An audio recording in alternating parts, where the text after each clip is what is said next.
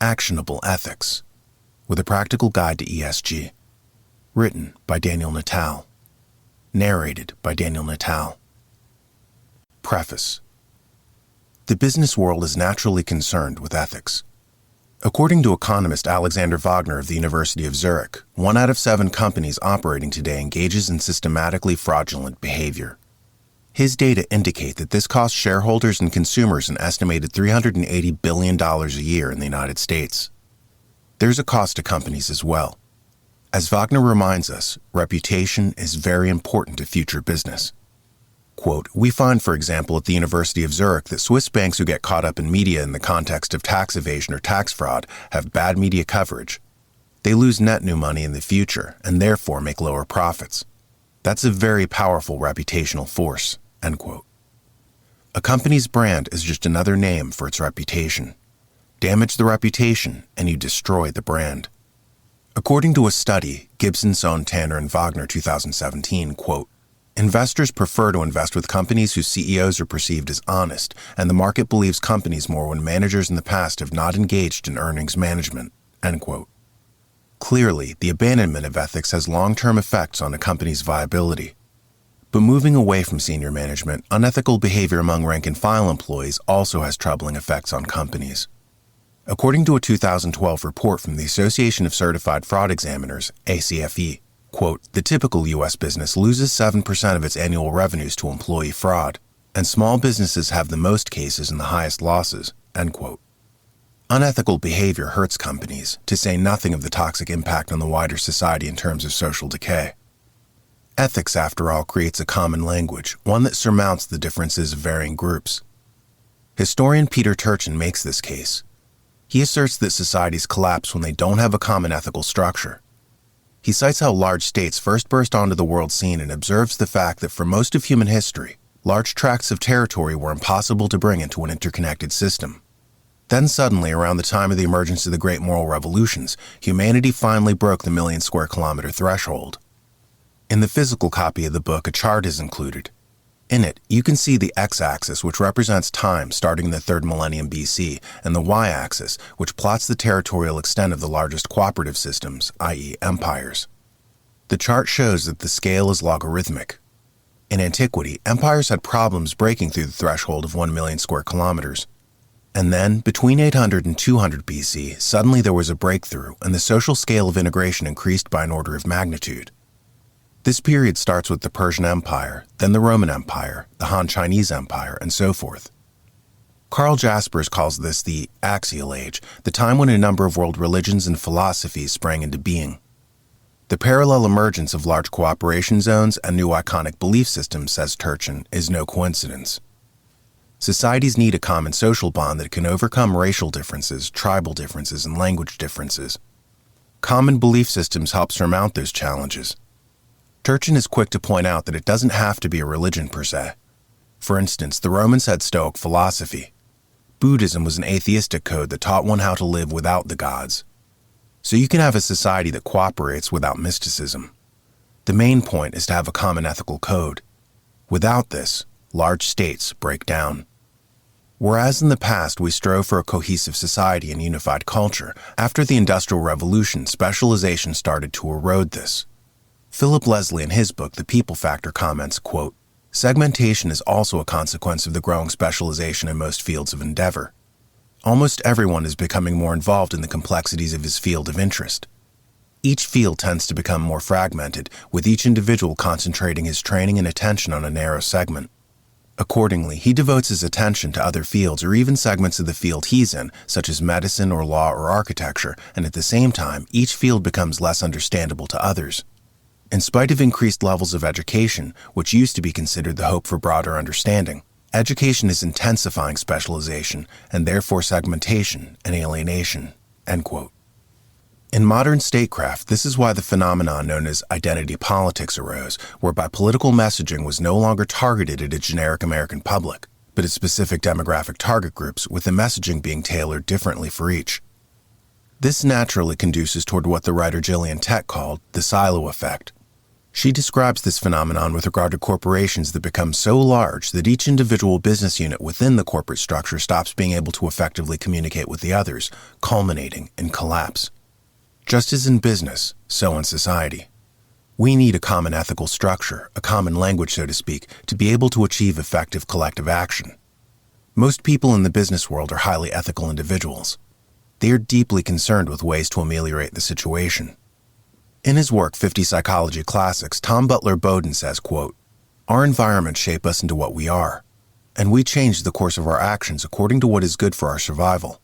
If we want to construct a better world, we need to create environments that make people act in more moral or productive ways."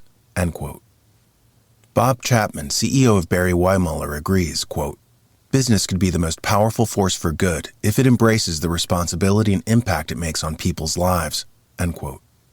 The proposition advanced in this book is that it is possible to shape both the climate and the culture of the workplace to create a more ethical atmosphere, and by doing so, to create an actionable ethics, one that is not vague or arbitrary. But it requires overcoming arthritic ways of thinking and ingrained habit. Toward that end, it might be good to remind the reader that when Newton first suggested that gravity affected planets in the solar system, he was denounced for peddling pseudoscience. Influence at a distance, his detractors scoffed. What you're describing is magic. This prejudice was still in place centuries later when Michael Faraday suggested that flows of electrons generated an electric field. The chorus of dissenters echoed Newton's antagonists by charging that the existence of fields suggested magic. To explain this erroneous belief, it might bear pointing out that ever since the 1500s, European scientists conceptualized the universe as being composed of bodies and vacuums. They assumed that all of reality was the result of particles suspended in a void. It never occurred to them that there were fields connecting particles one to the other, and as you change the field, you can influence the particles in the field. For our purposes, this habit of thinking can be pointed out in economics, where people assume that individuals are isolated atoms, hovering in a void, pursuing their own quote-unquote enlightened self-interest after rational calculation. In reality, people are submerged in an invisible field that we call culture. Change the culture, and you can change the behavior of the individuals within the energetic field. Eduardo Porter in The Price of Everything offers the observation, quote, "A common and, in my view, accurate critique of the economist's worldview is that it often ignores how culture affects our choices, positing people as calculating self-involved creatures oblivious to any notion of social good. Homo economicus is expected to approach life as a string of cost-benefit analyses, evaluating the prices involved in each decision to maximize his individual well-being." End quote. He adds that culture often influences us to surrender our own narcissistic needs to help the wider community. Quote, "It codifies acceptable forms of behavior. Collective notions of propriety often determine individual calculations." End quote. Neuroscience may shed some light on the phenomenon. The human brain contains things called mirroring neurons, which incline humans to imitate people around them. For instance, if you hold up a baby that's only 20 minutes old and stick your tongue out at it, the infant will respond in like manner. Though the infant has no idea what a human is, or any consciousness that it has a tongue, it is primed to imitate the adult. This is thanks to those mirroring neurons in the F4 and F5 regions of the human brain. This is powerful evidence that humans do not exist in a void, but are outfitted by nature to operate in groups. In other words, they're united on a neurophysiological level to a larger set of behavioral patterns that, in hindsight, we call culture. Can an ethical atmosphere be promoted not just inside a country, but inside a company? It is the assertion of this book that it is quite possible, and far easier to do than popular conception would lead one to believe. According to the Hay Group, it's the leader in an organization who impacts climate up to 70%. If a CEO signals that he genuinely prizes ethical behavior and expects it from others, then a natural tendency will arise in those within his sphere of influence. Cybernetics expert Dr. Paul Pangara shared an anecdote bearing on this phenomenon, saying, quote, "A colleague of mine noticed that when an executive at DuPont favored wool cardigans, everyone else in the company started spontaneously wearing wool cardigans." End quote. The influence of senior management on the culture of a company cannot be overstated. If the CEO signals that there is a certain amount of prestige associated with ethics, then that cultural cue will ripple down to the rest of the company. If signage promoting ethics is placed on the walls of the business, if perks are tied to ethical behavior, if new employees are assured that they were hired due to their high ethical standards, then a message will be sent. According to Jean Murray, in an article entitled Detecting and Preventing Employee Theft and Embezzlement, one of the ways to tamp down on theft is to communicate your message about employee honesty. Quote, "From the first day of work, employees should know that you require them to be honest." End quote. In the workplace of the future, ethics directors will be commonplace in human resources departments, as will annual ethics awards for employees and ethics retreats for senior management. It will be part of the energetic field created within an organization that invisibly sets the parameters of the culture within the company. A far more effective methodology than forgettable HR guidelines that few people read and even less people remember. It is the goal of this volume to sketch a map of a system to reorganize a company or institution to subtly establish a culture that will not only aid in making the organization more profitable, but will also assist the wider society in promoting ethics. Chapter 1. What is ethics? The anthropologist describes the world as it is. The ethicist describes the world as it ought to be. Immanuel Kant. There is a problem with the education system today. Cicero said that a liberal education derives from the Latin word liber, which translates as a free man. Thus, a liberal education is an education worthy of a free man. The education of a free man, Cicero said, consists of teaching a person how to think, whereas the education of a slave consists of teaching him what to think. Most of what passes for ethics today is actually etiquette. People, and people who should know better, often confuse the two. Etiquette is a collection of practices. Ethics is a collection of principles.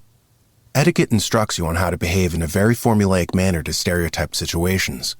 It gives you a long list of do's and don'ts.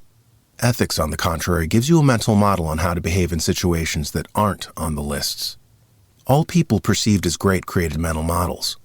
The models are useful insofar as they help us make sense of the world around us. For instance, John Dalton presented a mental model of the atom through which we now perceive the physical world. Adam Smith in The Wealth of Nations presented a mental model of economics which is hard for people to think beyond now. Today, everyone assumes that nations operate as a result of economic conditions and that even people's behaviors are driven by them. There was a time when no one conceptualized this. They thought of history as random events. Smith taught them otherwise. Natural selection was a mental model by Charles Darwin based on applying economic theory from Thomas Malthus to the field of biology. Just as Malthus discussed the problems of overpopulation with not enough food, Darwin applied this to nature to see life as a struggle for resources, with lots of births and even more deaths. Just as the field of economics saw competition as making the surviving companies stronger, so Darwin saw the surviving animals in a species as being the strongest, who passed on their hardy DNA to offspring. At any rate, we shouldn't be too concerned about the substance per se, but in the mental models, i.e., the ability to see old things with new eyes. Ethics is just the same. It provides a mental model through which to see the world. For instance, Immanuel Kant distinguishes between two types of people, those who engage in ethical behavior and those who engage in utilitarian behavior. Utilitarian behavior consists of doing not what's right, but doing what's advantageous, and boils down to the idea that the end justifies the means. For instance, to the utilitarian man, if the end goal is obtaining $1 million, he doesn't care if he has to lie, cheat, and steal to obtain it. The only thing that's important to him is the end. The ethical man, by contrast, isn't concerned with the end, but with the means. He cares about the process. Socrates, for instance, knew that he might come to a bad end as the powerful demanded his death for teaching the youth critical thinking skills, but he didn't back away. He was willing to accept his death sentence. His integrity, however, would not allow him to veer from what he saw as the truth. What was important to him was not the end, but the means. Ethical behavior versus utilitarian behavior. What is utilitarian behavior? Quote, if a surgeon, for example, could save 2 innocent lives by killing a prisoner on death row to retrieve his heart and liver for transplantation, this outcome of saving 2 lives would have the highest utility under the circumstances. But the surgeon's actions would be morally indefensible. End quote. Principles of Biomedical Ethics. Utilitarian behavior is placing self-interest above all else. It consists of doing the advantageous thing instead of the right thing. Illustrative of this mindset was the Spartan tyrant Lysander, of whom Plutarch wrote, quote, Lysander, who was a clever quibbler and given to employing cunning deceptions to further most of his designs, counted justice as mere expediency and honor as that which is advantageous. He said that the truth is better than falsehood, but that the worth and value of either is determined by the use to which it is put. End quote. Lysander was clearly an adherent to utilitarianism, if by utilitarianism we use J.C.C. Smart's definition of utilitarianism as, quote, the doctrine that the rightness of actions is to be judged by their consequences, end quote. Of Lysander, Plutarch continues, quote, "When others censured him about his violation of his oaths which he had made in Miletus, he said that one must trick children with the game of jacks, but men with oaths." End quote. Note how to the utilitarian man, oaths, promises, and commitments were not taken seriously. This strikes quite a contrast with the ethical man who is guided not by what is useful to his narrow immediate interests, but by what is right. In the theory of moral sentiments, Adam Smith asserts, quote, "The utility of those qualities might be thought is what first recommends them to us, and no doubt the consideration of this when we come to attend it gives them a new value. Originally, however, we approve of another man's judgment not as something useful, but as right." End quote. But stepping outside the airy realms of philosophy and looking at a more immediate world, utilitarian thinking is still very much alive in the modern era. In advertising, for instance, there's a psychological technique called deflection to the result. According to the article 10 Psychological Effects That Affect Our Behavior, quote, "We often judge the correctness of a decision by the final result, not by the actions taken to achieve it. This effect is often used by those ads which concentrate as only on the final result, for example on buying. So if now you're using a brand new iPhone, you cannot claim that the decision to spend all your money on it was right." End quote. Outside the world of advertising, the political sphere is also affected by this kind of thinking. Promoted as early as Machiavelli, the concept of the end justifying the means has often informed the actions of tyrants. Lenin, for instance, said, quote, "I call any action useful to the party moral action. I call it immoral if it is harmful to the party." End quote. In other words, whatever conduced to his personal political power he saw as quote-unquote moral. Karl Popper wrote that, quote, "In the totalitarian theory of morality, good is what is in the interest of my group, of my tribe, or my state." End quote. The latter quote is from The Open Society and Its Enemies. Sadly, as universities increasingly come to resemble closed societies, this form of utilitarianism is being taught in higher education. Remember, to the utilitarian person, the end justifies the means, so they're always concerned with outcomes over ethics. One of the most conspicuous forms of this thinking is an outcome-based equality currently being designated as equity by colleges around the country. In equality, everybody is treated the same. In equity, however, people are treated differently, so long as they're all equal at the end. This manner of thinking is touched upon in the textbook Teaching the Ethical Foundations of Economics. In the book, we read, quote, "People who emphasize outcomes, i.e. utilitarian thinking, tend to see economic inequality as morally wrong. People who emphasize process, i.e. the means, are more likely to approve the results of a system, even if the results are highly unequal, provided that individuals have equal opportunity to succeed." End quote. Aristotle denounced what is now being called equity, saying that it was highly unjust to treat two people the same if one worked much harder than the other. To reward them equally for unequal labor is an act of injustice. The philosopher David Hume agrees, saying that, quote, "Justice is giving a person their due. So to give a man an equal share for unequal work would not fulfill the requirements of justice." Yet to the believers of equity, this is perfectly fine. The utilitarian underpinnings of their concept of social engineering are mentioned in the book Nudge by economists Richard Thaler and Cass Sunstein. They have a footnote in the book which says, quote, "Kammerer calls for asymmetric paternalism, which he defines as taking steps to help the least sophisticated people while imposing minimal harm on everyone else." End quote. Note the usage of the term harm in the quote. They're very well aware that their system harms others, but it's justified by saying it's only minimal harm, so long as the percentages are low. But what if the percentages increase and more are taking from fewer and fewer people? Is it still minimal harm if the variables change? To the believer in equity, none of this is taken into account, of course. The means don't matter, only the end. In another walk of life where we see this play out is in the field of law enforcement. In the book Police Ethics by Tom Barker, he talks about certain police officers abandoning ethics for utilitarian behavior in what's called noble cause injustice. This consists of bending the rules to get the bad guys, whether it's roughing up a suspect, planting evidence on someone to frame them, or lying under oath in court. It's all justified by saying it's to get the bad guys. Tom Barker laments the fact that people of a utilitarian bent think that good can come from evil. In the end, utilitarian behavior is about cutting corners, ignoring the means, the process, and leapfrogging to the end. This thinking, however, gets people in trouble. Whether it's an officer who goes to jail for committing perjury in court, or a pharmaceutical firm that lies about the efficacy of its new drugs to avoid lawsuits, whereupon the entire corporation goes bankrupt after the deception is uncovered and court rulings go against them. Utilitarian thinking is lazy thinking. It's the assertion that you can engage in all sorts of inherently unethical behaviors so long as you tell yourself that you meant well in the end. You will always be able to discern ethical behavior from utilitarian behavior when you see if the process is emphasized or the end. In the Code of Ethics for Journalism, for instance, the means are emphasized and not the end. One of the lines is, quote, "It is important to pursue truth, no matter what the consequences," end quote. Thomas Jefferson conveys the same idea when framing the charter for the University of Virginia, which he founded, writing, quote, "For here we are not afraid to follow truth, wherever it may lead," end quote. This indifference to consequences in these quotes is a tip-off that they're ethical. The emphasis is not on the end, but the means. Truth is more important for its own sake than any consequences that may radiate out from that truth. An ethical person will always gravitate more toward the truth, toward the process, than toward a perceived end goal. It is right in and of itself, without any reference to a desirable objective. Like Confucius's proverb stating, quote, "Value the task more than the prize," end quote. Or Cicero's statement that, quote, "We understand moral goodness to have such a quality that even though stripped of any practical utility, it can nevertheless be praised for its own sake, irrespective of material profit or benefit," end quote. The utilitarian person, by contrast, will always skip over those crucial middle steps and cut to the end, violating all intervening rules and principles if he thinks he's doing something advantageous for himself.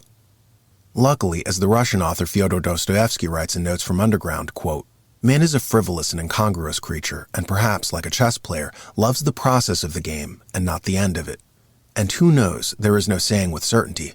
Perhaps the only goal on earth to which mankind is striving lies in the incessant process of attaining, in other words, of life itself, and not in the things being obtained," end quote.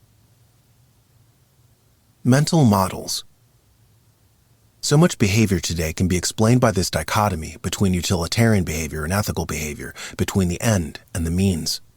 Ultimately, cultural shorthand aside, there are no liberals and conservatives, there are no people on the left and the right. The mental model being presented by morality is that there are only two types of individuals: people operating according to ethics and people operating according to utilitarian behavioral systems. To hark back to the idea of mental models, it might be profitable to make an analogy to math equations. In antiquity, philosophers used mathematics to train students in how to think logically. To repeat Cicero, they weren't taught what to think, they were taught how to think. They weren't enjoined to memorize random facts, they were given a mental model, in this case the equation, to be able to figure out what the right answer was, irrespective of the changing circumstances. That's why equations have letters in them, so you can plug in your own numbers as the situation changes. Of course, you can keep changing the variables, but as long as you have the mental model, the equation, you'd be right every time. This is why a mental model is more useful than memorizing stray random facts. Sadly, most modern pedagogy today is based on memorization, of teaching you what to think instead of teaching you how to think. And this is why so many people hated school. Just memorizing random stuff is useless if it's not part of a larger mental model. To give a man a random fact is like giving him a fish for a day. Mental models are giving the man the tools to feed himself for the rest of his life. Because let's face it, random out-of-context facts have lost their market value today. You can get random facts from the internet, from your smartphone, from your Echo device at home. Random facts are cheap. What's valuable today is people who know how to think. Presently, we'll discuss why it's so important to start with the mental model, what Socrates called the archetype of a system. The archetype. Quote, "Start with what is right rather than what is acceptable," end quote. Franz Kafka. In reference to Franz Kafka's axiom, how do we know what is right? Answer: what is designated the right is based on having a model and knowing where a situation departs from that model. Without having a model, chaos ensues and mission creep sets in. In antiquity, this model was referred to as the archetype. Aristotle says at the outset of Nicomachean Ethics that he's setting out to teach the framework of ethics, because he'd get in the weeds if he tried to present every possible case. He called it the general versus the particular. A doctor, he notes, helps you with your particular body. A medical school, by contrast, teaches you about the general facts of human physiology. So one concerns itself with the particular, the other, the general, the ideal. And this is what the philosopher Immanuel Kant says, that ethics is based on the ideal. An anthropologist, he says, tells us how the world is. An ethicist teaches us how it ought to be. What ought to be is, of course, what we designate here as the ideal, or the archetype of a thing. In systems theory, it would be called the model. So my goal here isn't, nor can it be, to teach you what to think. It's not to give you a list of dogmatic beliefs one by one. G.E. Moore in Principia Ethica comments, quote, "There are far too many persons, things, and events in the world, past, present, or to come, for a discussion of their individual merits to be embraced in any science. Ethics, therefore, does not deal at all with facts of this nature, facts that are unique, individual, absolutely particular. Facts with which such studies as history, geography, astronomy are compelled, in part at least, to deal. And for this reason, it is not the business of the ethical philosopher to give personal advice or exhortation." End quote. Instead, ethics gives you a framework. It would be madness, after all, to try and create an exhaustive compendium of all the heights of different buildings around the world and to expect you to memorize them one by one. It's better rather to give you a single equation in trigonometry to help you calculate the height of any building you come across. The only thing you have to memorize is the equation, not millions of pages of individual building heights. This, as stated before, is the difference between etiquette and ethics. Etiquette is the rote memorization of millions of pages of particulars. Ethics is learning the mental model that will serve you in all succeeding cases. One of the best places to start when discussing ethics is to begin here, at the dichotomy between the particular and the general, the everyday and the ideal. Ethics, after all, is what might be termed an idealistic behavioral system if we take the term ideal seriously. The book The Secret History of the World by Mark Booth may have a passage that bears on this point. In it, the author discusses the reign of terror during the French Revolution and writes, quote, "How can this be? How could the most enlightened and reasonable of men justify this bloodshed? In an idealistic philosophy, the ends never justify the means, because, as we have seen, motives affect the outcome, however deeply hidden they may be." End quote. If you notice, a lot of tension today in the political sphere is framed as conservatives versus liberals. In reality, the conflict arises between two different mindsets. People who lay more stress on the general, the ideal, versus people who place more emphasis on the particular. For instance, I read an intriguing account of an elementary school teacher who banned the making of Thanksgiving turkey drawings for her third-grade class. When asked why, she said that it would be discriminatory for children who didn't have 5 fingers. If they traced the outline of their hand to make a turkey drawing, she reasoned, it might alienate them. Never mind the fact that she had no pupil with 4 fingers, nor with 6. Every one of her students had 5 fingers per hand. That fact notwithstanding, she felt called upon to abolish the innocuous activity for fear of some hypothetical 4-fingered kid.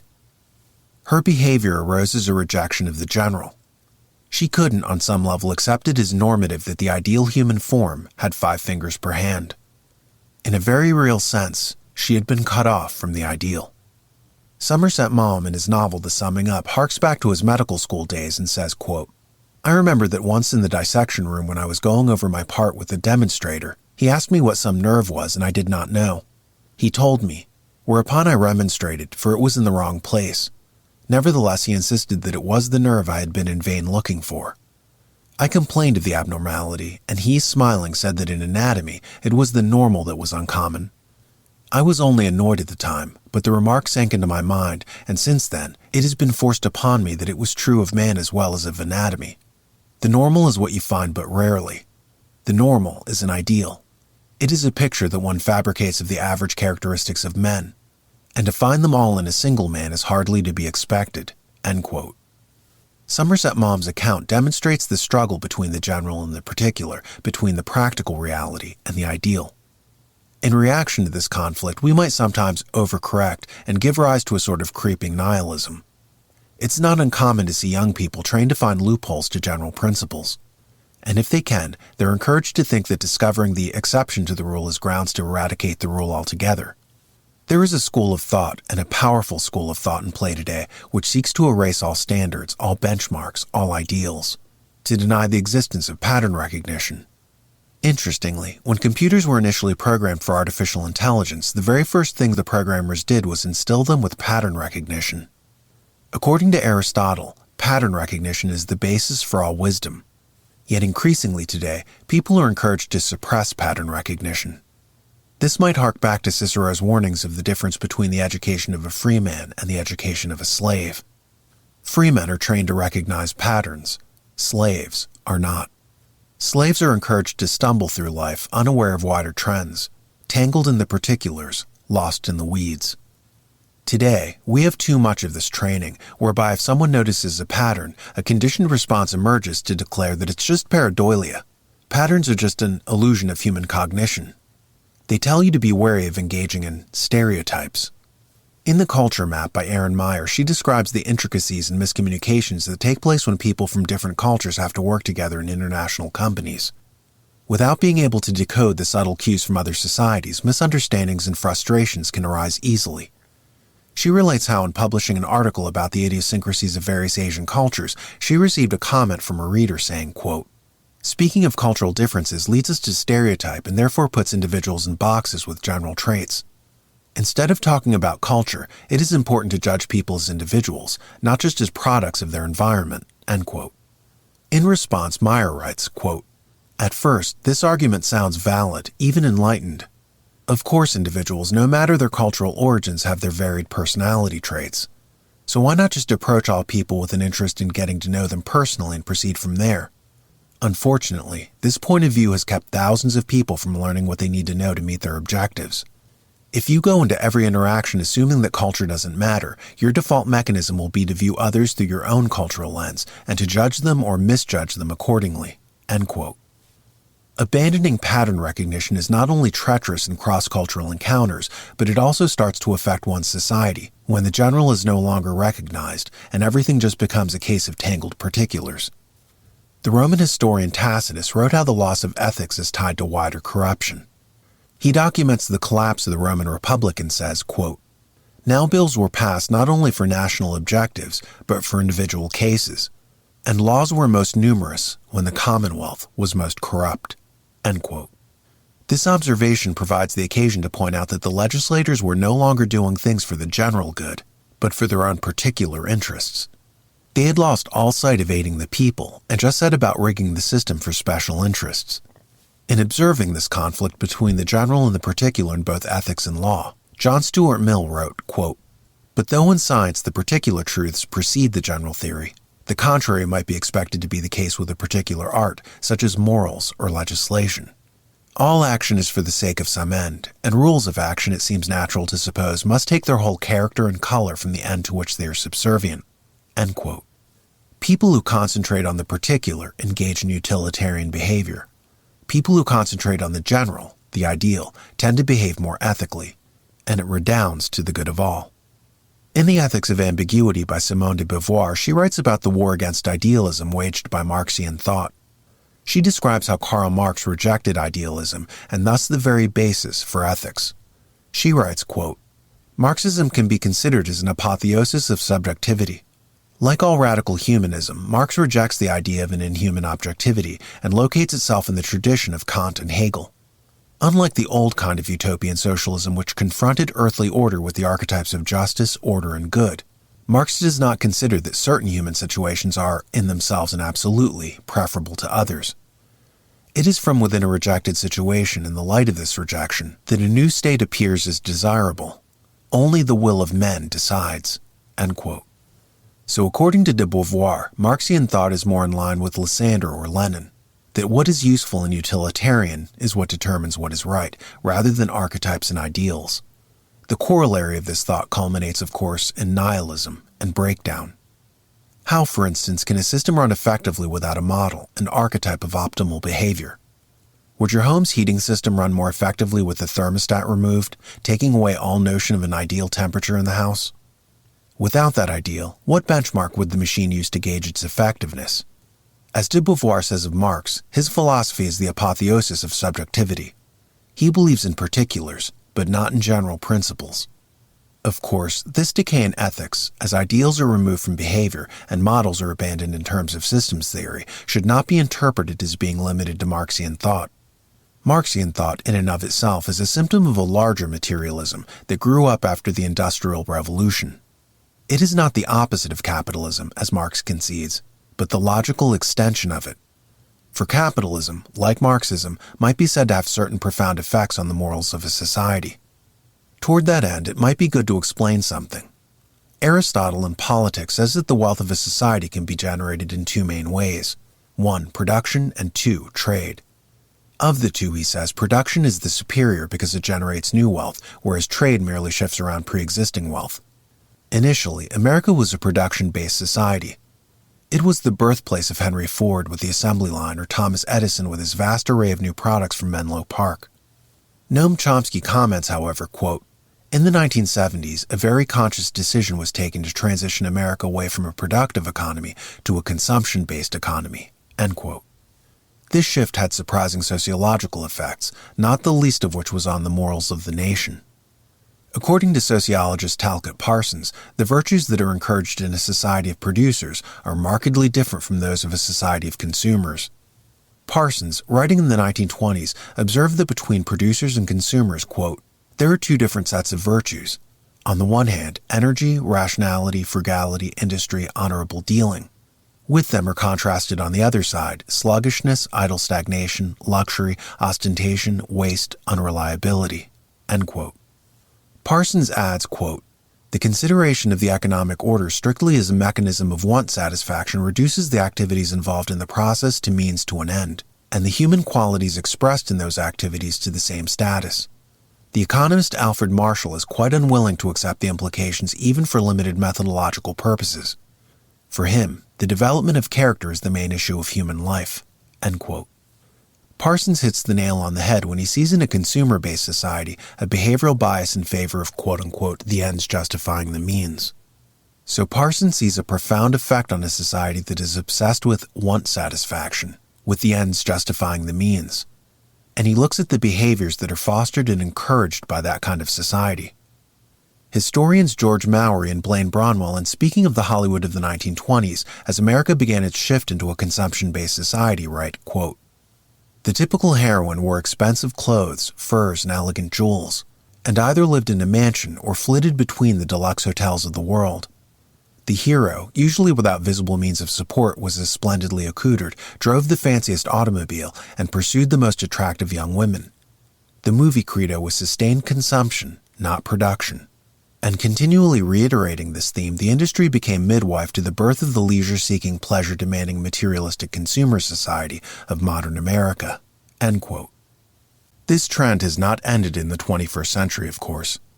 One need look no further than TV advertising to note that a key trait of commercials is the encouragement of behaviors previously associated with vices, like lust. Consider car commercials with scantily clad women in the foreground, completely drowning out the alleged product in the background. Lust is used as a psychological device to manipulate the potential customer with Pavlovian associative conditioning. Likewise, greed. A Doritos commercial, for instance, discouraged sharing and had a child snatch away his chips from a friend with the tagline, "Get your own." The industry is driven by appeals to greed, gluttony, envy, and so forth. In a digression, it might be added, according to Tom Crompton in Meeting Environmental Challenges, this kind of advertising is harmful to children. He writes, quote, "Research has shown that young children are cognitively and psychologically susceptible to advertising. They typically do not understand the notion of intent to sell, and frequently accept advertising at face value." Lynn, 2004. Studies have also found that exposure to commercial television increases children's scores on assessments of materialistic values. Naim et al., 2007, Shore, 2004, end quote. This, of course, strikes quite a contrast to a productive society, which is guided by the 7 cardinal virtues: temperance, forbearance, prudence, chastity, diligence, patience, and humility. This is starkly contrasted with the conspicuous consumption of a consumer-based society, where gluttony, greed, and weakness are seen as good drivers of the economy. But that initial assertion may be wearing thin, as some people fear that the moral decline may in fact end up hurting the economy. As a result, a certain measure of pessimism overtakes the society. In a speech that entrepreneur Peter Thiel gave at the South by Southwest conference in 2013, he described the different ways the society behaved when it was optimistic versus pessimistic. In the past, he asserted, the United States was a very future-oriented civilization, with an abiding faith in the wonders of what was to come. The watchword was progress. In this atmosphere, they united the river systems with canals, they surmounted daunting engineering impediments to build the Transcontinental Railroad, they erected the first skyscrapers. Thiel related the story of a man in the early 20th century who discussed terraforming San Francisco Bay and closing it off to create 2 large freshwater lakes surrounded by buildings in a business district. What made this fascinating to Thiel was that the government took this plan seriously. In an environment of optimism, nothing seemed impossible. Can you imagine anyone talking about something like this today, he challenged. As America shifted into a more pessimistic period, their outlook changed from one focused on the future to one focused on the past. Teal contended that no one anymore talks about massive new civil engineering undertakings on a scale like the National Highway System, like Hoover Dam, let alone underwater cities and moon bases. Teal made the observation that due to being uncertain about the future, investment in infrastructure projects diminished. He says that people's interest in engineering has thus gone down. The most popular math course used to be calculus. It's now probability theory as people's ideas about the future become less definite. This shift also represents the movement of young people from engineering to finance as we transition from a productive economy to a financial economy, and Wall Street absorbs all the new graduates. One of the strange things that happens in the shift from definite to indefinite views of the future, continued Teal, is that there is a shift from engineering to finance. And one of the things that happens is that money somehow becomes much more important. And the sort of soundbite version of this is, in a definite world, money is a means to an end, because there are specific things you want to do with money. In an indefinite world, you have no idea what to do with money. And so money simply becomes an end in and of itself, which seems a little perverse. You just accumulate money and you have no idea what to do with it. This is an interesting observation by the colorful entrepreneur, penetrating in its insight. Because whether he consciously understands the process or not, his appraisal of how the public sees the function of money parallels Talcott Parsons' observation about productive societies engaging in ethics, i.e., behavior that cares about the means, and consumption societies which adopt utilitarian attitudes, i.e., only caring about the end. So even the perception of money is subject to the pressures of this sociological process. It is not seen as a means. Hence, it is not used to build things, to put people to work, to invest in the future. In a sense, the pessimistic view of society becomes a self-fulfilling prophecy, a reinforcing feedback loop. That is to say, as the nation is encouraged to be a consumption society, its zeitgeist shifts from ethical to utilitarian. Social dissolution sets in, the mood becomes pessimistic, and the people who have money are disinclined to invest it in the society they perceive as declining. But by not investing, they ensure it will decline, thus reinforcing the cycle. The only way we can reverse this process is to reassert the more definite world generated by a common ethical structure. It will not only help the economy in real and tangible ways, but reignite in the people a sense of optimism again. An optimistic society invites investment. It attracts it like a magnet. By contrast, an indefinite world, one based on particulars and not ideals, results in a lack of confidence. Taken to its logical extreme, people under the influence of this line of thought would be like the aforementioned school teacher, resistant of accepting that according to the human ideal, people have 5 fingers per hand. The person under the sway of this philosophy would resist all quote-unquote stereotypes and exist in a random world of stray particulars. To this person, objects would not have a telos, an end goal. History would be a series of out-of-context events. Society would be a collection of stray, disconnected individuals, cut off from all common language and ability to communicate. As this mindset has gained more sway in our society, we've seen the crippling results in terms of isolation and depression. Without an ideal to aspire toward, people live their lives in a holding pattern, an endless hamster wheel. Aristotle defined happiness as the achievement of goals. An assertion that seems borne out by American psychologists Stacy Marcella and Jonathan Gratch thousands of years later, who independently arrived at the conclusion that, quote, emotion is a response to the failure or success of plans, end quote. But what happens in a society that has no plans, a civilization that has no goals? What becomes of happiness? And is there a correlation between this and the increase in the rates of drug use, depression, and psychological isolation? A society without ideals is a society without heroes, because heroes are the embodiment of ideals.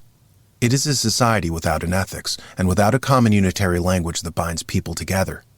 This dissonance between worldviews does not merely exist within our society, but exists outside it as well. As the aforementioned Aaron Myers in the culture map has already alluded to, not all cultures are the same. Some have unitary ethical systems, and some have what is known as dual morality codes. Dual morality codes. According to Alistair McIntyre in his book After Virtue, quote, moral philosophy characteristically presupposes sociology, end quote. In other words, ethical systems don't evolve in a void. They're dependent on the respective societies in which they come about. In other words, it's very hard to graft the ethical system of civilization A onto civilization B. They might be at different technological levels, which would make such a transplant all but futile. Eric Bromberg in Evolutionary Ethics concurs, writing, quote, "Ethical systems can vary greatly. Some are better than others at fostering the growth of a culture. Some become so corrupted with self-serving intentions that they must be rebuilt. There is a natural tendency of biological units to become compartmentalized. In a similar way, different ethical systems may evolve and become compartments in a larger system." End quote. The key phrase of the paragraph comes in at the end when he mentions a larger system.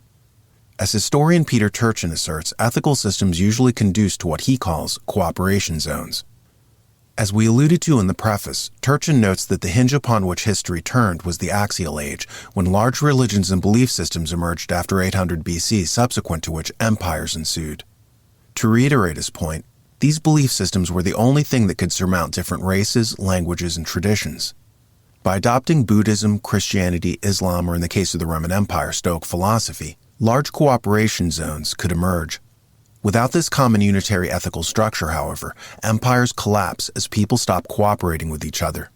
So a strong ethical system usually emerges to hold together large geographical cooperation zones. But what happens when you have a small tribe that does not cover a large geographical area? Answer: a rigid ethical structure does not evolve. Instead, they develop a more ad hoc ethical mindset.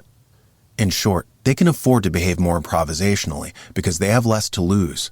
So ethical imperatives are much weaker.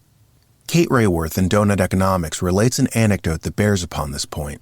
She begins by describing something which in game theory is called the prisoner's dilemma. This is a variant of Hobson's choice, where two players, a proposer and a responder, who are anonymous to each other, are offered money to divide amongst themselves. The division of the sum can be anything, and if the responder accepts it, they both get to keep their portion. If, however, the responder rejects the offer, then neither player receives anything. The game demonstrates the fallacy that people operate strictly from self-interest, because if that were the case, the responder would accept any percentage offered. But many times, they will reject it if they perceive the apportionment as unfair, even if it means that they walk away with no money at all. The concept of justice matters more to them than the money. The most interesting results, however, emerge from the contrasting ways different societies play the game, writes Raworth.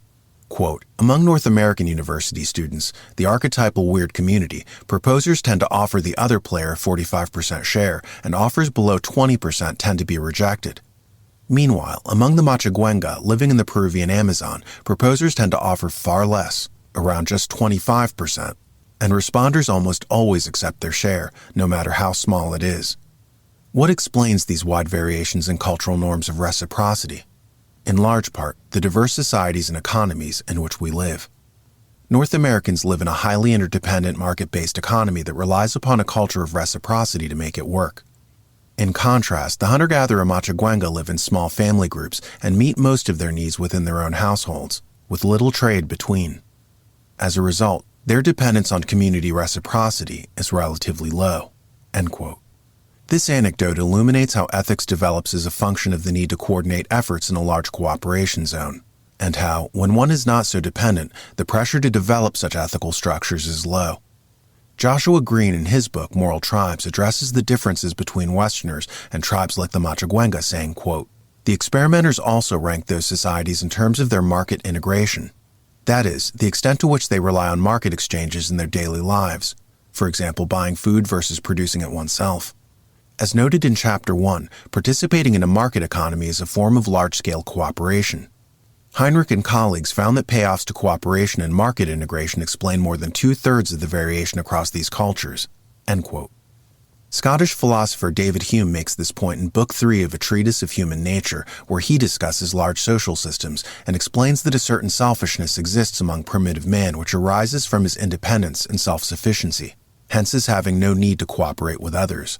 Quote, "That virtue as it is now understood would never have been dreamed of among rude and savage men.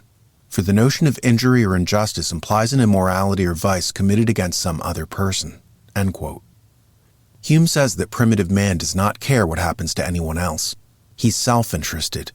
Only when participating in a larger social system does he start to care, because now it affects him. To quote, "Those impressions which give rise to the sense of justice are not natural to the mind of man, but arise from artifice and human conventions.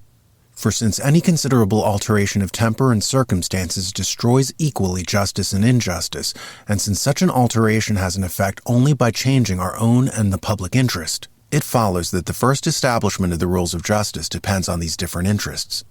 But if men pursued the public interest naturally and with a hearty affection, they would never have dreamed of restraining each other by these rules. And if they pursued their own interest without any precaution, they would run headlong into every kind of injustice and violence. These rules, therefore, are artificial and seek their end in an oblique and indirect manner. Nor is the interest which gives rise to them of a kind that could be pursued by the natural and inartificial passions of men." End quote. According to Alistair MacIntyre in A Short History of Ethics, the ancient Greeks held the same view. They made a distinction between conventional man, that is, a civilized person as fit for the city-state, and natural man, by which they meant human beings in their rude and primitive state. Natural man is not ethical, but utilitarian. Of this natural man, MacIntyre writes, quote, "He's out to get what he wants, and what he wants is narrowly circumscribed. Power and pleasure are his exclusive interests." End quote. MacIntyre contrasts ethics as developed by sophisticated societies with the utilitarian systems of primitive tribal culture. He writes, quote, "Is moral criticism in such a society impossible? By no means. But it must proceed by an extension of, and not by a total break with, the established moral vocabulary. Does this mean that the authority of the morality does not extend beyond the community whose social practices are in question? One is tempted to reply, does the authority of arithmetical rules extend beyond the community in which the practice of counting is established?" End quote. In other words, a well-articulated ethical structure is predicated on a sophisticated level of civilization. Without that, people default to the utilitarian behavioral patterns of natural man. Eric Barker, in Barking Up the Wrong Tree, alludes in a sense to natural man in his role as a merchant just passing through and how this affects his behavioral patterns. Barker writes, quote, "The long-term versus the short-term issue is critical. Used car salespeople think they'll see a customer only one time, and that's why they have the reputation they do. Meanwhile, your mom is, hopefully, going to be with you till the end. That's why moms have the reputation they do. The longer the time we anticipate we'll be dealing with someone, the better the behavior we can expect." End quote. So primitive tribes and itinerant mercantile groups don't have the same social pressures to be on their best behavior as rooted populations who rely on cooperation do. As Eswar Prashad writes in The Future of Money, quote, "Things were much easier in ancient human history when people tended to live in small population clusters that were relatively immobile. Knowing that they would be seeing each other regularly and having repeated interactions made it possible to base financial interactions on trust, since violation of that trust could have adverse consequences for the violator. If a villager did not uphold their end of a deal, the rest of the community could shun that person. This peer pressure presumably had a powerful disciplining effect." End quote. To return to Evolutionary Ethics by Eric Bromberg, quote, "Biological interrelatedness extends to human social systems as well, thereby imposing limits upon what people can reasonably do. Human beings are not at liberty to do as they wish because personal actions often inspire consequent reactions, and sometimes overreactions that need regulating by way of laws and morals. This regulation affects individuals as well as large groups." End quote. In this last statement, it calls to mind how our modern society changed after the Industrial Revolution. Before it, everything was decentralized. We existed as farmers, where every family was separated by several miles. If one farm did something disadvantageous, it didn't affect any of the other surrounding farms because everyone was siloed. By contrast, after the Industrial Revolution, as Alvin Toffler points out in his book The Third Wave, everything became more centralized as we shifted from farms to factories. Now the actions of a single person on an assembly line would affect everybody else up the line. As a result, the need for coordination was more pressing. Just as in the factory, so it was in the wider society. The need for coordinated behavior to stave off chaos and inefficiencies resulted in a more rigid ethical system. Eric Bromberg writes, quote, "It could be said that as civilization approaches the ideal of efficiency, the harmony that follows from efficient and thoughtful action inspires a state of peace that exponentially increases the chances of human civilization surviving over long periods of time." End quote. One naturally thinks of things like the Pax Romana in antiquity, which allowed for more trade and prosperity. Bromberg concludes by adding, quote, "Written laws, rules, manners, and customs help synchronize the various parts of an increasingly complex society." End quote. In his 1904 book, The Protestant Ethic, German philosopher Max Weber wondered why capitalism arose in the West. He conceded the fact that there were several other societies around the planet that were at least as entrepreneurial as Europe, and some very much more so.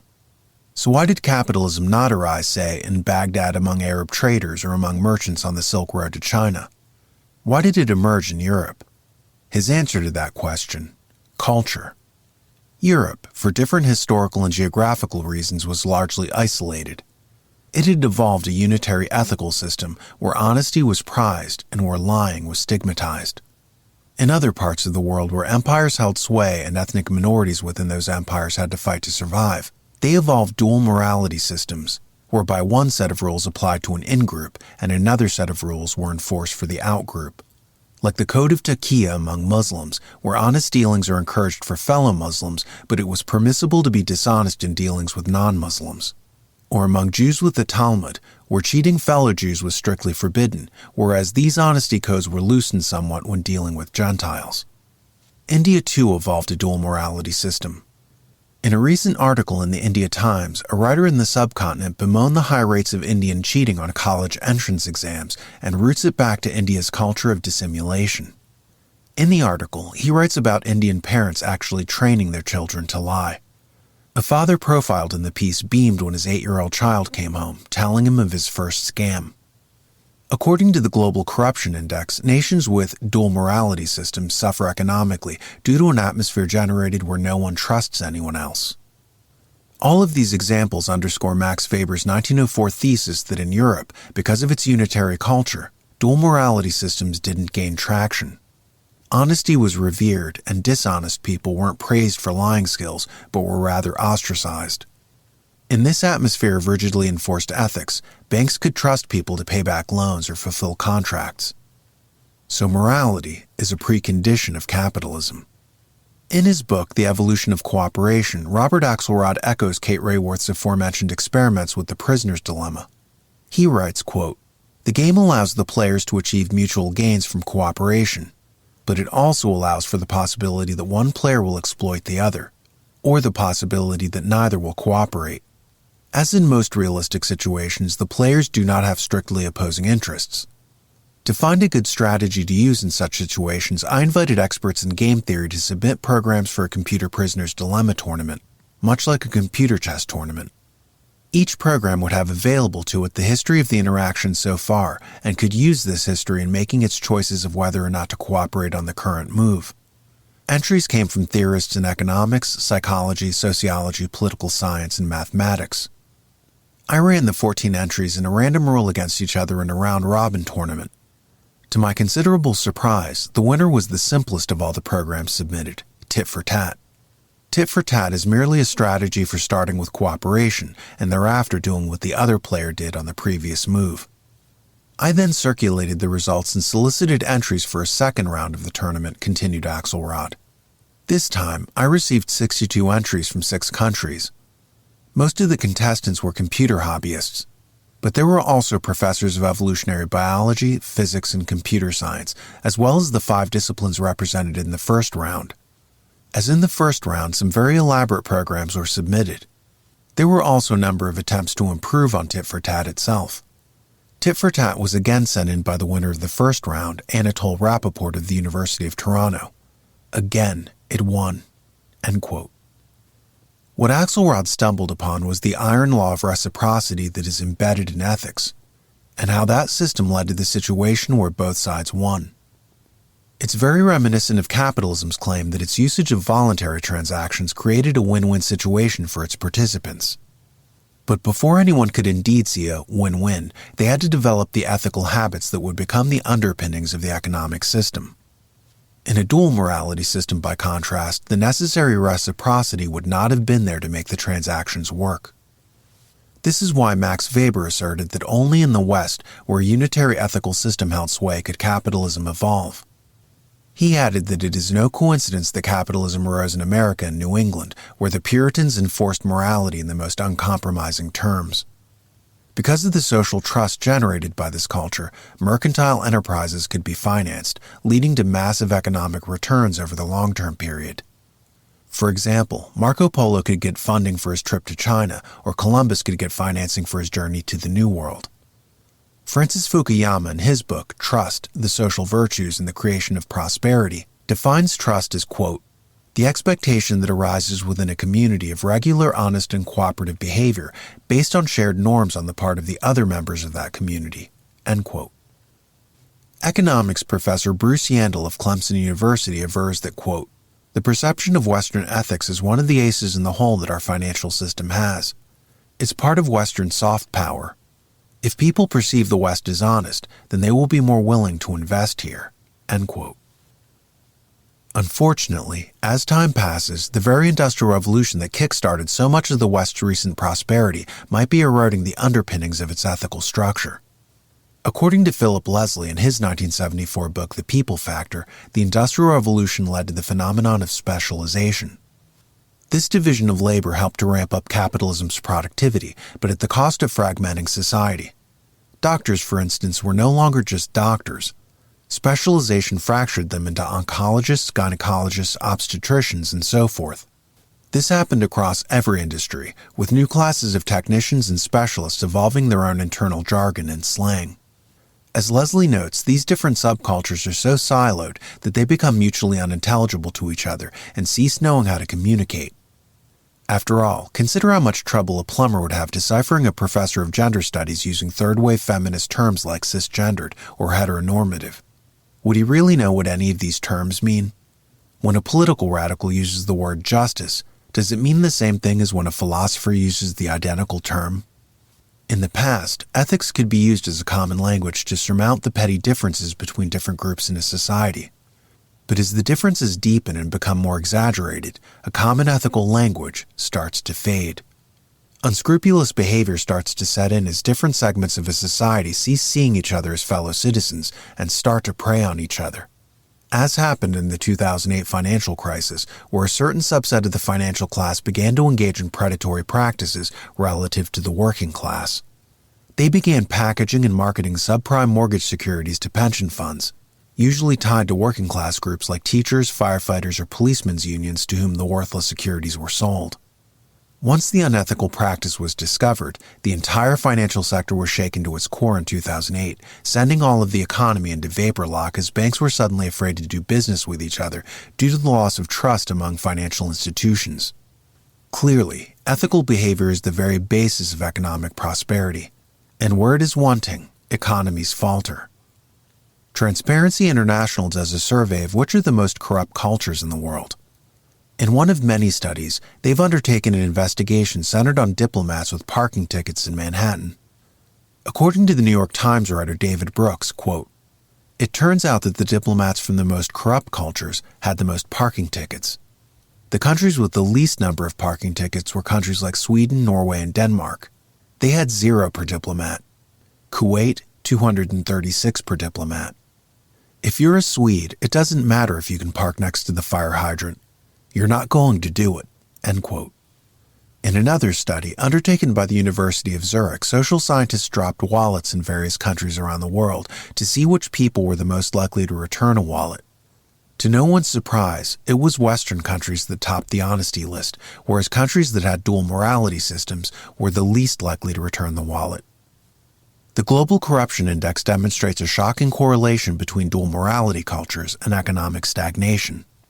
This is highlighted as well in Mark Penn's Microtrends Squared, where the author writes about microloans given out by banks to impoverished people in developing nations. These loans to individuals trying to start a business were a success in South America or East Asia, but floundered in Africa because would-be entrepreneurs there failed to pay back the loans. Penn adds, quote, unfortunately, despite the numerous success stories, there are just as many tales of borrowers who built up debt they couldn't repay. Africa, for example, has not attracted as much attention or capital as, say, South America due to political risks and weaker infrastructure, end quote. What was the difference between, say, Bolivia and Nigeria? Answer, dual morality culture. Where a strong ethical system has not been established, advantageous behavior flourishes, which naturally results in short-term thinking and more poverty as investors flee. Of course, thanks to globalization, the unitary culture that set the West on a path of economic prosperity and capitalism is breaking down, as nations have to deal with other countries' conflicting moral systems. The more we integrate globally and mass populations shift and flow from one continent to another, new moral habits are introduced, and this can sometimes lead to conflicts, dissonances. These will manifest in what the public perceives as double standards. If you're conscious that there are double standards in your society, where one set of rules protects a particular class while not being enforced to protect others, then this is powerful evidence of living in a dual morality culture. An instance of this might be found in finance. In a famous historical example, Archimedes was brought in to see if the king had been taken advantage of by a jeweler who was given a particular weight of gold to make the king's crown. The king suspected that the jeweler embezzled by keeping a portion of the gold for himself while mixing the remaining gold with base metal to keep the weights the same. When Archimedes, after famously declaring Eureka, discovered that the jeweler had in fact tricked the king, he was immediately killed for his treachery. By contrast, in Adam Smith's Wealth of Nations, he writes about the concept of seigniorage.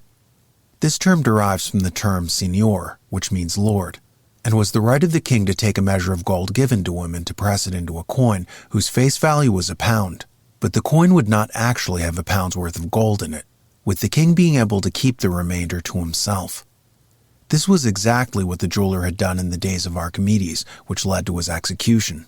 But when the king does it, it's called the right of the Lord, and it's supposed to be considered perfectly respectable. The public might notice the same thing between the arrest of counterfeiters and the tolerance for fractional reserve bankers, who were essentially counterfeiting with the king's charter. In the modern age, many people are starting to notice that the threshold to arrest a corrupt official is vastly higher than the threshold to arrest someone for the same crime who has less political power. These double standards are highly suggestive of living in a dual morality culture. What is increasingly happening in the West is a unitary ethical system which led to equality before the law being subverted by people who increasingly show a penchant for dual morality systems. This is akin to trying to place an Xbox video game into a PlayStation console. The two are not compatible. In a unitary ethical system, everyone is treated the same. As George Bernard Shaw said, quote, "I try to make it my habit to treat a duchess as a maid and a maid as a duchess," end quote. This is a very Western conception of treating everyone according to the same standards of dignity. The Western legal system is based on the same premise, namely that the king should be bound according to the same laws that apply to a beggar. In a dual morality system, by contrast, the rules change according to whom they're being applied. One standard for the wealthy and powerful, and another for the poor and weak. Sycophancy for those above, and tyranny for those below. In a culture historically trained to a unitary ethical system, large percentages of the population will begin to grow disgruntled if they notice that a two-tier justice system is being ushered in, which runs contrary to the original organizational structure of equality before the law. This dissonance will lead to oscillations in the system and to fracturing social cohesion as the individuals start to grow skeptical of the utilitarian people in power. As Tacitus alluded to earlier, a breakdown in the ethical structure of a government is the first sign of the coming collapse of a cooperation zone. And the first sign of this breakdown is the transition of legislators from creating laws for the general good to creating laws for special interests and elites. Once a large cooperation zone dissolves, it collapses back into what Thomas Hobbes calls a war of all against all, where smaller tribes, not constrained by the needs to impose a unitary ethical structure, engage in reflexive dual morality behavior. In Principles of Biomedical Ethics, the authors discuss the theory of moral status. They write, quote, "To have moral status is to deserve at least some of the protections afforded by moral norms. These protections are afforded only to entities that can be morally wronged by actions. Here is a simple example. We wrong a person by intentionally infecting his or her computer with a virus. But we do not wrong the computer itself, even if we damage it irreparably and render it non-functional. It is not possible to have duties with regard to some entities, such as someone's computer, without having duties to those entities.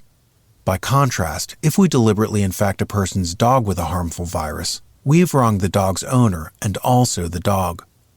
Why are persons and dogs direct moral objects and thereby distinguished from computers and houses, which are merely indirect moral objects? The answer is that direct moral objects count in their own right, are morally more than mere means to the production of benefits for others, and have basic interests, whereas indirect moral objects do not." End quote. The book stresses this point in other places as well. To use a person as a means is unethical. People should be treated as ends in and of themselves. To merely see a person as a means is what Aristotle calls a friendship of utility, such as when an unscrupulous woman marries an old man in the hopes that he will die soon and she will inherit his fortune.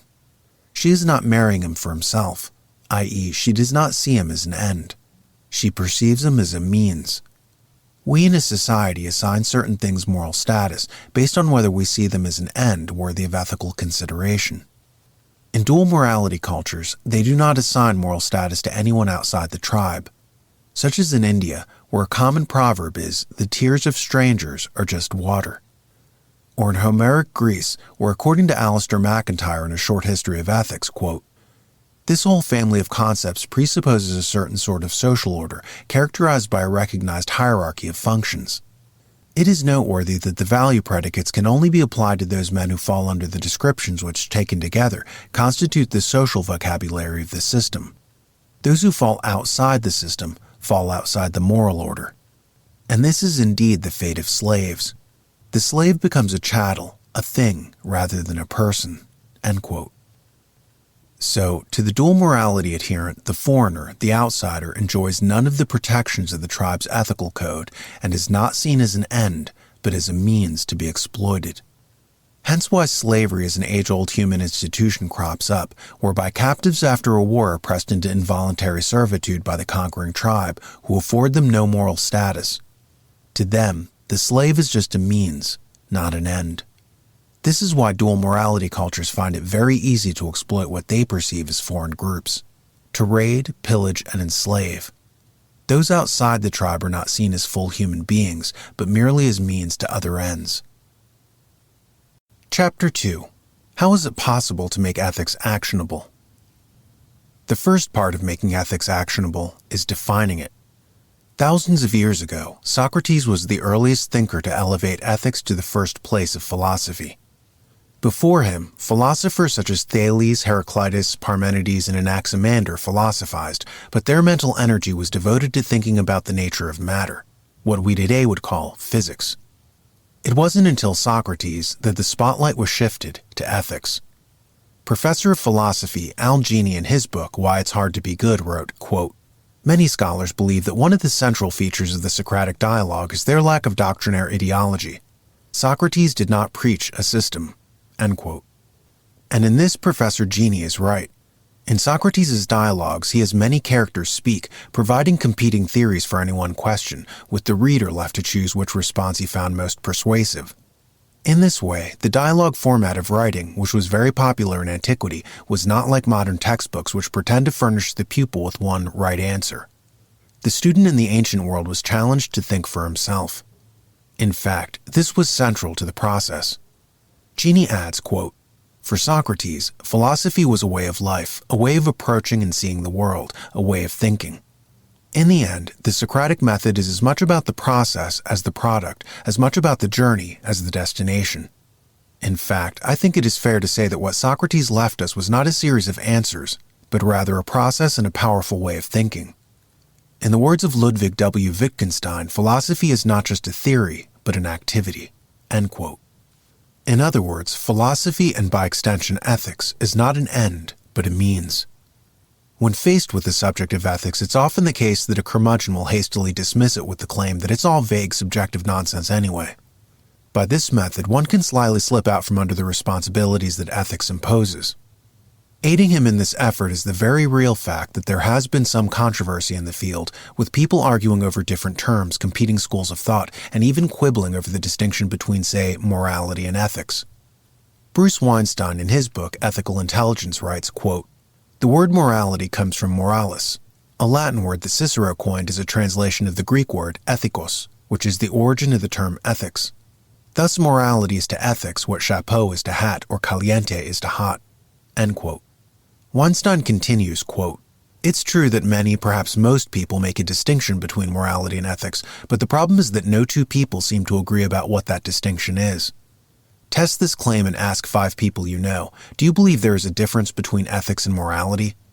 If so, what is that difference? You'll get responses like these. Ethics has to do with social standards, morality is about personal beliefs. Ethics comes from secular institutions, whereas morality is a religious phenomenon. Ethical judgments are absolute and objective, moral judgments are relative and subjective. Not only do folks differ about what the distinction between the concepts is, they also differ about how to define each one. Even those who believe there is no difference between ethics and morality may differ over how to define them." End quote. If the first part of creating an actionable ethics is defining it, then the second part is thinking about it systematically. Toward that end, it might be beneficial to turn to systems theory. Heinz von Forster, in his essay on ethics and second-order cybernetics, talked about how cybernetics is the study of systems. First-order cybernetics consists of looking at a system from outside of it, whereas second-order cybernetics consists of the system plus the individual within it. For instance, in studying nature, man is inside the system he is studying. Von Forster makes an interesting distinction between someone issuing commandments from outside a system versus someone internalizing injunctions due to existing within a system. He writes, quote, "In the case of the first example, as a result of my independence, I can tell others how to think and act. Thou shalt not. This is the origin of moral codes. In the case of the second example, because of my interdependence, I can only tell myself how to think and act. I shall not. This is the origin of ethics." End quote. So, using this as a baseline when people try to control others, this is what von Forster would designate as moralizing. When people try to exercise self-control, this is ethics. Ethics is personal development. Epictetus talked about how the goal of a philosopher is self-control. He cannot control the world, but he can control his reaction to it. If he achieves this, nothing can enslave him. "I must die," says Epictetus, "but must I die groaning too? Be fettered? Must I be lamenting too? Exiled? And what hinders me then, but that I may go smiling and cheerful and serene? Betray a secret? I will not betray it, for this is in my own power. Then I will fetter you. But what do you say, man? Fetter me? You will fetter my leg, but not Zeus himself can get the better of my free will. I will throw you into prison. I will behead that paltry body of yours. Did I ever tell you that I alone had a head not liable to be cut off? These things ought philosophers to study. These ought they daily to write, and in these to exercise themselves." Gandhi echoes this when he says, quote, "As human beings, our greatness lies not so much in being able to remake the world, that is the myth of the atomic age, as in being able to remake ourselves." End quote. Sadly, many people do not understand the difference between moralism and ethics. Moralism is trying to change others, as if you're outside the system, whereas ethics is trying to obtain mastery of yourself, as if you're inside the system and interdependent with it. A university provides an example of this confusion when they claim to be posting so-called ethics videos, but instead promoted moralism. One of their videos, for instance, encourages students not to better themselves so much as to inform on others. One young man in the video says, quote, "I think that what keeps me from speaking out when someone's cheating is selfishness, because I want to save face and it doesn't affect me." End quote. A young woman is brought in to say, quote, "Even if you are the person who stands up and corrects someone, you don't see it fixing anything. You get discouraged." End quote. Both of these young people assume that their responsibility is to correct others. What they are engaging in is moralism. It is social control. Ethics is self-control. The reality is, how we conduct ourselves can have a pronounced effect on how others behave. It sets up the aforementioned cultural field, which produces a profound effect on objects within that field. As a personal example, I remember maximizing my time at a job. Whenever I had downtime, I would pull out a technical manual and try to read it in little snatches. Though I never preached about this attempt at knowledge acquisition, I was shocked when others saw me out of the corner of their eyes, and it inspired them to follow suit. Once watching coworkers goof off or spend time unproductively during lulls, someone brought to my attention the fact that they were now reading worthwhile material in downtime. Without knowing it, I'd set up a cultural field around me. I became what Cass Sunstein calls a norm entrepreneur in his book, How Change Happens. But that is by the way. Now that we have defined our terms, i.e. ethics versus morality, how is it that we can inculcate positive behaviors in people? How do we get them to place more emphasis on the means? Mental contrasting. Just as a computer algorithm operates according to if-then statements, so can a person or an organization. Social scientist Peter Gollwitzer noticed that many organizations are alive to the need to generate motivation in their employees. They concentrate on the goal, the end result.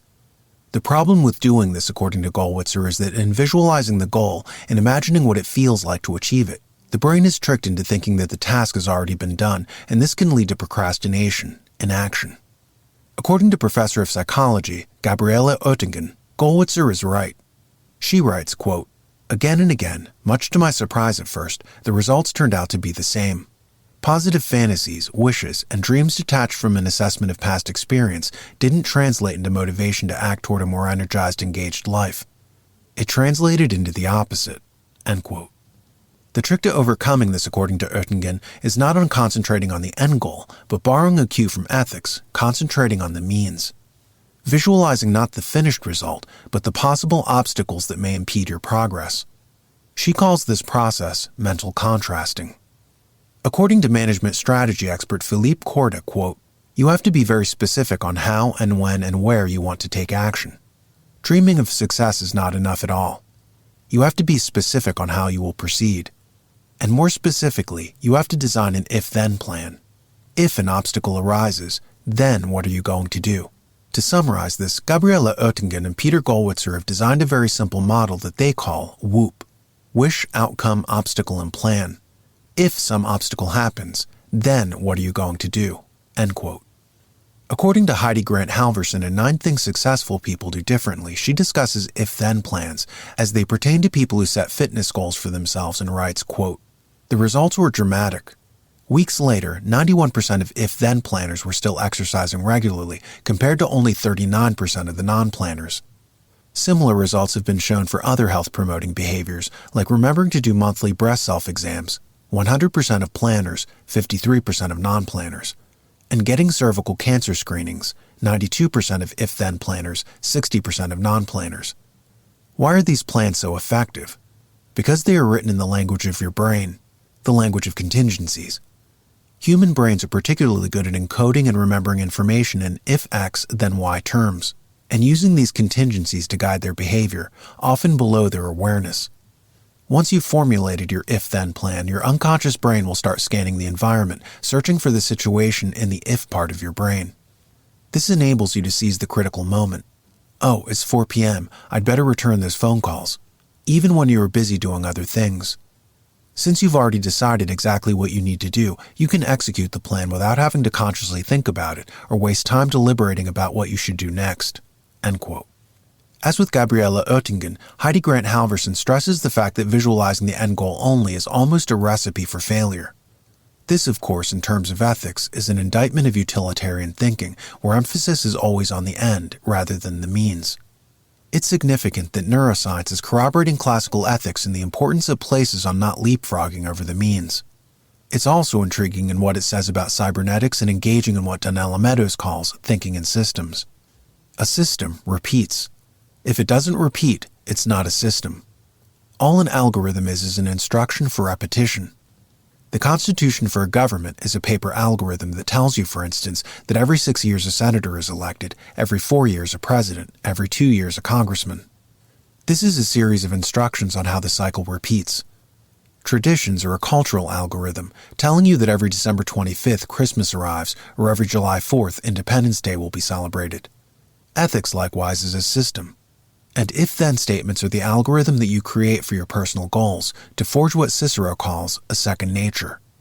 Even animals use algorithms to dictate behavior, according to a recent scientific study. In an article entitled "One Algorithm to Rule Decision-Making," we read, quote, "An international team led by researchers from the University of Konstanz and Max Planck Institute of Animal Behavior in Germany have employed virtual reality to decode the algorithm that animals use when deciding where to go among many options. The study reveals that animals cope with environmental complexity by reducing the world into a series of sequential two-choice binary decisions, a strategy that results in highly effective decision-making no matter how many options there are. The study offers the first evidence of a common algorithm that governs decision-making across species and suggests that fundamental geometric principles can explain how and why animals move the way they do." End quote. In the book, Algorithms to Live By, The Computer Science of Human Decisions, Brian Christian and Tom Griffiths corroborate the point that algorithms predate computers. Algorithms are not confined to mathematics alone, they write. Quote, "When you cook bread from a recipe, you're following an algorithm. When you knit a sweater from a pattern, you're following an algorithm." End quote.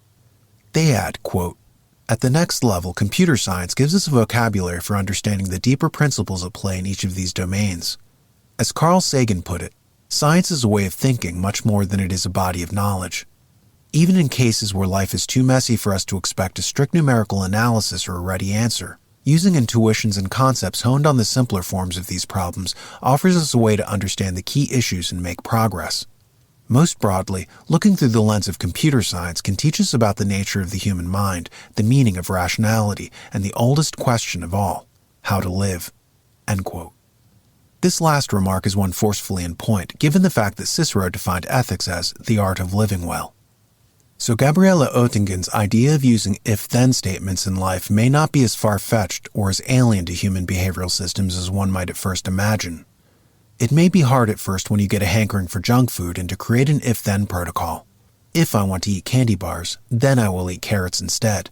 But over time, this injunction becomes rooted in habit and becomes incrementally easier. Eventually, it becomes your reflexive custom. You cease even having to think about it.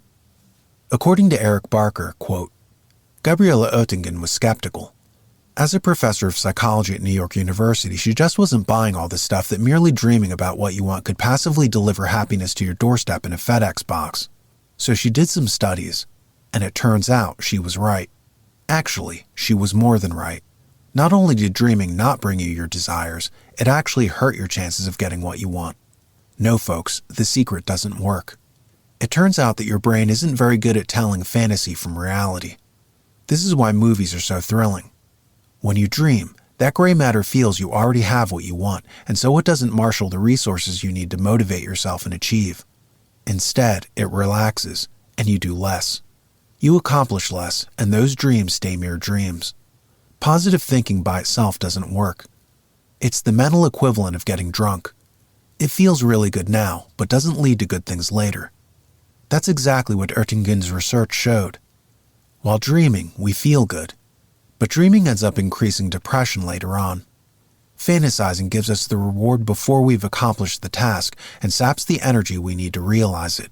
End quote. Toward that end, every human resources department in a firm or institution might consider ethics training for their workers at fixed intervals, including as part of it an index card with WOOP protocols, Wish Outcome Obstacle Plan. Have everybody fill out their own desired telos, and then thoughtfully sketch out precise if-then statements to get them there. Brian Tracy, in The Power of Self-Confidence, talks about the importance of getting people to write out their personal goals and to enumerate the steps to arrive there. He provides testimony of one person who followed the protocols. Quote, "The gentleman who wrote said that he had heard about goal setting many times, and he was prepared to be unimpressed with the talk that I gave at the convention. However, exactly the opposite happened. He decided to sit down after the convention and seriously write out his goals for the following year. The letter went on to say that on Sunday he made out a list of 10 goals, both personal and financial, that he wanted to accomplish over the next 12 months. What astonished him was that he had accomplished 5 of the 10 goals by Monday the next day at 5 o'clock. He could hardly believe it, so he quickly wrote down 5 more goals to bring his list for the year back up to 10, and by Thursday, when he wrote this letter, he'd accomplished 5 more of the new list of 10 goals. He felt that he had made more progress in a week with clear written goals and plans than he had made in the previous year." End quote. In a digression, it might be of interest to travel back to 1996, whereupon chess grandmaster Garry Kasparov handily beat IBM's computer Deep Blue, winning 5 out of 6 matches in the competition. On the following year, May 11, 1997, a rematch took place. After the first epic battle in which Deep Blue lost, IBM engineers took the feedback and were eager to see if the changes they instituted would be enough to give the computer program the edge over Kasparov. 44 moves into the first game, however, Deep Blue threw Kasparov off balance by departing from a traditional strategy by shifting its rook from d5 to d1. Puzzled, Kasparov wondered what Deep Blue was doing. He tried to hash it out in his mind, but the clock was ticking and he had to continue with his own plan. Eventually, Kasparov prevailed in the game, but he was uneasy now. In the second game, Deep Blue departed from its opponent's expectations again. It should have advanced its queen. Instead, it moved a pawn forward a move. Did the machine make a mistake? Kasparov started to second-guess himself. He tried to recalibrate his strategy based on Deep Blue's pivot, but after a short time it was clear to everyone that Kasparov had lost his momentum. He threw in the towel and shook hands with Deep Blue's human handler. Ultimately, after a series of draws, Kasparov's confidence eroded, and Deep Blue ended up winning the competition. It was only after the showdown had drawn to its conclusion that IBM's engineers confided something to Kasparov. Those strange moves that Deep Blue was making? Those were due to a bug in the software. Deep Blue had been given an if-then statement that if its program ran into trouble, it was to make a random move so as not to waste time as it tried to get its bearings. So what Kasparov assumed were genius moves were in reality gaffes. He could have easily taken advantage of those errors had he not lost his self-confidence. Instead, Deep Blue ended up, quite by accident, gaining the psychological upper hand. This anecdote conveys something about the importance that if-then statements can have. It puts one in mind of a famous Hollywood director who was being interviewed on a film set. When his conversation with the journalist was interrupted by a set designer, the situation provided an example of just how important if-then statements can be. "Do you want to use the red chair for the scene or the brown folding chair?" asked the set designer. Without missing a beat, the director said the red chair, after which the set designer scurried away to effectuate the order. Only after she left, however, did the journalist ask about the choice. "Why the red chair?" he asked. Whereupon the director said, "I had no rooted conviction regarding either chair, but a director has to look decisive. It gives the rest of the crew confidence if they think I have a highly developed vision. So whenever I'm in those situations, I just default to the first choice the person gives me." In other words, he had a set if-then protocol in place that allowed him to act decisively, thus making him look to all the world like a bastion of self-confidence. This redounded to the aura he produced of leadership. Just as Deep Blue had gained an edge over Kasparov by having a handy if-then statement to call on, so the director instituted his own version of an if-then statement, to much the same effect. From the individual to the organization, how to make ethics actionable. As we saw in mental contrasting, ethics is about the choices we make. Susan Liautaud, in her book, The Power of Ethics, writes, quote, "I wasn't calling it ethics at the time, but I was searching for a way to improve the choices we make, individually and collectively." End quote. John Dewey seems to echo her in his book, Morals and Conduct, where he writes, quote, "The foremost conclusion is that morals has to do with all activity into which alternative possibilities enter. For wherever they enter, a difference between better and worse arises." End quote. People interested in ethics training in businesses or institutions are naturally alive to the question of how to encourage individuals to make better choices. The thing is, most perfunctory ethics courses are not even remotely actionable and have thus little effect. Why? In answering this question, it may behoove us to look at the emerging science of moral cognition and neurophysiology. In an article in The New Yorker, Jerome Groopman writes about the science of habit formation and how this ties into ethics. He starts the article by writing, quote, "Several years ago, I bought a smartphone and soon came to love it. Being able to send an email, look up a fact, or buy something no matter where I was meant a previously unimaginable gain in productivity. Every time I got an email, the phone emitted a ping, and I would deal with whatever it was, priding myself on my efficiency. Texts arrived with the tones of a French horn and were similarly dispatched. Soon I was reaching for the device every time it made a sound, like Pavlov's dog salivating when it heard a bell. This started to interfere with work and conversations. The machine had seemed like a miraculous servant, but gradually I became its slave." End quote. What fascinated Groopman in the article is the physiological function of turning good behaviors into reflexive habits. This is the cornerstone of ethics. Studies show it's not from willpower. Groopman continues, quote, "Habits, good and bad, have long fascinated philosophers and policymakers.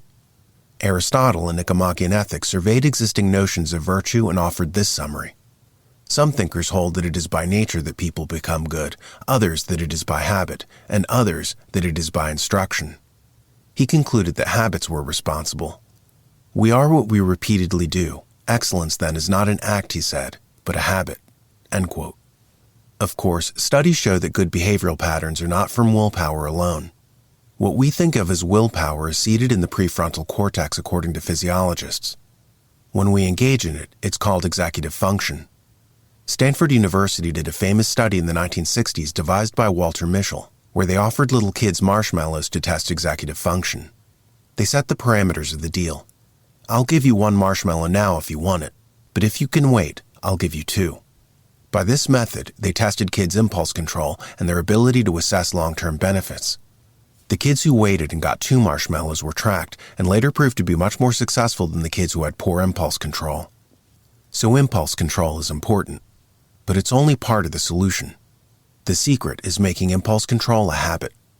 Habits, unlike executive function, are at the back of the brain in the putamen and basal ganglia. This is the region of the brain associated with involuntary movements like blinking or heartbeat. It's the most primitive part of the brain, and for substance abusers, this is why it's so hard to kick an addiction. It's as hardwired into their unconscious movements as breathing. Social scientist Wendy Wood in her book, Good Habits, Bad Habits, has some interesting insights. Studying the neurophysiology of human behavior, she describes how when we move from conscious actions to repeated actions, we go into a sort of autopilot. For instance, when you get into a car to drive, you don't have to consciously put on your seatbelt, manipulate the clutch, engage the ignition, and so forth. You string the series of actions together in a mental process called chunking. According to Woods' study, the average person is in this state about 43% of the time.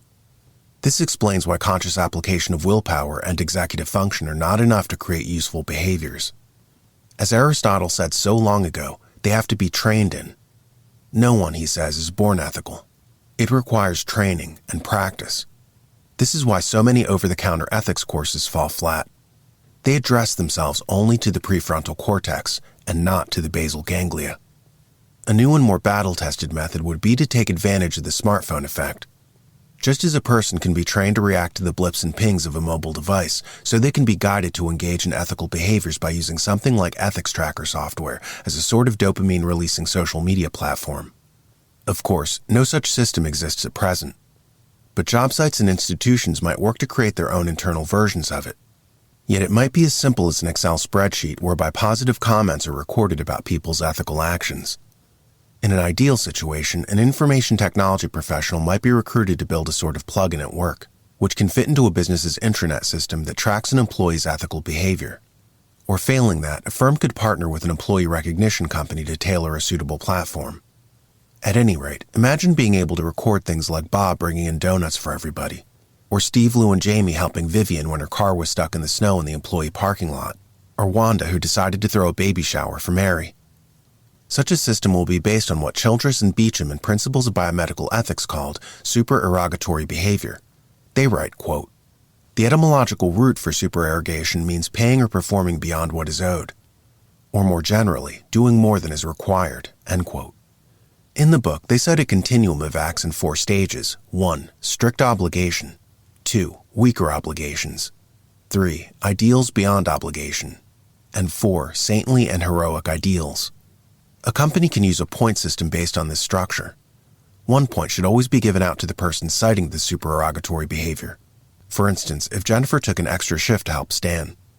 2 points can be given out for any employee demonstrating behavior beyond obligation, and 3 points for saintly or heroic acts. Theoretically, a person who merely cites the good acts of others, while not performing any overt supererogatory acts of their own, could amass more points than anyone else by the end of the year. But this in and of itself is a supererogatory act because it conduces to create the cultural field of ethics inside the business or institution. But make a note of this. Such a system will only be used to cite positive behaviors. It will in no way, shape, or form be used to track or draw attention to bad behavior. Gossip is not what the system is designed to promote. Therefore, there will be no question of penalties. The system is based on positive reinforcement. An ambiance of positivity is essential for a beneficial corporate culture. As the saying goes, rewarded behavior is repeated behavior. People can log in every morning when checking their emails or looking at accrued vacation time to see something like an ethics tracker in the upper right-hand corner, reminding them every day to be ethical. With repetition, this will get people in the habit of thinking in terms of ethics, but more importantly, thinking of themselves as ethical people. This can have real physiological effects. Technology has been in the news lately, with companies like Facebook specifically designing apps that will trigger dopamine releases in users. With a knowledge of human neurological function, Silicon Valley has been leveraging psychology to better condition people on their platforms. On Reddit, for instance, people experience dopamine highs when they get an upvote on a post they wrote. On Facebook, it's likes. On Twitter, it's tweets. In an article by The Guardian entitled "Has Dopamine Got Us Hooked on Tech?" they profile Sean Parker, the founding president of Facebook. In the piece we read, quote, "Facebook's architects exploited a vulnerability in human psychology," explained Parker. "Whenever someone likes or comments on a post or photograph," he said, "we give you a little dopamine hit. Facebook is an empire of empires then, built on a molecule." End quote. Silicon Valley is now explicitly coaching designers on how to craft games or platforms to better elicit this dopamine response. Dr. Susan Weinschenk, a behavioral psychologist, has done groundbreaking work in the area. In a Psychology Today article on her work, we read, quote, "We've all been there. You glance at Instagram or your Twitter feed or your LinkedIn feed or Facebook or your newspaper app. You look at the first entry and then the next, and then swipe with your finger or thumb to see what comes next, and before you know it, 15 minutes has gone by. You just became part of a dopamine-seeking reward loop." End quote. Neuroscientist Susan Greenfield expresses it in similar terms, writing, quote, "The posting and receiving of entries on Facebook or Twitter could trigger the release of small blips of dopamine, possibly encouraging such activity to become compulsive. This almost instant feedback from others, which is unlike any real-world interactions, is much more prevalent when there are so many more people out there in cyberspace who can oblige." End quote. Note the words "feedback" from Dr. Greenfield and "reward loop" from Dr. Weinschenk. Both characterizations echo the science of cybernetics, which controls systems through feedback loops. We find the concept again in the work of economists Richard Thaler and Cass Sunstein. In their book Nudge, they delve into behavioral economics and discuss the job of choice architects in various fields. They write, quote, "It seems reasonable to say that people make good choices in contexts in which they have experience, good information, and prompt feedback." End quote. At the beginning of the book, they introduce the concept of choice architecture by presenting the reader with a school cafeteria superintendent. In charge of 40 schools, she wants to optimize healthy choices. In discussing the dilemma with a friend of hers who's adept at marketing from the private sector, he makes her aware of the concept of choice architecture. He says that she can subtly shape the conditions in the cafeteria to maximize the possibility of better choices. For instance, she might place the fruits and vegetables in the line of sight of children while placing desserts in a more out-of-the-way location. They can still exercise freedom of choice and get the dessert if they so desire, but it will now cost them a little extra in terms of cognitive effort. In an audit after the fact, this form of what they call libertarian paternalism showed shockingly effective results. People, as Thaler and Sunstein point out, tend to go with the flow. They'll usually default to the easiest choice that costs them a minimum of cognitive effort. Of course, a platform utilizing the concept of choice architecture in the service of ethics is only one component of a larger changing of the climate in a business. The employees have to know that ethics is important to the CEO.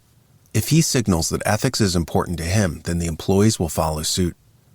This seems to be borne out in another work by Cass Sunstein, namely How Change Happens, wherein the behavioral economist describes the phenomenon of a reputational cascade and writes, quote, "The election of a new leader or the enactment of new legislation can have a crucial and even transformative signaling effect, offering people information about what other people think. If people hear the signal, norms may shift because people are influenced by what they think other people think." End quote.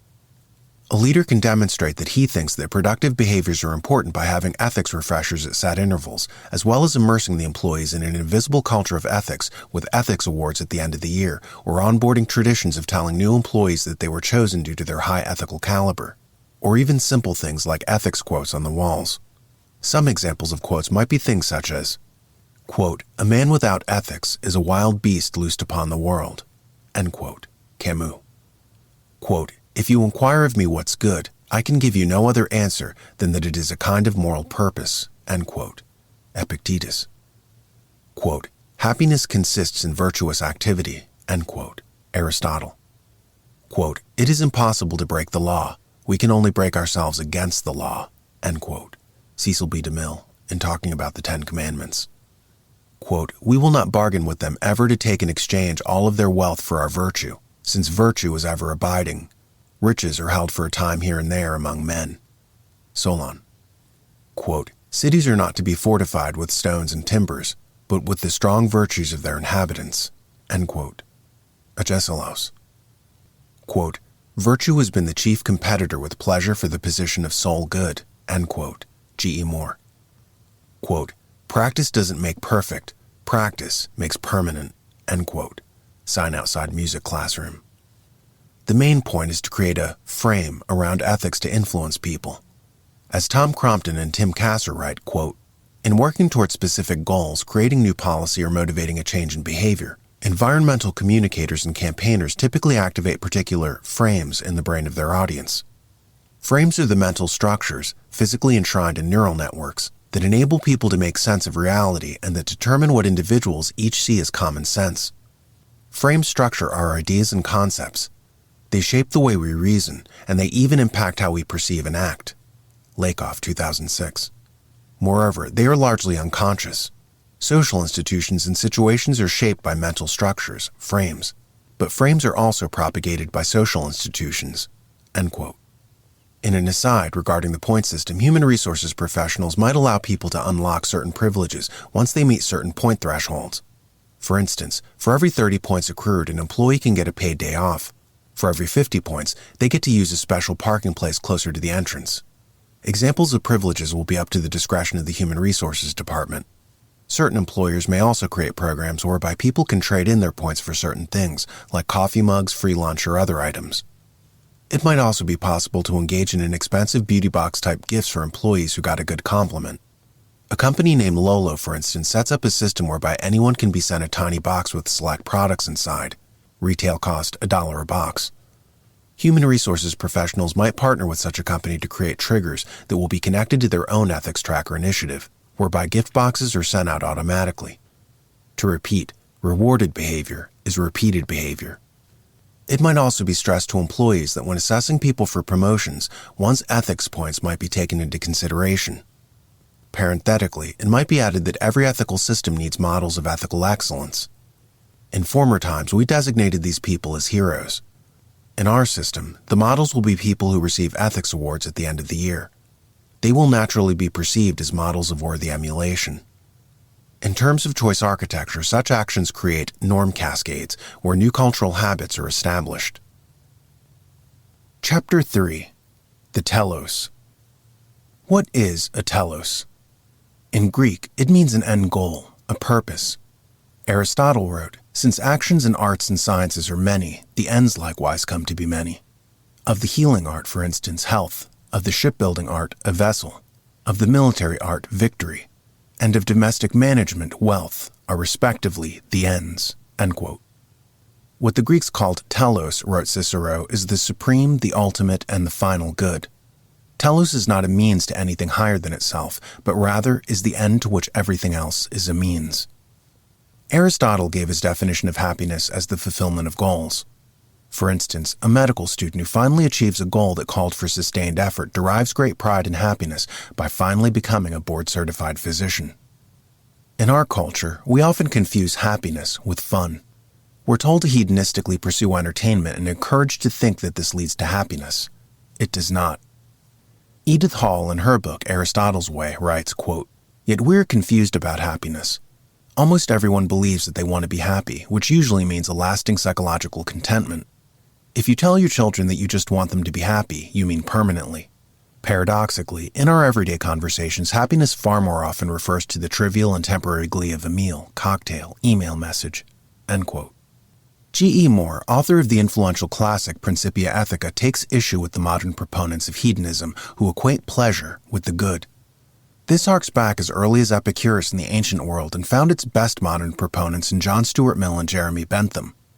Moore is adamant that mere pleasure is not an end in and of itself, but instead says that what is good is defined by something that comes closest to its standard, that is to say, its archetype. For instance, if a standard circle has a round symmetrical perimeter, a lumpy lopsided circle would not be said to be a good circle.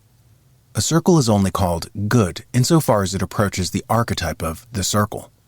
Likewise, a good clock is a clock that keeps time well, as is demanded in the archetype of the clock. Or a good pair of shoes are shoes that perfectly serve the function of the archetype of shoes. Physical objects aren't the only things that have standards. Human beings can aspire to achieve their standard, whereupon a man aspiring to be a plumber is said to be a good plumber, insofar as he conforms to the characteristics of the archetypal plumber. Wherever he falls short of that standard, he is said to be a bad plumber, or a bad politician, or a bad parent. As Hegel wrote, quote, "Evil is nothing but the incompatibility between what is and what ought to be," end quote. Of course, all of these endeavors are difficult to achieve, but insofar as a man gets close to his telos, his end goal, he will find fulfillment and, as Aristotle said, happiness. As Cicero pointed out, there are no statues dedicated to men whose sole goal in life was amusement. We respect people who did something hard. It is those individuals who achieve something difficult who are commemorated in bronze or marble. Learning a language may be difficult and require years to obtain fluency, but once mastered, this challenging endeavor is a source of lasting happiness. Going to a theme park, by contrast, produces mere fun, not happiness. It's junk food for the soul. To return to the aforementioned Aristotle, he talks about the frustration in a person's life when his means don't match his telos.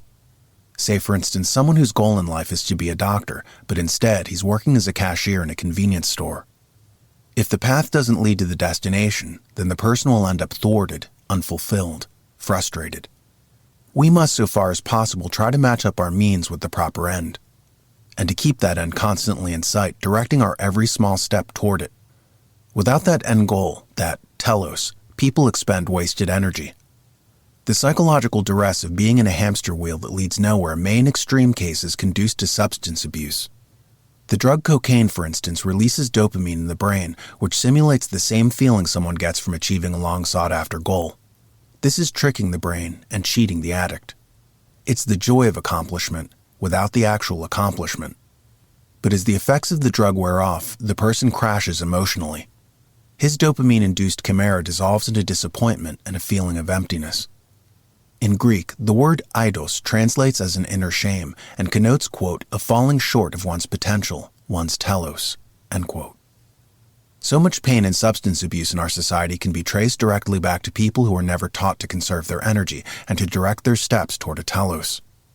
Alistair MacIntyre, in After Virtue, talks about certain philosophers who abandoned the notion of the telos, writing, quote, "All reject any teleological view of human nature, any view of man as having an essence which defines his true end. But to understand this is to understand why their project of finding a basis for morality had to fail. The moral scheme which forms the historical background of their thought had, as we have seen, a structure which required three elements: untutored human nature, man as he could be if he realized his telos, and the moral precepts which enabled him to pass from one state to the other. But the joint effect of the secular rejection of both Protestant and Catholic theology and the scientific and philosophical rejection of Aristotelianism was to eliminate any notion of man as he could be if he realized his telos. Since the whole point of ethics, both as a theoretical and a practical discipline, is to enable man to pass from his present state to his true end." End quote. A society that doesn't teach children to pursue their telos is a society that sets its youth up for frustration and depression. William James wrote, quote, "Compared to what we ought to be, we are only half awake. We are making use of only a small part of our physical and mental resources." End quote. In other words, having a purpose, a telos, is to provide one with a sense of destiny. And this is why ethics is so important, because as Heraclitus said thousands of years ago, character is destiny. Harking back to Gabriela Oettingen's book, Rethinking Positive Thinking, where she discussed if-then statements to help achieve goals, she makes a point about depression. Dreaming about a positive future seemed to protect against sadness in the short term, but promote it over the long term, she wrote.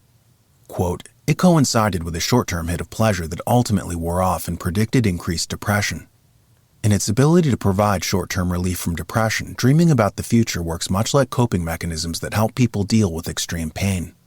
Thought processes and behaviors such as denying a problem's existence or losing oneself in drinking or other drugs have been shown to engender more depression as time goes on." End quote. Without a sense of purpose and quantifiable benchmarks to achieve that purpose, people feel trapped, kept on the aforementioned hamster wheel that leads nowhere. And perhaps that's by design, because to the system, it's better to have them as consumers than as accomplished, focused individuals. As the proverb goes, a fool and his money are soon parted. So fun is marketed to them instead of happiness, hedonism is promoted instead of virtue.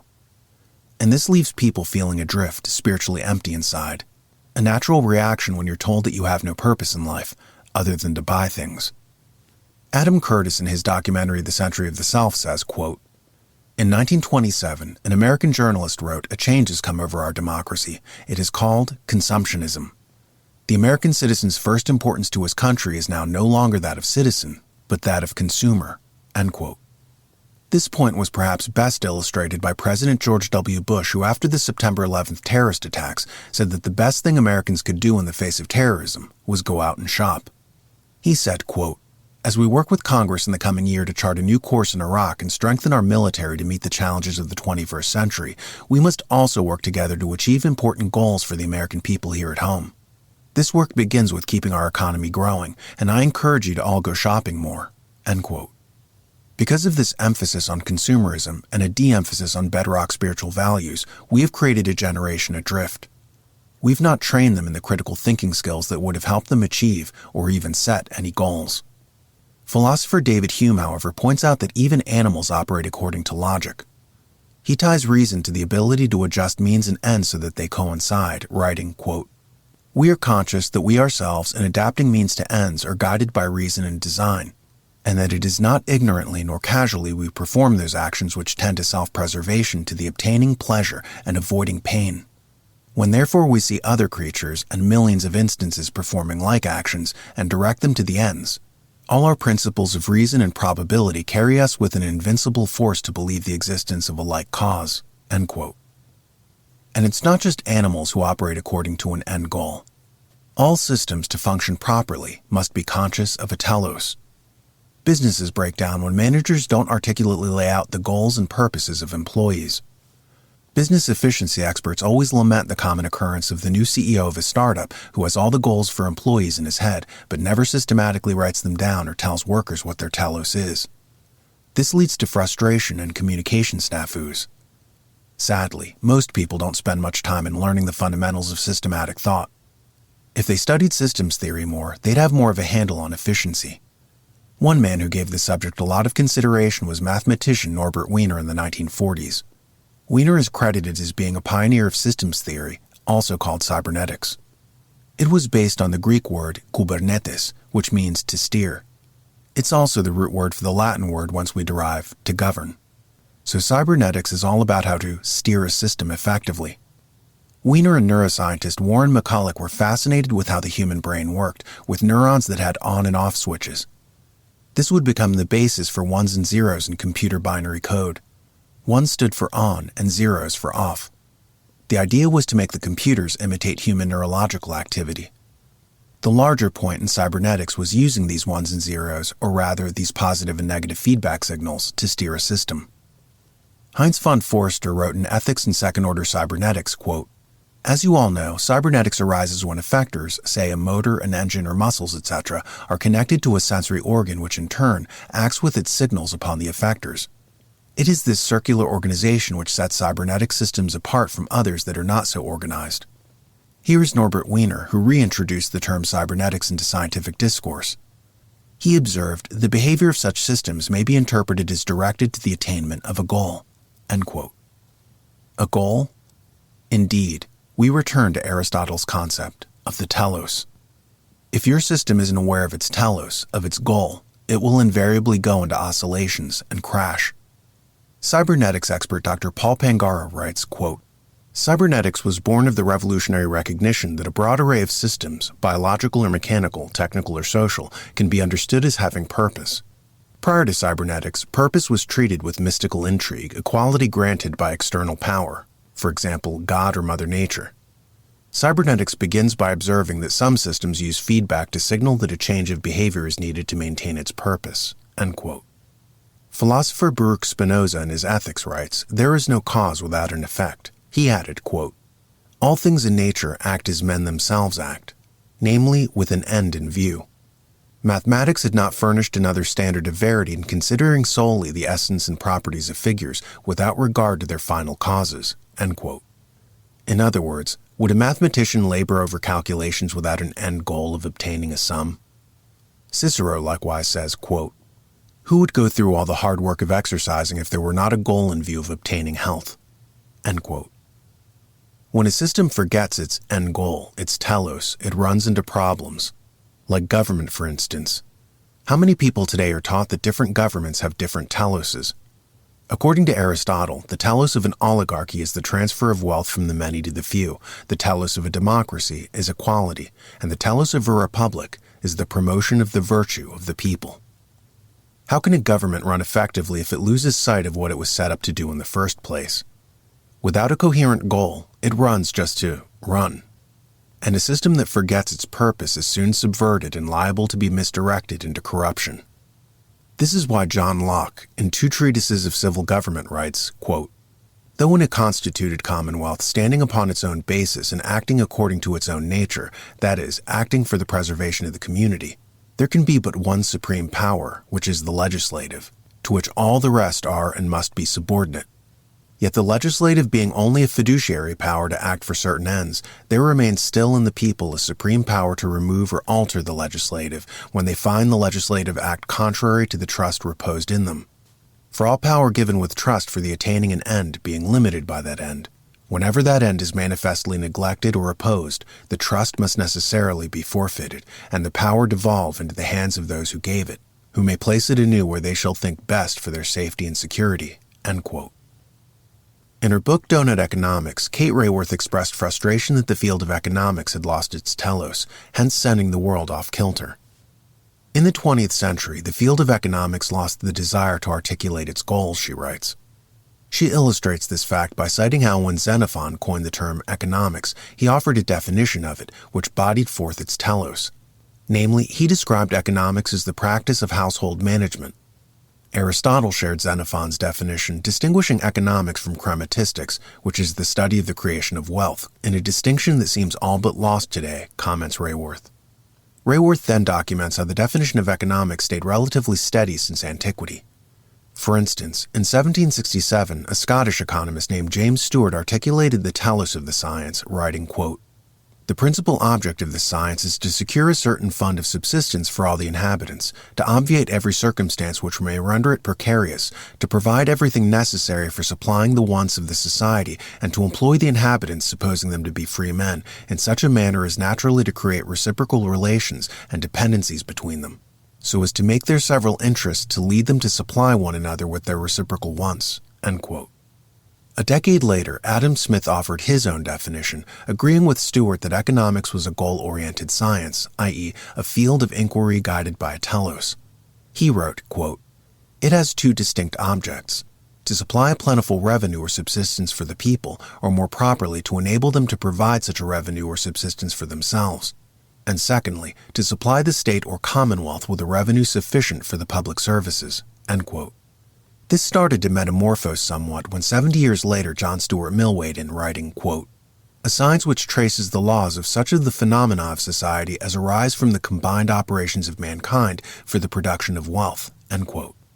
With this, Mill kicked off a trend of shifting focus away from describing the goal of economics, i.e. helping people, to concentrating more on its apparent laws, especially those related to wealth creation, irrespective of their connection to actual individuals. In 1932, Lionel Robbins of the London School of Economics expressed frustration that economics as a field had lost all definitional precision, i.e. its telos, offering his own insights saying, quote, "We all talk about the same things, but we have not yet agreed what it is we are talking about." End quote. He added, quote, "Economics is the science which studies human behavior as a relationship between ends and scarce means, which have alternative uses." End quote. That definition seemed to hold sway for most of the 20th century. Many mainstream textbooks still use some variant of Robbins's definition. Kate Raworth says, quote, "But although it frames economics as a science of human behavior, it spends little time inquiring into those ends, let alone into the nature of the scarce means involved." End quote.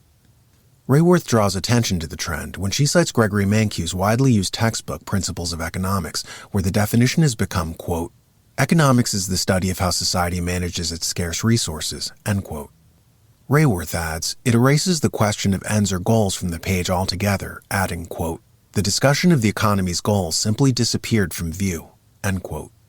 This trend reached a crescendo with Milton Friedman, who actually applauded the removal of goals from the field of economics, writing, quote, "A demonstration that economics had become a value-free zone, shaking off any normative claims of what ought to be, and emerging at last as a positive science focused on describing simply what is." End quote.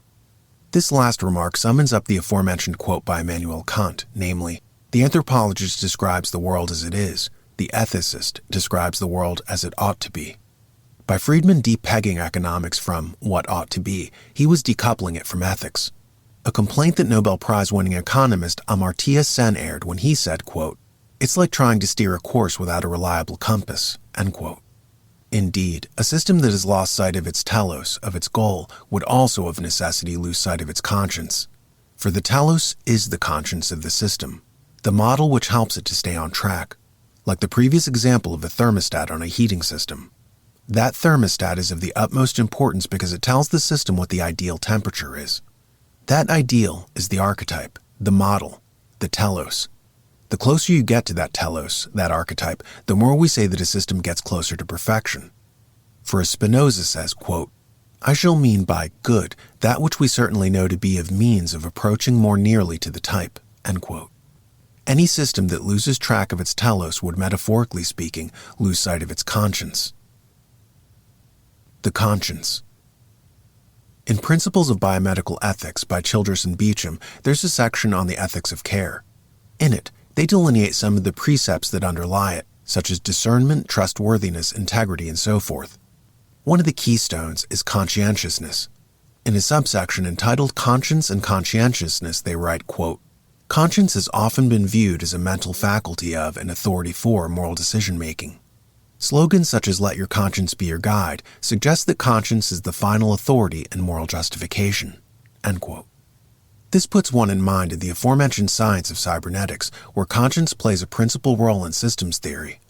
In first-order cybernetics, the system is what's in focus.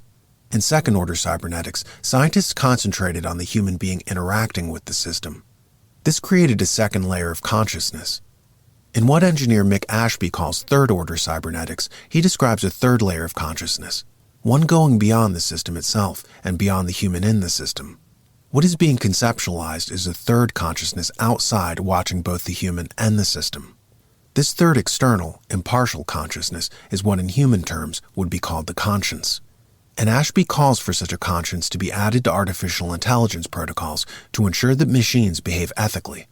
In Ashby's paper, Ethical Regulators and Superethical Systems, he writes, quote, "In retrospect, now that we are not trying to extrapolate from just 2 points in concept space, if level 3 cybernetic systems are ethical, it is apparent that the third observer in the third-order cybernetic system of Figure 5 is not necessarily a psychologist or a lost cybernetician, but could be the second observer's conscience, her superego or higher self, that constantly self-observing self that we all have that knows the difference between right and wrong and between good and evil. This self-monitoring mechanism is known as integrity, and is something that today's ethically indifferent scientists, managers, executives, politicians, lawyers, bankers, and billionaires are woefully lacking. In non-psychopaths, integrity triggers feelings of bad conscience, regret, or guilt if it is ignored," end quote. What Ashby is getting at is the concept articulated as far back as Plato, whereby things take place with reference to an archetype. This archetype exists conceptually outside of the actual physical object, but stands as a blueprint for it, and its optimal behavior. The archetype is a sort of conscience guiding one's conception of the fidelity of a thing. Alistair McIntyre refers to this in A Short History of Ethics, where he discusses Platonic archetypes, which he calls Plato's forms. He writes, quote, "The forms are important to Plato both for religious and for logical reasons. They provide us both with an external world not subject to change and decay, and with an account of the meaning of predicative expressions. Therefore, when Plato encountered radical difficulties in the theory of forms, he reached the point of crisis in his philosophical development. The most central of these difficulties appears in the dialogue called the Parmenides and is presented in the so-called third man argument, where we have two or more objects to which the same predicate applies, because they share a common characteristic. We apply that predicate in virtue of the fact that both objects resemble a common form. For now we have a class of 3 objects, the 2 original objects, plus the form," end quote. So what Mick Ashby is referring to as third-order cybernetics corresponds with this philosophical concept of the third man argument, and it is associated with a conscience. It might bear a digression here as Mick Ashby refers to people without consciences as psychopaths, namely, people without a sense of the archetype, therefore without a sense of ideal behavior. The non-ethical man is not unaware of means, just as the ethical man is not unaware of ends. They just place different emphases on these. It might be important here to address a seeming contradiction. In expressing the importance of a telos, there might be critics who say, that's the end goal, and you said that the means was more important. Aristotle, who first articulated the concept of the telos in Nicomachean Ethics, also articulated the concept of the golden mean in the same work. As we already know, the golden mean consists of the middle path between two extremes. The golden mean of human behavior is courage, with recklessness as its excess and cowardice as its defect. The golden mean of information is truth, with exaggeration as its excess and irony as its defect, etc.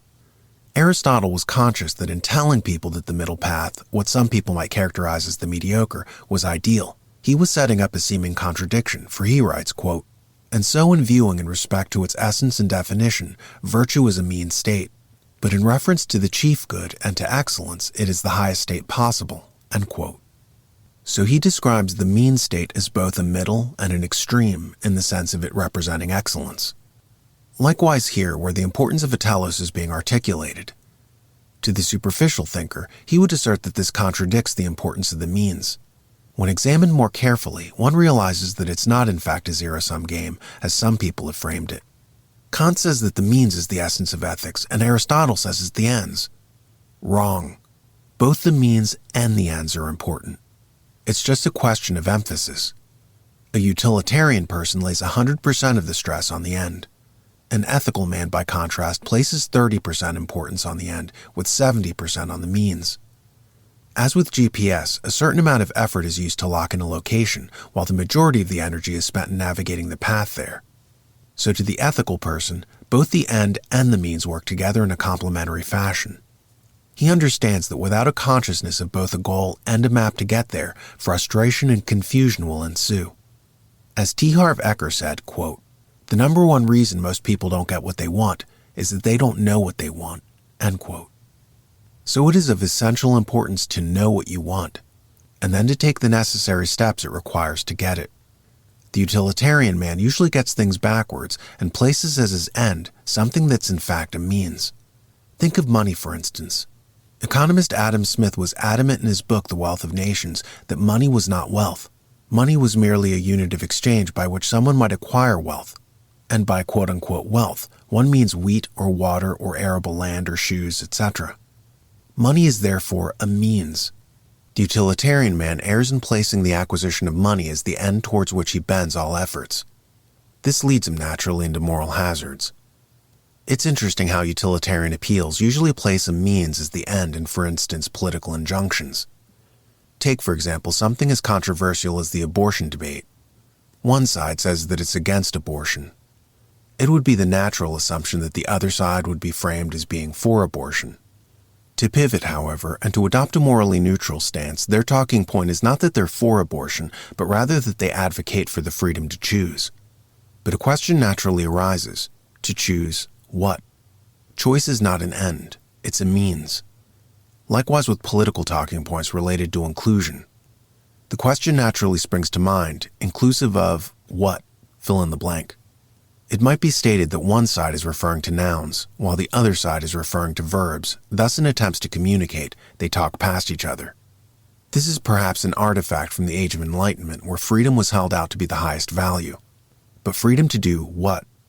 Freedom is a means, not an end. To the ethical man, freedom is not the highest value, but virtue is. Mind you, freedom is a necessary component of virtue. Without it, we cannot have ethical acts. Immanuel Kant in the Metaphysic of Morals is adamant on this point. Ethics is not based on compulsion or coercion. Ethics is also not based on imitation. Kant says, quote, "Simply from the idea of moral perfection, which reason frames a priori and connects inseparably with the notion of a free will, imitation finds no place at all in morality," end quote. In other words, you have to have free will to commit an ethical act. It can't come from forcing someone to do something. Nor does it spring from crushing people into a mold and extracting from them rote behavior.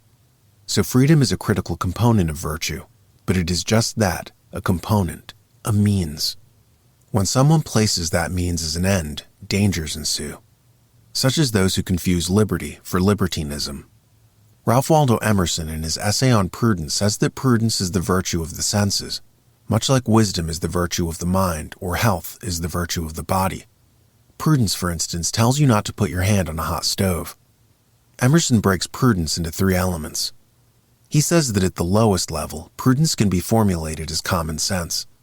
This is the level which men share with even animals who have the prudence to avoid a predator or to eat when hungry. Above the sensory level is the prudence of taste, that is to say, of some aesthetic sense. A cat, for instance, doesn't prefer one color to another, though a cultivated human being might. In the highest level of prudence, he says that we understand that everything around us is a mere symbol for a larger archetype, a version of a model which exists as thoughts in the mind of God, as Spinoza might put it. Emerson calls this formulation the rule of 3 and adds, quote, "A prudence which adores the rule of 3, which never subscribes, which gives never, and asks but one question of any project, will it bake bread? This is a disease like a thickening of the skin until the vital organs are destroyed. But culture, revealing the high origin of the apparent world and aiming at the perfection of the man as the end, degrades everything else, as health and bodily life, into means." End quote. What he's saying here is the crude materialist is a practical man who looks out at the wonders of the world and instead of seeing its true reality beyond the merely apparent, asks only questions like, will it bake me bread? Everything for him comes down to the senses.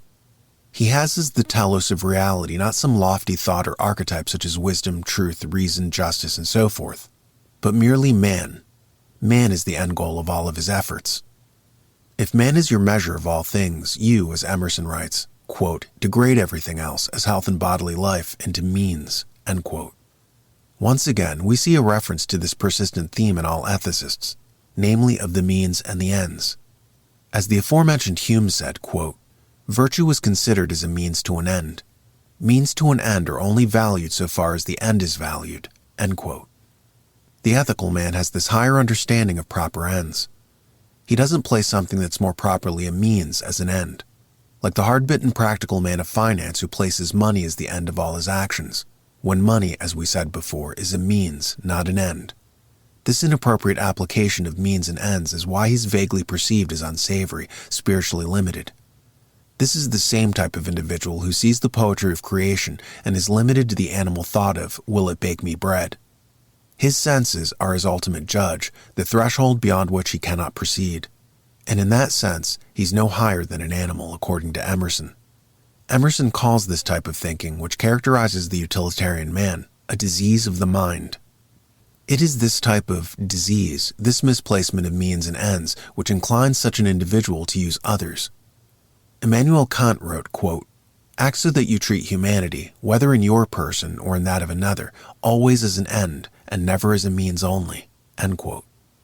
Aristotle, as we pointed out before, concurs, calling such transactional relationships friendships of utility. We use the example of an unscrupulous young woman marrying an older man not because she loves him, but because she hopes he will soon die so that she can inherit his money. She sees the man as a means. Aristotle says that friendship and love are ends, good in and of themselves without recourse to any other object. If you use someone, therefore, Aristotle asserts that such an action is unethical. John Locke appears to echo this in his book, Two Treatises of Civil Government, where he writes, quote, "And being furnished with like faculties, sharing all in one community of nature, there cannot be supposed any such subordination among us that may authorize us to destroy one another, as if we were made for one another's uses, as the inferior ranks of creatures are for ours," end quote. Note the phrase, "as if we were made for one another's uses." Here is a reference to the utilitarian treatment of others, which is the opposite of ethics. Chapter 4. Mirroring. Quote, "It is certain that the imagination is more affected by what is particular than by what is general, and that the sentiments are always moved with difficulty where their objects are in any degree loose and undetermined." End quote. David Hume, A Treatise of Human Nature. If one of the main pillars of ethics is the concept of the means versus the end, and another pillar is the general versus the particular, then the bedrock underlying these pillars is the concept of mirroring, or what David Hume called sympathy back in the 18th century. Mirroring, simply put, is the ability to vicariously feel how someone else feels, to know what it's like to be in their shoes. Cicero, in his essay on friendship, wrote, quote, "The real limit to be observed in friendship is this. The characters of two friends must be stainless. There must be complete harmony of interests, purpose, and aims without exception." End quote. The key word here is harmony.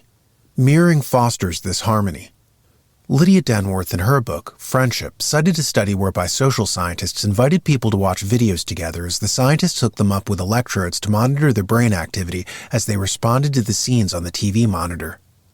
By seeing which regions of the brain became more active, they could ascertain when participants found a particular part funny or exciting or poignant. Not everybody, of course, reacted to the televised scenes in the same manner. But what the study showed was that people who reacted to the scenes in more or less the same way stood a significantly higher chance of being friends with each other, as opposed to people who did not react the same way. In other words, as Cicero said millennia ago, harmony tended to be the basis of friendship. In Daniel Goleman's book Social Intelligence, he writes about an experiment at Stanford University in which 2 female volunteers watched a video of the bombing of Hiroshima and Nagasaki. One woman, unbeknownst to her fellow participant, was coached to mask her feelings and to feign indifference to the footage. The first woman, who didn't know of this imperative, assumed that the second woman was emotionally remote, sociopathically indifferent. As a result, she told interviewers afterward that she didn't like the other volunteer, who didn't mirror her own feelings. Understandably, writes Goleman, the emotionally open one felt off with her partner as they talked. Indeed, she had the sense that this was someone she would not want as a friend. He added, quote, "The general principle, the more similar the physiological state of 2 people at a given moment, the more easily they can sense each other's feelings. When we attune ourselves to someone, we can't help but feel along with them, if only subtly." End quote. In Marco Iacoboni's book, Mirroring People, he recounts the discovery by the University of Parma in Italy of so-called mirroring neurons in the brain. The discovery came about when they were doing completely different experiments with macaques in the lab. Quite by accident, a macaque, whose brain was being monitored by electrodes, registered activity in the F4 and F5 regions of the brain when it watched a scientist engaging in a particular physical movement. Though the monkey remained motionless, its brain reacted to the human, with activity lighting up in the very regions associated with those movements in the monkey itself. This was the discovery of what are now known as mirroring neurons. Behavioral coding was carried out in the brain, and imitative conduct seemingly hardwired in the animal. In other words, mammals are programmed to react to the behaviors of others around them. This key insight into behavioral psychology is not new.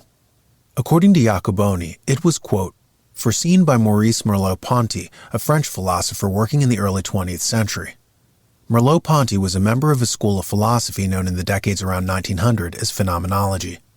Other members were Franz Brentano, Edmund Husserl, and the great Martin Heidegger. End quote. But even before phenomenology, inklings of this understanding were reflected in the works of people like Chinese philosopher Mengzi, known in the West as Mencius, who noted in the 3rd century BC, quote, "All men have a mind which cannot bear to see the suffering of others." End quote. English political scientist Thomas Hobbes issued a similar proclamation in the 1600s, saying that he would give alms to a beggar even if religion did not expressly exhort him to. Hobbes explained that he would be discomfited had he not given help to the sickly old man because his physical suffering affected him vicariously, and that in helping him, quote, "it doth also ease me." End quote.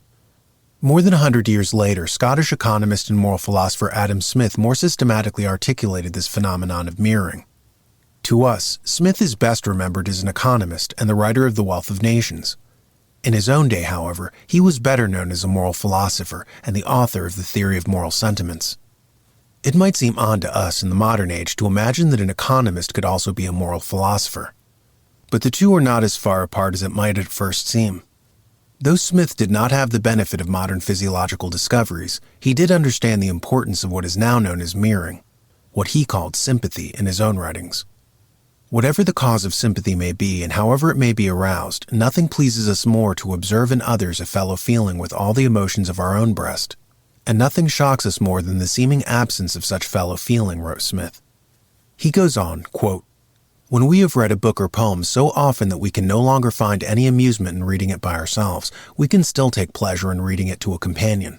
To him it has all the graces of novelty.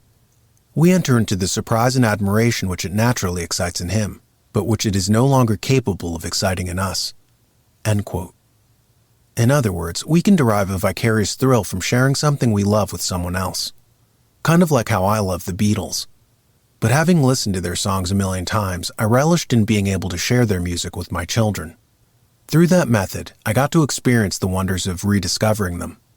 Smith identifies this mirroring faculty with others as the basis for friendship. The mirth of the company no doubt enlivens our own mirth, he writes, and their silence no doubt disappoints us.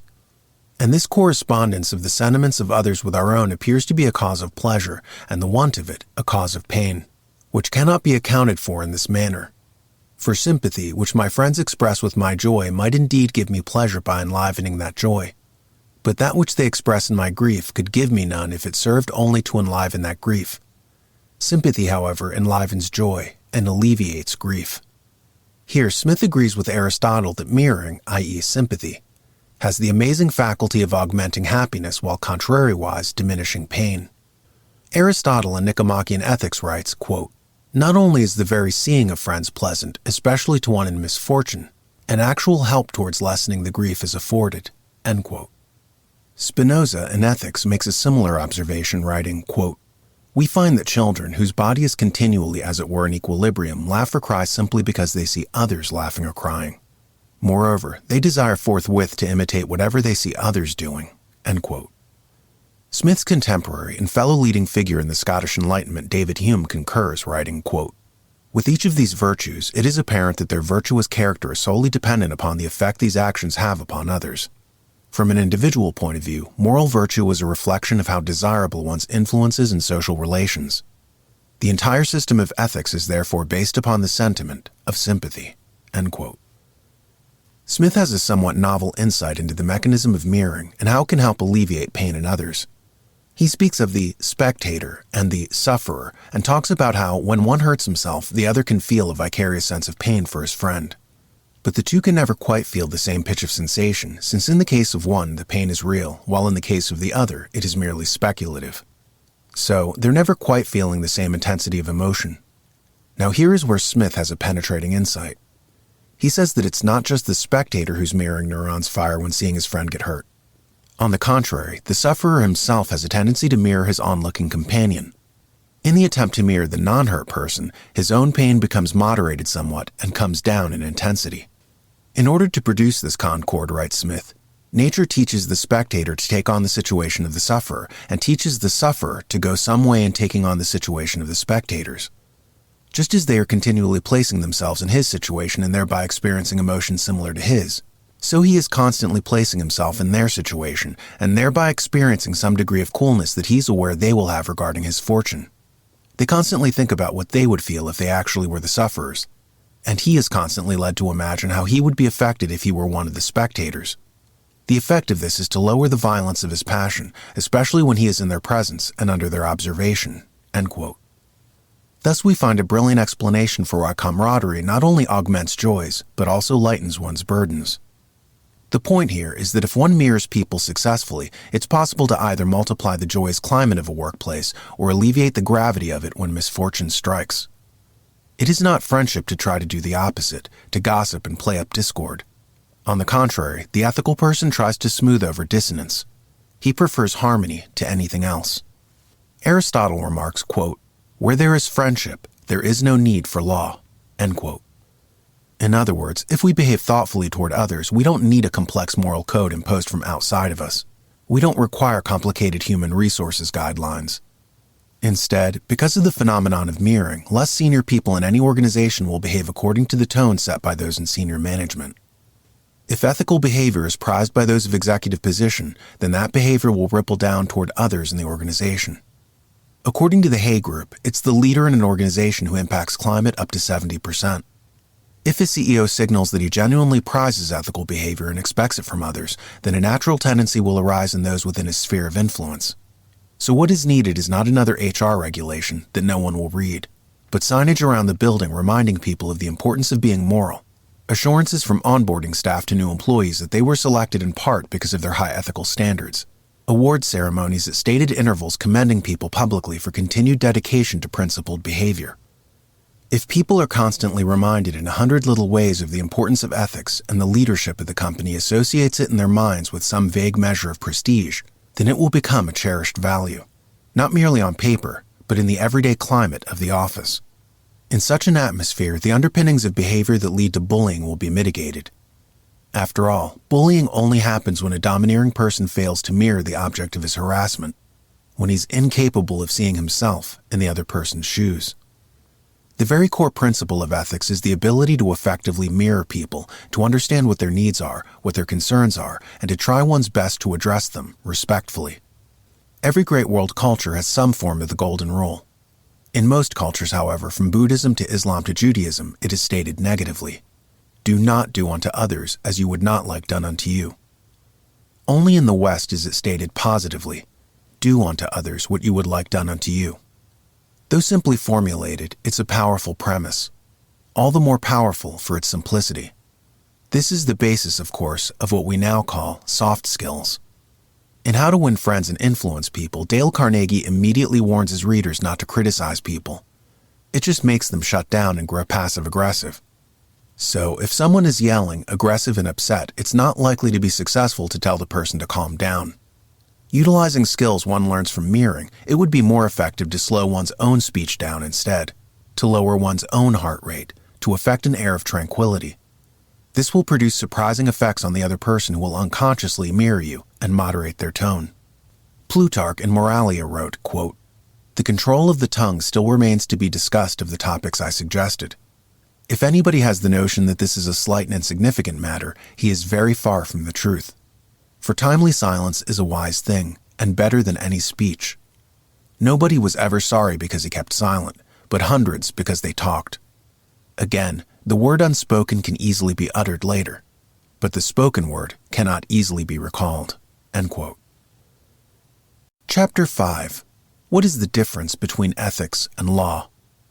Quote, "We cannot break the law. We can merely break ourselves against the law." End quote. Cecil B. DeMille, quoted with regard to the Ten Commandments. In De Republica, Cicero wrote, "Of Xenocrates, one of the noblest of philosophers, it is said that when he was asked what his disciples learnt of him, he replied, to do that of their own choice which the laws enjoin them to do." End quote. In this formulation, we see a distinction carved out between law and ethics. If a society was filled with ethical people, there would be no need for law. So in that sense, the law is merely an externalized form of ethics. It's what happens when everything else fails. In historian Walter Edgar's South Carolina: A History, he relates the story of England's Barbados colony in the 1600s. It was originally populated by English settlers who were brought in to clear the land and plant cash crops, like tobacco or cotton. Over the course of time, it grew into the Crown's most prosperous colony. As its economic output arose, however, so did social turbulence as the governors of the island sought to increase profits with recourse to exploitation. White indentured servants were replaced by African slaves, writes Edgar. Quote, "Initially, the labor on the island was performed primarily by young white males. However, as white labor costs remained high and white laborers were difficult to manage, Barbadians soon turned to the Brazilian model of African slavery, especially after they took a good look at the bottom line. It was cheaper to purchase an African for life than it was to contract for a white indentured servant for 4 or 5 years. In addition, white servants were more expensive to feed, clothe, and house than blacks. The decision to switch to African labor was based upon economics, not on race. In 1638, before the introduction of sugarcane, 200 enslaved Africans were only about 3% of the population of Barbados. Just 14 years later, there were 20,000, and they outnumbered whites. The rapid introduction of large numbers of Africans made the maintenance of order a primary concern for the white minority." End quote. He added, quote, "The black majority contributed to the general sense of unease that permeated Barbadian society. Successful planners had money, and lots of it, but their lives were in constant jeopardy." End quote. Because the Africans did not have a well-defined system of ethics, they, like the Machaguenga tribe in Brazil, operated along advantageous lines. In their own tribal culture, if someone left an object lying around, the tribesman thought he was well within his rights to take it. If a husband had left one of his wives unattended in a hut, it was not thought improper for a stranger to enter the dwelling and take his pleasure with her. Because of these cultural misunderstandings, larceny, theft, and rape spiked. Things came to such a pass that the oligarchs who governed the island sent their families back to England for safety. They placed guard towers on nearly every street corner, and the island became a veritable police state. Eventually, the English population fled to what is now South Carolina, and Barbados, once the jewel of the English colonial system, collapsed. The moral of the story here is that when ethics fails, a police state naturally emerges as a stopgap measure to maintain order. As Benjamin Franklin said, quote, "Only a virtuous people are capable of freedom. As a nation becomes corrupt and vicious, they have more need of masters." End quote. John Stuart Mill mentions this too in Considerations on Representative Government. He says that a republic requires an active population, whereas in a tyranny, the people are encouraged to remain passive. In a republic, every citizen is expected to be a sort of de facto deputy of the police, imposing citizens' arrests where they encounter wrongdoing. Whereas in a despotism, if the people see someone being mugged, they cross over to the other side of the street saying, "It's not my responsibility, let the police take care of it." Mill wrote, quote, "A people must be considered unfit for more than a limited and qualified freedom who will not cooperate actively with the law and the public authorities in the repression of evildoers. A people who are more disposed to shelter a criminal than to apprehend him, who, like the Hindus, will perjure themselves to screen the man who has robbed them rather than take trouble or expose themselves to vindictiveness by giving evidence against him, who, like some nations of Europe down to the recent date, if a man poniards another in a public street, pass by to the other side, because it is the business of the police to look to the matter, and it is safer not to interfere with what does not concern them, require that the public authorities should be armed with much sterner powers of repression than elsewhere, since the first indispensable requisites of civilized life have nothing else to rest on." End quote. Mill refers to such people as morally stunted, saying of them, quote, "Nor is it only in their intelligence that they suffer. Their moral capacities are equally stunted." End quote. Though the newspapers are littered on a daily basis with women being raped in front of a whole crowd who did nothing to stop the crime, such as in the recent case of Fiston Nagai in Philadelphia who raped a woman on a SEPTA train while onlookers did nothing. A classic example of this phenomenon used in both American and British psychology classes is that of Kitty Genovese, whose murder presented an object lesson in public apathy. On March 13, 1964, she was chased by a stalker who stabbed her to death. Though there were 38 witnesses, not a single person intervened to help her or call the police. The worst part of all was that her killing was a completely random act, carried out by a man named Winston Moseley. In the grip of a manic compulsion, he later told police, quote, "I had an uncontrollable urge to kill. When I got such a thought, it remained with me regardless of what else I might be thinking. I had a hunting knife that I had taken from a previous burglary, and I took it with me." End quote. What was almost as troubling as the crime itself was the reaction of the people who lived in surrounding buildings who did nothing to stop the act. When interviewed later by investigators, they said things such as, "It was none of my business. I couldn't make out what she said. I thought it was some kids having fun. Frankly, I was afraid. I was tired." Chief Investigator Bernard Jacobs remarked, quote, "They were in their homes near phones. Why should they be afraid to call the police?" End quote. Jacobs admitted to the fact that there was then no law compelling them to intervene in the commission of a crime, but asked, quote, "Shouldn't morality oblige a witness to do so?" End quote.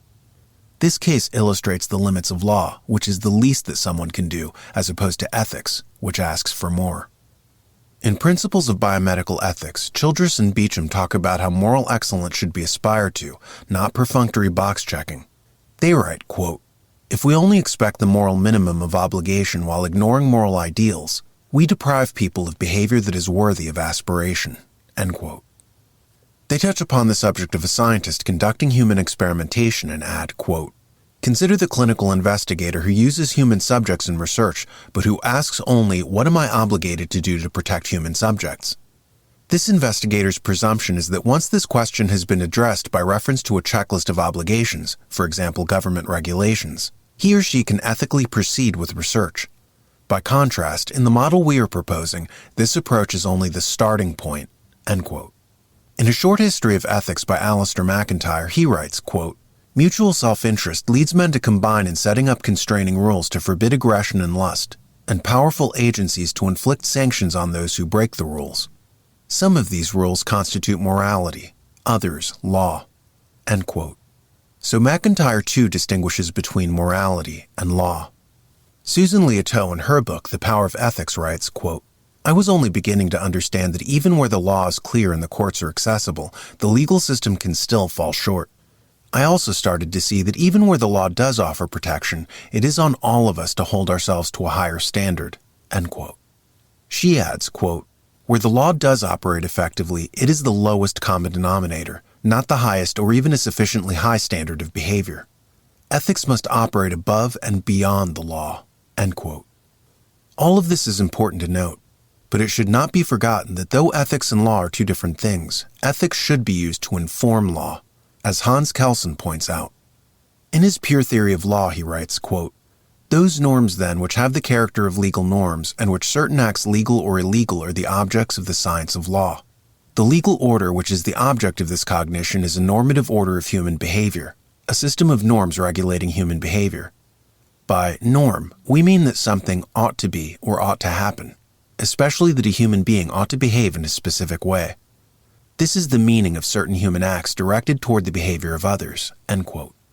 So what Kelsen refers to as norms are what in philosophy might be called archetypes, or in engineering, models. These are the standards by which all other acts are judged. So Kelsen's conception of the law is akin to the sort of externalized ethics about which we've been talking. Kind of like how Socrates describes the three basic types of human motivation, whereby he says that some people are motivated by sensual pleasure, while others are motivated by honor, and yet others are motivated by truth.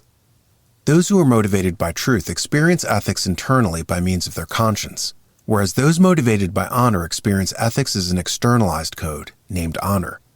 Hence why William Davenport aptly wrote, quote, "Honor is the moral conscience of the great." End quote. Legal scholar Hans Kelsen therefore sees the law in its highest aspiration as a sort of code of honor.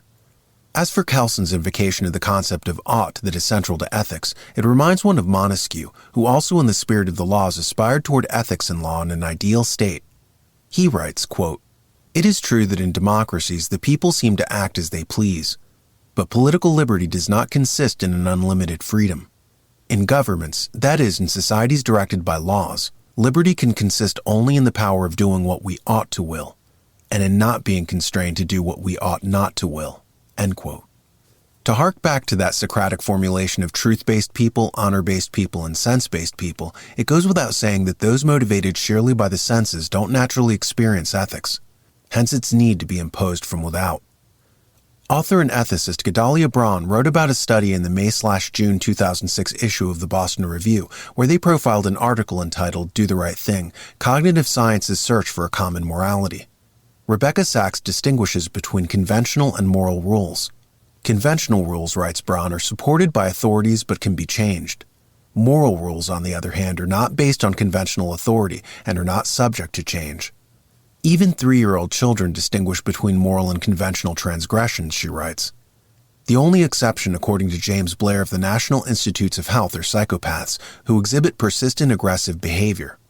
For them, all rules are based only on external authority, in whose absence anything is permissible.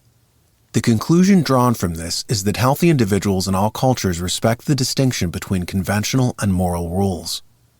So we return to the theme that in a society bereft of ethics, a police state naturally forms as a response to sociopaths who engage in pre-conventional behavior. Psychologist Lawrence Kohlberg believes that moral development leads from pre-conventional to conventional to post-conventional morality. Pre-conventional morality defines good in terms of raw power and self-interest. Conventional morality observes the interests of others and the legitimacy of authority and law.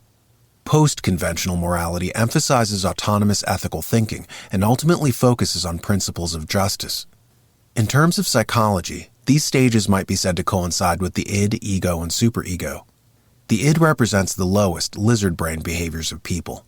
The least cultivated traits of advantageous behavior, lust, emotionalism, random unfocused out-of-context thought. What in antiquity would have been denominated savage traits. The ego represents what we might think of as average run-of-the-mill people. And the superego represents the philosophical mind. This tripartite taxonomy is what Socrates was referring to in his aforementioned formulation of the lowest sort of man, who is motivated by sensual pleasures, as contrasted with the middle-level man, who is motivated by honor, both of whom are distinguished from the highest sort of man, who is motivated by truth. Lois P. Poyman weighs in saying, quote, "Ethics distinguishes itself from law and etiquette by going deeper into the essence of our social existence. It distinguishes itself from religion by seeking reasons rather than authority to justify its principles. The central purpose of ethics is to secure valid principles of conduct and values that can be instrumental in guiding human actions and producing good character. As such, it is the most important activity known to humans, for it has to do with how we are to live." End quote. Hegel seems to agree with this premise, writing, quote, "Ethical and religious principles shall not merely lay their claim on him as external laws and precepts of authority to be obeyed, but have their assent, recognition, or even justification in his heart, sentiment, conscience, intelligence, etc. The subjectivity of the will in itself is its supreme aim and absolutely essential to it." End quote. Kant also says that ethical actions require freedom, volition. It's not enough that you accidentally do the right thing. It's something you have to choose. And without free will, there is no question of choice. So ethics, unlike law, cannot take place with compulsion. To return to Hegel, though, he says, quote, "The positive form of laws, to be promulgated and made known as laws, is a condition of the external obligation to obey them. Inasmuch as being laws of strict right, they touch only the abstract will, itself at bottom external, not the moral or ethical will." End quote. Melissa Lane seems to echo this precept when she writes about Greek and Roman culture in antiquity and says, quote, "In a world where law precisely defined the status of slave and free man in social relations, the Roman Stoics reiterated the school's teaching that there was a second and more fundamental scale on which these positions were to be judged, not social or legal, but ethical. Someone who was a legal slave, as Epictetus himself had been, may be ethically free. That is to say, free in the only true meaningful sense of the word. Conversely, someone who is a legal self-master, and so a free man, liber, may be ethically and so truly a slave. The former legal slave Epictetus, his name in Greek Epiktitos, simply means acquired, identifying him as someone who had been bought by a master, and the Emperor Marcus Aurelius are equal candidates for ethical freedom. Social and legal standing neither excludes it for the one nor guarantees it for the other." End quote. In short, true freedom does not derive from law, but from ethics, because ethics is a philosophy of self-mastery. Anyone who does not achieve this never truly becomes free. According to Simon Blackburn, there are 4 minimal preconditions for ethics. 1. Belief that life is precious and/or sacred. 2. Belief that no individual self is the center of or primary purpose of the universe. 3. Belief that all individuals have and share certain basic rights. 4. Belief that all individuals have and share certain basic obligations, responsibilities, and duties. Bearing all these thoughts in mind, it might be good to point out that it is a classic mistake of the shallow mind to assume that society can be governed by law alone and not ethics. The law and justice. What is justice? Plato asks this question at the very start of the Republic. For the entirety of the dialogue, he has several people debating what they think justice is. Polemarchus, for one, asserts that justice is giving each his own due. Translated into a modern context, we might imagine 6 people chipping in for a pizza. According to this formula, to satisfy the notion of justice, you, as 1/6 investor in the pizza, are entitled to 1/6 of the pie. You are not entitled to more than that, nor less. In The Birth of Politics by Melissa Lane, she says, quote, "We can think of justice as opposed to the idea of hubris, which in Greek signified a form of status violation, a disrespecting of what is owed to someone.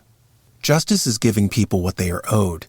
The disrespect involved in hubris, by contrast, upsets the natural order and threatens to bring down divine retribution." End quote.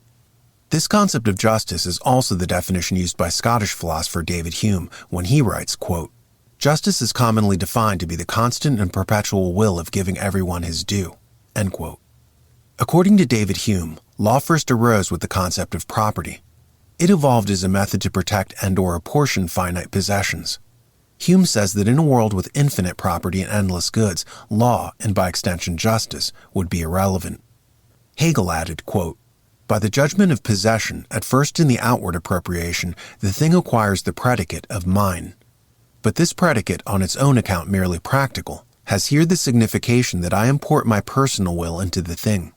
As so characterized, possession is property, which as possession is a means, but as existence of the personality is an end."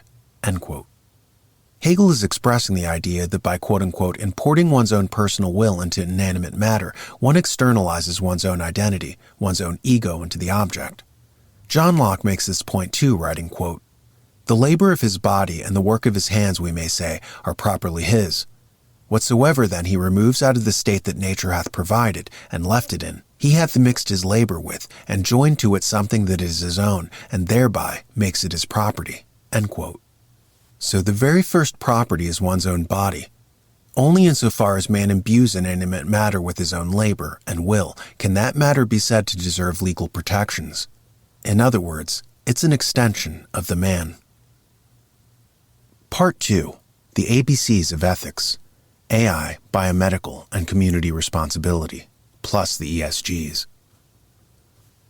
Chapter 6. AI and Ethics. Quote, "Unbridled innovation can make it difficult for governments focused on writing rules to address the needs and priorities of their citizens to keep up." End quote. System Error by Rob Reich, Jeremy Weinstein, and Maram Sahami. The book System Error, written by 3 academics from Stanford University, covers the subject of applied science and the government's questionable ability to protect the public from abuses that are naturally engendered by the emergence of new technologies. Without ethical guidelines or moral guardrails of any sort, technocrats can run roughshod over the public as they run circles around oblivious legislators. In The Science of Influence, Dan Strutzel, interviewing Brian Tracy, says, quote, "We need to deal with what influence is not. Often there are very influential people who use their skill for very narcissistic and destructive ends. We call such people, or mediums like TV or video games for example, influential imposters. They often purport to serve our best interests, but in reality, they work directly against the sort of positive, mutually beneficial type of influence that Brian is discussing." End quote. An emerging influential imposter is, of course, artificial intelligence. For instance, a car's digital assistant may offer up a list of restaurants on demand, and the driver assumes that the car is programmed to serve up choices that are beneficial to him. But what if the company that made the car has installed an algorithm whereby the driver will be nudged toward restaurants that have given a kickback to the tech company that designed the digital assistant? So the driver, assuming that the digital assistant is programmed to serve his best interests, may be steered toward a restaurant that is more expensive or which has less healthy food because the computer is not operating for his benefit, but for the benefit of the corporation. In How Change Happens, the author, Cass Sunstein, weighs in saying, quote, "Some skeptics object to paternalism as such. Many of those objections point to individual welfare and to the risk that planners or choice architects will compromise it. Perhaps people are the best judges not only of their ends, but also of the best means to achieve those ends, given their own tastes and values. People might reject the route suggested by a GPS device on the ground that they prefer the scenic alternative. The GPS device might not easily capture or serve their ends. A coercive GPS device would, in some cases, intrude on people's ends." End quote. In a paper entitled Algorithmic Discrimination from an Environmental Psychological Perspective, Stress-Inducing Differential Treatment by Sally Augustin and Alison Woodruff, the 2 authors talk about how to exploit anxiety to manipulate consumers. People, they argue, tend to self-soothe by purchasing things on their phones when they're in stressful situations, say on a crowded elevator or a serried subway. To avoid the crush of humanity about them, many people sheepishly retreat into their devices. The 2 design psychologists make the case that under such conditions, large tech companies, such as Google, could ascertain the disquiet of such people by the use of geolocation of all the surrounding cell phones in a given area. By this method, they could deduce who was stuck in a crowd. The algorithm could then be set up to target more ads to their phones. In preliminary studies, it was demonstrated that individuals in these situations purchased 54% more goods off the internet. It's one thing to find people in stressful situations. It's quite another to create those situations. In 2012, Facebook, now rebranding as Meta, admitted to doing just that. In apologizing to the public, they conceded that they had engaged in what they called a psychological experiment by manipulating their users' news feeds to purposely send them stress-inducing stories or anxiety-causing videos. For instance, if they knew that a user was a member of PETA or liked animals, they would fill their stream with articles about animal abuse. If the data told them that their user was a progressive, they would fill their feed with right-wing videos. According to journalist Rob Price, Facebook created, quote, 10,000 hateful memes to help researchers learn how to spot hate speech, end quote. Of course, their claim that they created them to help combat them is an open question. A whistleblower named Frances Haugen made the news by explaining that as a data engineer in the company, she had come upon documents whereby people of executive position in the company had laid out strategies to intentionally cause duress among users and to try to get them to fight. This, of course, for the same reason as stated above. People subjected to stress are more susceptible to ads, something that Facebook CEO Mark Zuckerberg would have been well aware of given the fact that when he was younger, the degree he pursued at Harvard was not computer science, but psychology. In the book, Artificial Intelligence, Ulrich Wilks says, quote, "Another recent blow to the belief in the role of logic in human life has been the behavioral economics pioneered by Daniel Kahneman, who showed conclusively that the standard economic model of humans as rational deciders of their own best interests was wildly false, and that normal human behavior was systematically irrational." End quote. It is due to this fact that tech companies can capitalize on the vulnerabilities in human psychology to exploit people. In the article, he predicted the dark side of the internet 30 years ago. Why did no one listen? Reed Albergati wrote that Philip Agri was prescient in his warnings, adding, quote, "But Agri didn't stop there. He foresaw the authoritarian misuse of facial recognition technology. He predicted our inability to resist well-crafted disinformation, and he foretold that artificial intelligence would be put to dark uses if not subjected to moral and philosophical inquiry." End quote. And moral and philosophical inquiry are the key words here, because only an assertion of ethics can stay the hand of technocratic authoritarianism. Before we can agree as a society about what to do in the face of this challenge, we have to understand that there is no one-size-fits-all answer. Solutions will vary from society to society, because more than law has to be taken into consideration. Culture itself must be accounted for. For what is law, if not the codified embodiment of the cultural ethos of a people? Mick Ashby, the engineer and author of a paper regarding ethics and cybernetics earlier referred to in Chapter 3, discussed how artificial intelligence must be reprogrammed differently in different nations, depending upon their social norms. He gave the example that a self-driving car in a Western country programmed with a directive of choosing to hit a squirrel rather than a parked car, if the moving vehicle were out of control. And he said that the hypothetical vehicle would have to be reprogrammed differently in India, where certain animals, such as cows, are sacred. If one is given the unenviable choice of careening into a wet field and either slamming into a parked car or hitting a cow, the car in India must be reprogrammed to prepare for a collision with the vehicle. In the aforementioned book, Artificial Intelligence, Ulrich Wilks expands on this by talking about the cliché of undergrad philosophy from the 1970s, wherein a moral dilemma was hypothesized of a train that is hurtling toward human beings on the tracks and doesn't have time to stop. If 6 people are directly in its path and it had time to switch tracks, but this means hitting one innocent person who would have otherwise survived, should this be done? He writes, quote, "It was made more interesting by an international survey that showed a striking difference between Asian and Western populations when asked if a runaway car should kill a baby or an old person if it had to kill one. By large margins, the Asians voted to kill the baby, and the Westerners, the senior citizen. This suggests automated cars may have to have different ethical software in different parts of the world." End quote. 17th century legal scholar Hugo Grotius said that men had, quote, "established laws which vary with different customs and often at different times with the same people," end quote.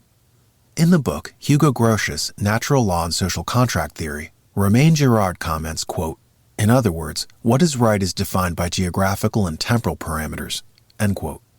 Failure to account for these differences may lead to cultural clashes, as Wilks points out in regard to Western tech companies adopting Chinese-style censorship standards, which they then bring back to the West. Ethical questions hover in many parts of these issues, he writes. Quote, "For example, many Western commentators seem to accept without question that the search engine Baidu in China is simply an agent of the state. But the reactions of PayPal, Amazon, and other companies in the US to WikiLeaks, the group that published national security secrets on the web, by the shutting down of its financial and communication activities, despite its principal being unconvicted of any crime, is very much a scenario of Western companies acting like state agencies." Eisenhower famously warned the U.S. at the moment of his retirement of the danger of the emerging military-industrial complex. One might now argue that the threat is threefold: the military-industrial information complex, end quote. In Tendencies and Tensions of the Information Age, the two authors, Shemin and Curtis, comment that what we're living through is less of an information revolution than a control revolution. An early sign of the dangers of information control by a tiny unaccountable corporate monopoly might be drawn from more than a century ago, where the motion pictures patent company, run by Thomas Edison, held sway. If you wanted to make a movie, you had to go through this cartel. It was in clear violation of antitrust laws. As Tim Wu writes, quote, "The trust's defense against price-fixing charges was fascinating and colossally unpersuasive. In court, they openly admitted their purpose of dominating the film industry. but they argued that their existence was necessary both to improve the art of cinema and to perform censorship on behalf of the government, fulfilling a neglected function of the state. The trust proposed in effect that it was due an exemption from the law because as a private regulator of free speech, it was performing a public service. The claim to be a surrogate censor probably seemed less bizarre in that jurisprudential and cultural climate than in our own present one. Nevertheless, the theory failed to impress the court, and the trust was unable to strike a life-saving deal." End quote. It's interesting that today, the big players in the tech industry are making a very similar argument. They should be immune to antitrust laws because they are surrogate censors for the state. This rationale seems more suited to a Chinese-style security state than to any Western country. After all, a cultural imperative of the West is freedom of speech and transparency, values not particularly held by other cultures. As one critic said, quote, "In a free society, the people have privacy and the government is transparent, whereas in a police state, the government claims that it has a right to privacy and the people are supposed to be transparent." End quote. As large Western tech companies vie for market share in China and find Chinese values thrust upon them, they have a tendency to bring these reflexive imperatives back with them when they operate in Western countries, causing a political dissonance to arise due to neglecting varying cultural standards. Despite believing in certain universal ethical principles, French philosopher Denis Diderot was also aware of moral variations between societies. In his supplement to Bougainville's Voyage, he contrasted stuffy European social norms with those of Tahiti, comparing the latter favorably against the backdrop of Western repression. Nevertheless, he was aware of what would happen if France adopted the polygamous customs of Polynesia and how that would upset society and destabilize European civilization. According to Alistair MacIntyre, Montesquieu, like his fellow French philosopher, grasped, quote, "the great truth that societies are not just collections of individuals, and their social institutions are not means to the psychological ends of such individuals." In so doing, he broke both with the utilitarianism and the individualism of his country. His consequent motive was a practical one. He wished to understand society in order to create an applied science of government by means of which the human condition might be improved. What creates different forms of social life? Men are governed by many factors: climate, religion, law, the precepts of government, the examples of the past, customs, manners, and from a combination of such influences, there arises a general spirit. The lawgiver must study the particular society for which he's legislating, because societies greatly differ." End quote. Montesquieu, in the spirit of the law, says that legislation in a given society should reflect the form of government. Toward that end, he invokes the three classical forms, namely monarchy, aristocracy, and republic, as well as their corrupt forms, i.e., tyranny, oligarchy, and democracy. As with all great philosophers of antiquity, it was his conviction that monarchies are motivated by honor, republics are motivated by virtue, and despotisms are motivated by fear. Law will always be weakest in a despotism, he comments, because in a despotism there is no rule of law, merely ruled by whim from an autocrat. In discussing natural law, Hugo Grotius said, quote, "In cases where the laws can be achieved simultaneously, let them all be observed. When this is impossible, the law of superior rank shall prevail." End quote. We must therefore understand the baseline assumption that under different forms of government, different values acquire varying ranks. Aristotle says that every form of government has a different telos. The telos of an oligarchy, he says, is the transfer of the wealth from the many to the few. The telos of a democracy is equality. The telos of a republic is the promotion of virtue among the people. So to correctly assess how to proceed in any given legal or ethical conflict, it is critical to understand the social contract that the government represents between the state and the people. It is also crucial to understand the distinctions between different governmental operating systems. Most people today are erroneously led to believe that, say, a democracy and a republic are synonyms. In classical political science, however, it is stated that one is the corrupt form of the other. In a republic, to repeat, virtue is the end goal, whereas in a democracy, equality is the end goal. In a republic, individual rights are stressed, whereas in a democracy, mob rule holds sway, with appeals to the collective being the norm. Thus, in a republic, which values individual rights above all others, a controversy must be assessed to give more weight to the individual. Say, for instance, in the case of someone who holds a minority opinion or ideology, an Amish person, for instance, or a parent who wants to homeschool his child. His individual right to not participate in mainstream society would outstrip someone else's assertion that the community rights must prevail. This weighting, namely of placing individual rights before the perceived commonweal, however, can only exist in a republic. Governments have their origin in the moral identity of men, as Ralph Waldo Emerson said. These quote-unquote moral identities result in different forms of government. In a democracy, by contrast to a republic, where the collective is given more weight and mob rule holds greater sway, the interests of the public must supersede the interests of the individual. For instance, in a democracy, an individual will be told that he has no right to abstain from a proposed therapeutic if the public health is at risk. His personal rights count for very little when balanced against those of the multitude. The answer would be quite different, however, in a republic. To determine which form of government you live in, consult the Constitution, which is the social contract, i.e., the user's manual for the society. In the United States, for instance, that document lays forth the blueprint for a republic. Its founders said that the only legitimate reason for government is for the protection of individual rights. The word democracy does not appear in the document, nor in the Declaration of Independence, nor in any of the individual state constitutions. In fact, the founders roundly denounced democracy. Given the fact that the United States is a republic and not a democracy, the individual must prevail in any contest between the one and the many. By contrast, in a nation that declares itself to be a democracy in its constitution, then a bias must be placed in favor of the collective. Democracies, as indicated above, are dedicated not to individual rights, but to equality. Thus they strain towards standardization, like the classical metaphor of the Procrustean bed. This fable derives from Procrustes, an innkeeper who promised to make every traveler fit exactly into his bed. For the tall, he sawed off their legs. For the short, he stretched them out on a rack. According to the definition, the word Procrustean is thus used to describe situations where an arbitrary standard is used to measure success, while completely disregarding obvious harm that results from the effort.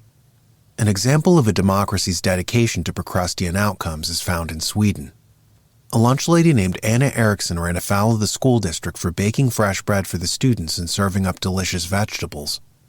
According to one article on the subject, quote, "The municipality has ordered Eriksson to bring it down a notch since other schools do not receive the same caliber of food, and that is unfair." End quote.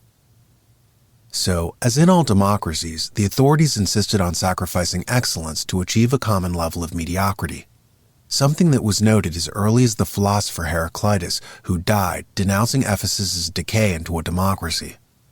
The philosopher famously railed against their driving out their best man, Hermodorus.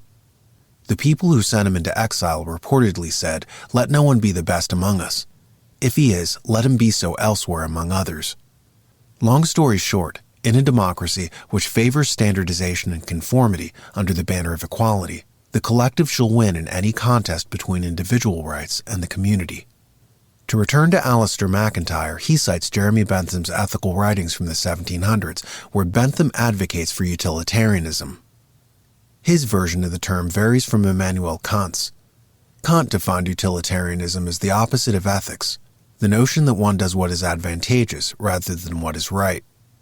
Bentham, by contrast, uses the term utilitarianism to mean that which is useful, and he sees its end goal as providing the greatest happiness for the greatest number. Citing Bentham's ideas as being rooted in Epicureanism and hedonism, Alasdair MacIntyre comments, quote, "Concepts like pleasure and happiness are stretched and extended in all directions until they are used simply to name whatever men aim at. By this extension, they become useless for evaluative and moral purposes. For in evaluation, and especially in moral evaluation, we are not only engaged in grading and choosing between alternative objects which we already desire. We are also engaged in grading and choosing between the cultivation of alternative dispositions and desires. The injunction, pursue happiness, when happiness has been given the broad undifferentiated sense which Bentham and Mill give to it, is merely the injunction, try to achieve what you desire. But as to any question about rival objects of desire or about alternative and competing desires, this injunction is silent and empty. And this is equally true whether the happiness which I am to cultivate is to be my own or that of the greatest number." Mill, faced with the objection that there are many cases in which one cannot assess which of the many alternative courses of action will produce the greatest happiness of the greatest number, asserts that utilitarianism enjoins no more that in cases where one cannot assess the consequences of an action, one ought to use the principle of utility as a criterion. But this concession is more deadly than he perceives, for he is forced to allow implicitly that there are other evaluative criteria. What they are and what their relationship to the principle of utility may be, he never makes clear. But we may accept Mill's concession in which it is offered. If we recognize that when utilitarians speak of the greatest happiness, they are often in practice speaking of a quite specific goal for action rather than of the generalized concept of their theoretical appetites. This goal is that of the public welfare, and it is a goal peculiarly relevant to those areas of life in which Bentham was especially interested: prisons and hospitals, penal codes, and constitutional processes. In these areas, it is possible to ask and to answer adequately, even if only crudely, the question of how many people's lot will be bettered, how many people's lot will be worsened by such and such a measure. For we have obvious and established criteria for faring well or ill in these areas. Will ill health be increased or diminished? Will the attaching of this rather than that penalty to this crime diminish or increase the frequency of its occurrence? Even in these cases, there are choices to be made on which no version of the principle of utility can guide us. An example is the choice between devoting resources to health services or devoting them to penal reform. But it is necessary to emphasize that the utilitarian advocacy of the criterion of public happiness is not only a mistake, that it seems so obviously the criterion to be considered in certain areas of life is something we owe to Bentham and Mill. The concept of happiness is, however, morally dangerous in another way. For we are by now well aware of the malleability of human beings, of the fact that they can be conditioned in a variety of ways to the acceptance of and satisfaction with almost anything. That men are happy with their lot never entails that their lot is what ought to be, for the question can always be raised of how great the price is that is being paid for the happiness. So, the concept of the greatest happiness for the greatest number can be used to defend any paternalistic or totalitarian society in which the price paid for happiness is the freedom of the individuals in that society to make their own choices." End quote. In Moral Tribes, Joshua Green addresses this tension between the emphasis on individual rights in a republic opposed to the supremacy of the collective in a democracy.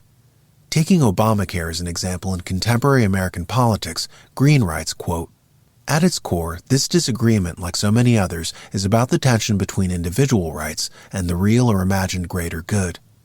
Universal health insurance requires everyone to buy in, either through an individual purchase or health insurance or through taxes. The people who hate Obamacare don't hate it because they believe it's funded by forced purchases rather than forced taxes.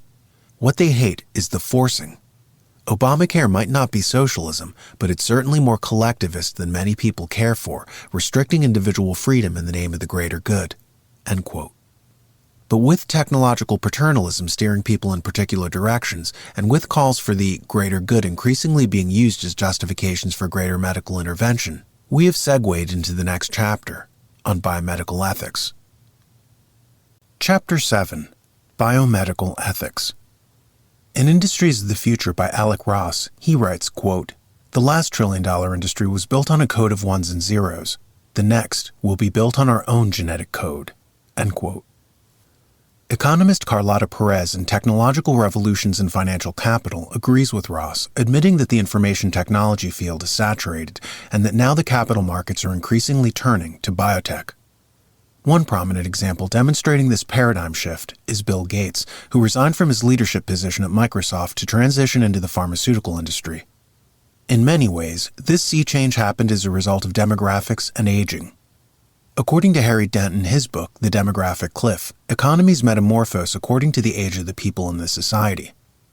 A younger populace tends to buy consumer goods like cars and refrigerators as they start families. In a youth-based population, real estate booms as couples require more space for new children. On the contrary, when people get older, empty nesters downsize and stop buying consumer goods. Instead, they start purchasing services, principal among which is healthcare. As aging populations in Japan, Western Europe, and North America have ballooned, the healthcare sector has staked out a correspondingly large percentage of the economy. Astute entrepreneurs and investors have shifted their interest from computers and telecommunications to medical supplies, gene therapies, and vaccines. The money that these fields has attracted may not be altogether salutary, however. An expression of that moral contagion was on display when the prominent Sackler family entered the healthcare industry and began marketing highly addictive opioids to people in the form of its hit drug, OxyContin. By hooking vulnerable patients onto what was essentially refined heroin, their privately held company, Purdue Pharma, was creating repeat customers and raking in billions.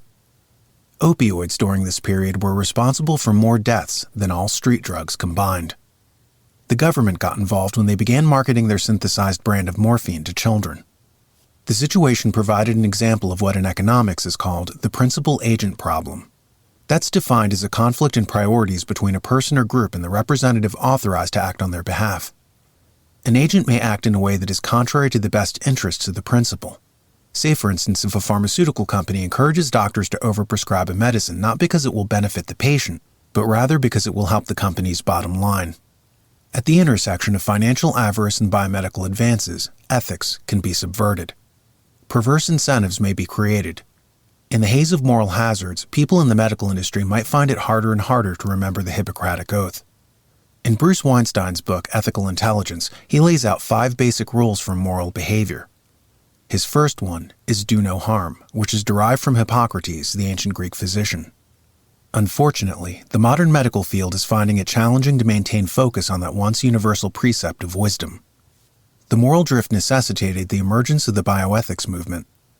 Bioethics consists of informed reasoning, not heartless rationality, according to ethicists Amy Gutman and Jonathan D. Moreno in their book, Everybody Wants to Go to Heaven, but Nobody Wants to Die.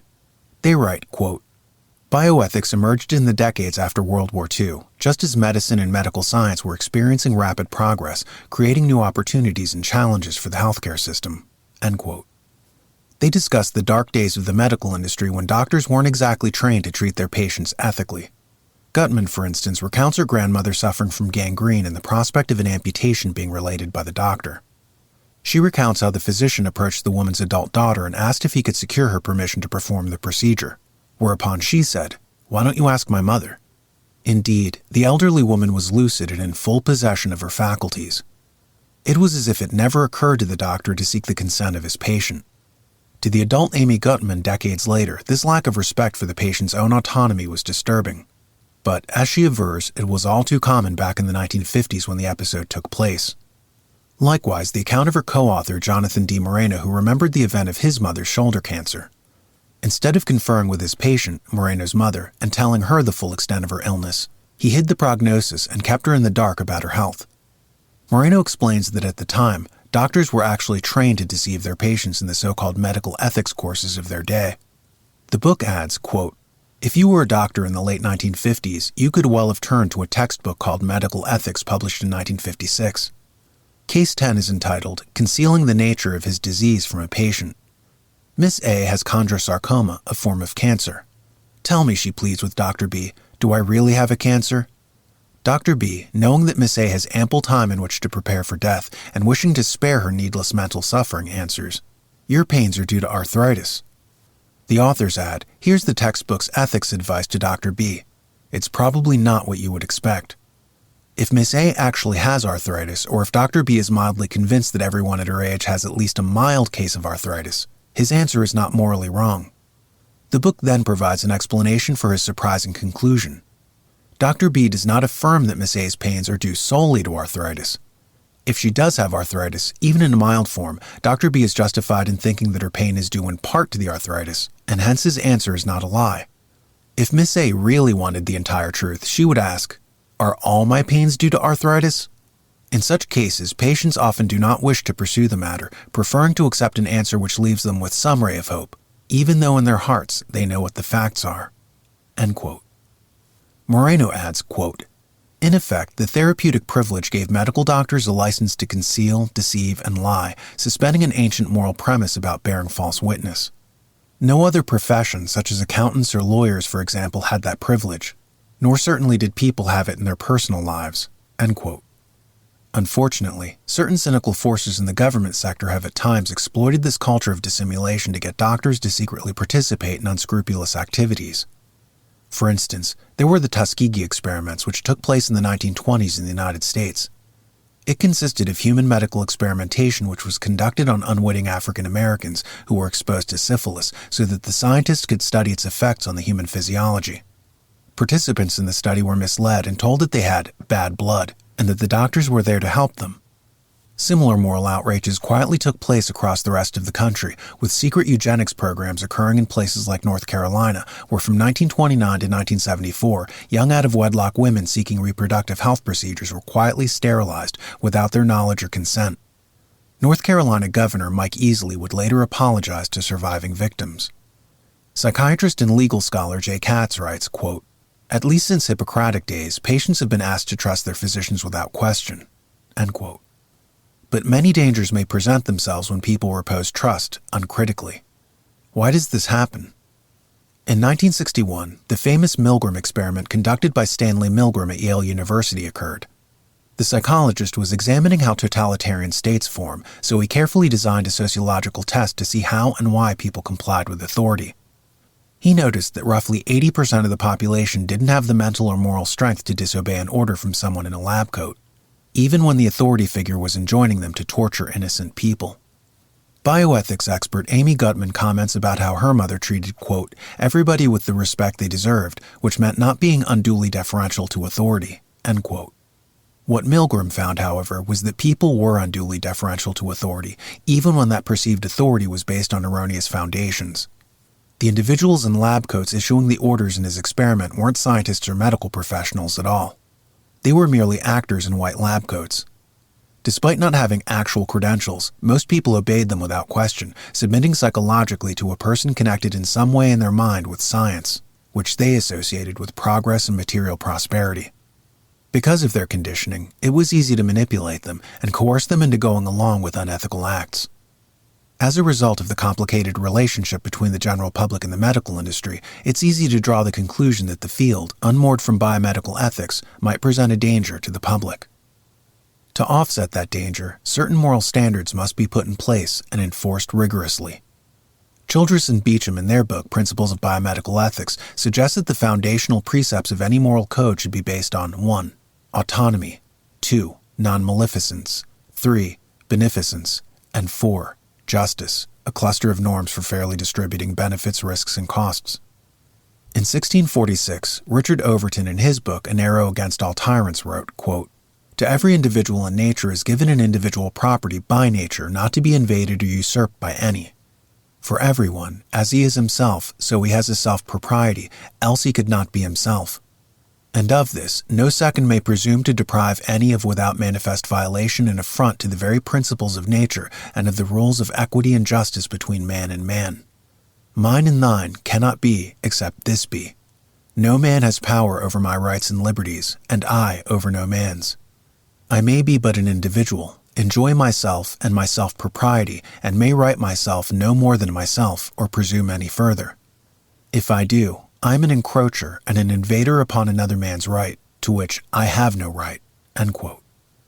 So even as far back as 1646, a fundamental assertion of the Enlightenment was that people have a right to maintain sovereignty over their own body. To trespass on this right was a hallmark of tyranny. These elements of Enlightenment thinking have advanced only at a glacial pace in the healthcare industry. As Childress and Beecham comment, quote, "Different conceptions of consent have appeared in debates about teaching medical students how to perform intimate examinations, especially pelvic and rectal examinations. Medical students have often learned and practiced on anesthetized patients, some of whom have not given their explicit informed consent. For instance, teaching hospitals have allowed 1 or 2 medical students to participate in the examination of women who are under anesthesia in preparation for surgery.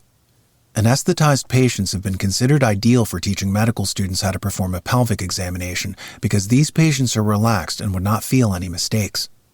When questioned about this practice, some directors of obstetrics and gynecology programs appeal to the patient's general consent upon entering a teaching hospital. This consent typically authorizes medical students and residents to participate in patients' care for teaching and learning purposes. However, the procedures that involve participation by medical students or other medical trainees are often not explicitly stated. There are good ethical reasons to find general consent insufficient." End quote.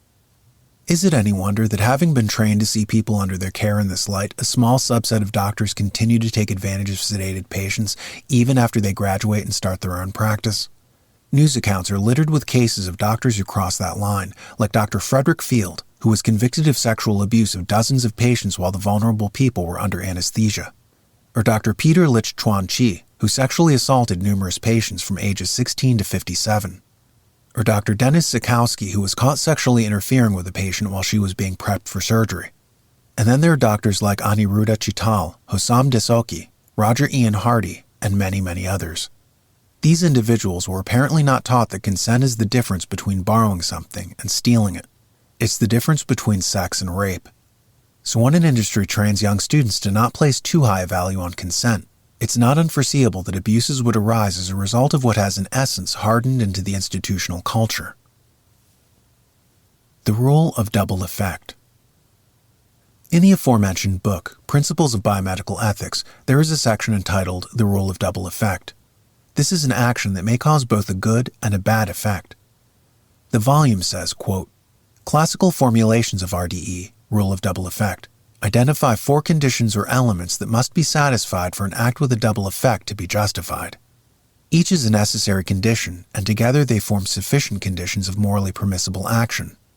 1. The nature of the act. The act must be good or at least morally neutral, independent of its consequences. 2. The agent's intention. The agent intends only the good effect, not the bad effect. The bad effect can be foreseen, tolerated, or permitted, but it must not be intended. 3. The distinction between means and effects. The bad effect must not be a means to the good effect. If the good effect were the causal result of the bad effect, the agent would intend the bad effect in his or her pursuit of the good effect. 4. Proportionality between the good effect and the bad effect. The good effect must outweigh the bad effect. That is, the bad effect is permissible only if a proportionate reason compensates for permitting the foreseen bad effect." End quote. The authors add, quote, "All 4 conditions are controversial. We begin to investigate the cogency of the RDE by considering 4 cases of what many call therapeutic abortion, limited to protecting the maternal life in these examples. 1. A pregnant woman has cervical cancer. She needs a hysterectomy to save her life, but this process will result in the death of the fetus. 2. A pregnant woman has an ectopic pregnancy. The non-viable fetus is in the fallopian tube, and physicians must remove the tube to prevent hemorrhage, which will result in the death of the fetus. 3. A pregnant woman has a serious heart disease that will probably result in her death if she attempts to carry the pregnancy to term. 4. A pregnant woman in difficult labor will die unless the physician performs a craniotomy, crushing the head of the unborn fetus. In the first 2 cases, according to the proponents of the RDE, a physician undertakes the legitimate medical procedure aimed at saving the pregnant woman's life with the foreseen but unintended result of fetal death. When viewed as unintended side effects rather than as ends or means, these fetal deaths are said to be justified by the proportionately grave reason of saving the pregnant woman's life. In both of the latter 2 cases, the action of terminating the fetal life is a means to save the pregnant woman's life. As such, it requires intending the fetus's death even if the death is not desired. Therefore, in those cases, criteria 2 and 3 are violated, and the act cannot be justified proportionally." End quote. In the field of medicine, there exists the term iatrogenic effects. This is the phrase for when the cure is worse than the disease. It derives from iatros, the Greek word for physician, thus translating as physician-caused harm. Medical malfeasance is the 3rd leading cause of death in America. Though the general public is not aware of this, iatrogenic effects are quite common in an industry where financial pressures can sometimes shape a doctor's decision to overprescribe pharmaceuticals. As one critic, namely Dr. Alan Greenberg, remarked, quote, "As a retired physician, I can honestly say that unless you're in a serious accident, your best chance of living to a ripe old age is to avoid doctors and hospitals and to learn nutrition, herbal medicine, and other forms of natural medicine. Almost all drugs are toxic and are designed only to treat symptoms and not to cure anyone." End quote. Not to put too much of a point on it, but the average person in America is nearly 25 times more likely to die from medical care providers than from a gun. In the United States, in the year 2011, for instance, there were 31,940 deaths by firearms, as compared to 783,936 deaths related to adverse reactions to pharmaceuticals, medical errors, unnecessary procedures, and so forth. This might be related to the fact that when doctors go on strike, the death rate actually drops on average by 35%. In 1976 in Los Angeles County, a doctor's strike resulted in an 18% drop in mortality. As soon as the strike was over, the death rate went back to normal. A 50% decrease in mortality occurred in Israel in 1973 when there was a 1-month doctor's strike. It would be hard to overemphasize the deleterious effects of corporate pressures on the healthcare industry and how this may be driving iatrogenic effects. The upshot is that without a reinvigorated effort to promote biomedical ethics to temper the corrosive effects of money on the industry, or to curb the occasionally subversive effects of the government with its secret programs and occasional indulgence in human medical experimentation, the industry will continue to lose the trust of sizable portions of the population. Childress and Beecham write, quote, "From ancient medicine to the present, physicians have generated codes without determining their acceptability to patients and the public. These codes have rarely appealed to general ethical standards or to a source of moral authority beyond the traditions and judgments of physicians themselves. The articulation of such professional norms has often served more to protect the profession's interests than to offer a broad and impartial moral viewpoint or to address issues of importance to patients and society." End quote. Chapter 8. Community Responsibility. To understand why the community is important to a company, one must first understand how the economy is a social media platform in a sense. Money is an expression of social interaction. Without this network, money, in and of itself, becomes meaningless. To understand the very basis of this, one must understand that all goods have both a use value and an exchange value. A diamond, for instance, has a use value insofar as it can be used on a drill bit for mining. It has an exchange value inasmuch as it can be traded for cash or other goods and services. Gold likewise has a use value as a conductor in electronic components, but it has an exchange value when one trades it for a cow or 100 bushels of wheat. In other words, things enjoyed for their use value might be thought of as products, whereas things enjoyed for their exchangeability might be thought of as commodities. None other than Karl Marx himself comments in Das Kapital, quote, "But a particular commodity cannot become the universal equivalent except by a social act." End quote. He adds, quote, "The use value of objects is realized without exchange by means of a direct relation between the objects and man, while on the other hand, their value is realized only by exchange, that is, by means of a social process." End quote. So, without that social process, many of the goods and services that you take for granted would lose their value. Companies, therefore, have a vested interest in maintaining social trust and civilizational stability. Toward that end, the concept of community responsibility is not some airy concern of people in ivory towers. There is a practical purpose for companies to foster a more stable and just society. In Considerations on Representative Government, John Stuart Mill describes the Republican model of governance as the most stable, insofar as it is predicated on the idea of the people.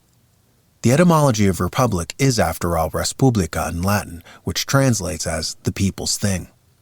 Mill comments that republics are stable because they are like a pyramid which rests on a broader base, the common people, whereas an oligarchy operates not for the common man, but for a small elite. Therefore, remarks Mill, it is like an inverted pyramid balanced precariously on its tip.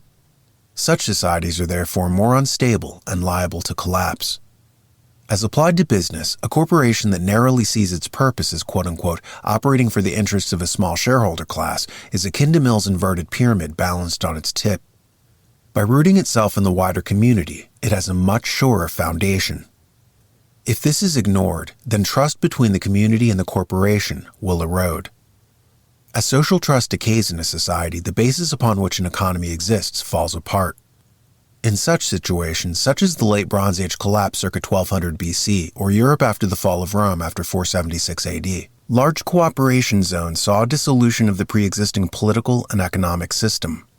In such a post-civilizational environment, objects would see a huge diminution of their exchange value and revert back to narrower worth in terms of their use value. Money, as we understand it as a social medium of exchange, would lose all meaning, because the society it was predicated on would be no more. Therefore, corporations would lose the ground from underneath them. Due to all these underlying factors, it is of the utmost importance for companies to understand their larger role as stakeholders in a stable society. And this means advancing the cause of social stability and a more people-centric paradigm of operation. In 1981, the Business Roundtable issued a statement that said, quote, "Business and society have a symbiotic relationship. The long-term viability of the corporation depends upon its responsibility to the society of which it is a part. and the well-being of society depends upon profitable and responsible business enterprises." End quote. Secondly, a new movement is gaining traction whereby people and businesses are challenged to remember that money is not wealth. As mentioned previously, the economist Adam Smith said in the 18th century, money is just a unit of exchange to get wealth. The wealth itself is potable water or wheat or shoes, etc. Toward that end, it's good to remember that by damaging the real wealth of a community, its environment and resource abundance, in favor of the spurious wealth of money is to undermine one's very business model. In 6 New Rules of Business, Judy Samuelson begins the penetrating volume with a challenge to businesses to reimagine what profit means. People in too many firms think in terms of money as the only means by which to judge value. In doing so, they might be inclined to pollute a river in the course of doing business, or like Carnival Cruise Line did, dump their waste into the ocean to avoid the cost of proper cleanup procedures, and damage the ecosystem upon which they rely, not understanding that the body of water is itself real wealth, and its maintenance represents profit. Samuelson writes, quote, "The managers need to balance multiple perspectives, and the dynamic effects of business decisions today is clear and compelling. It is also real to the students who are entering business at a time of remarkable complexity. This change in business teaching mirrors the changes in investment, where asset managers consider criteria relevant to the needs and hopes of a new generation of investors, for whom the importance of a healthy stream can no longer be ignored. To rewrite the rules of and connect these dots with business begins with a deceptively simple question. What is the purpose of the enterprise? The purpose of the corporation is not a slogan. It is the key to unlocking the value of intangible assets." End quote. It is significant that Samuelson reverts to the purpose of a thing, its telos. Too many people forget this. And this brings us back to Hegel's words quoted in Chapter 3, quote, "Evil is nothing but the incompatibility between what is and what ought to be." End quote. The telos is what ought to be. It is the model toward which the business strives. When it falls short of this, great harm ensues. Likewise, pernicious effects unfold from people forgetting the very underpinnings of true wealth and value, which are not money, but the things money can be exchanged for. Money in and of itself is a mere abstraction. As Oscar Wilde said, quote, "A vulgarian is someone who knows the price of everything and the value of nothing." End quote. We are at the beginning of a movement to get us back on track, to remind us of the fundamental realities and to reawaken in us a recollection of what was obvious to our ancestors. The environment is real wealth. Judy Samuelson calls the new movement market civitas, which she defines as, quote, "the management and consideration of a company's social and environmental values and impacts." End quote. Though it is currently but imperfectly executed, ESG is an attempt to awaken in business leaders a sense of market civitas. As such, we will begin the next chapter by studying the importance of sustainability as it pertains to the E in ESG, which stands for environment. The astute reader will notice that in this brief overview, we outlined the ABCs of ethics insofar as we touched on AI, biomedical ethics, and community responsibility.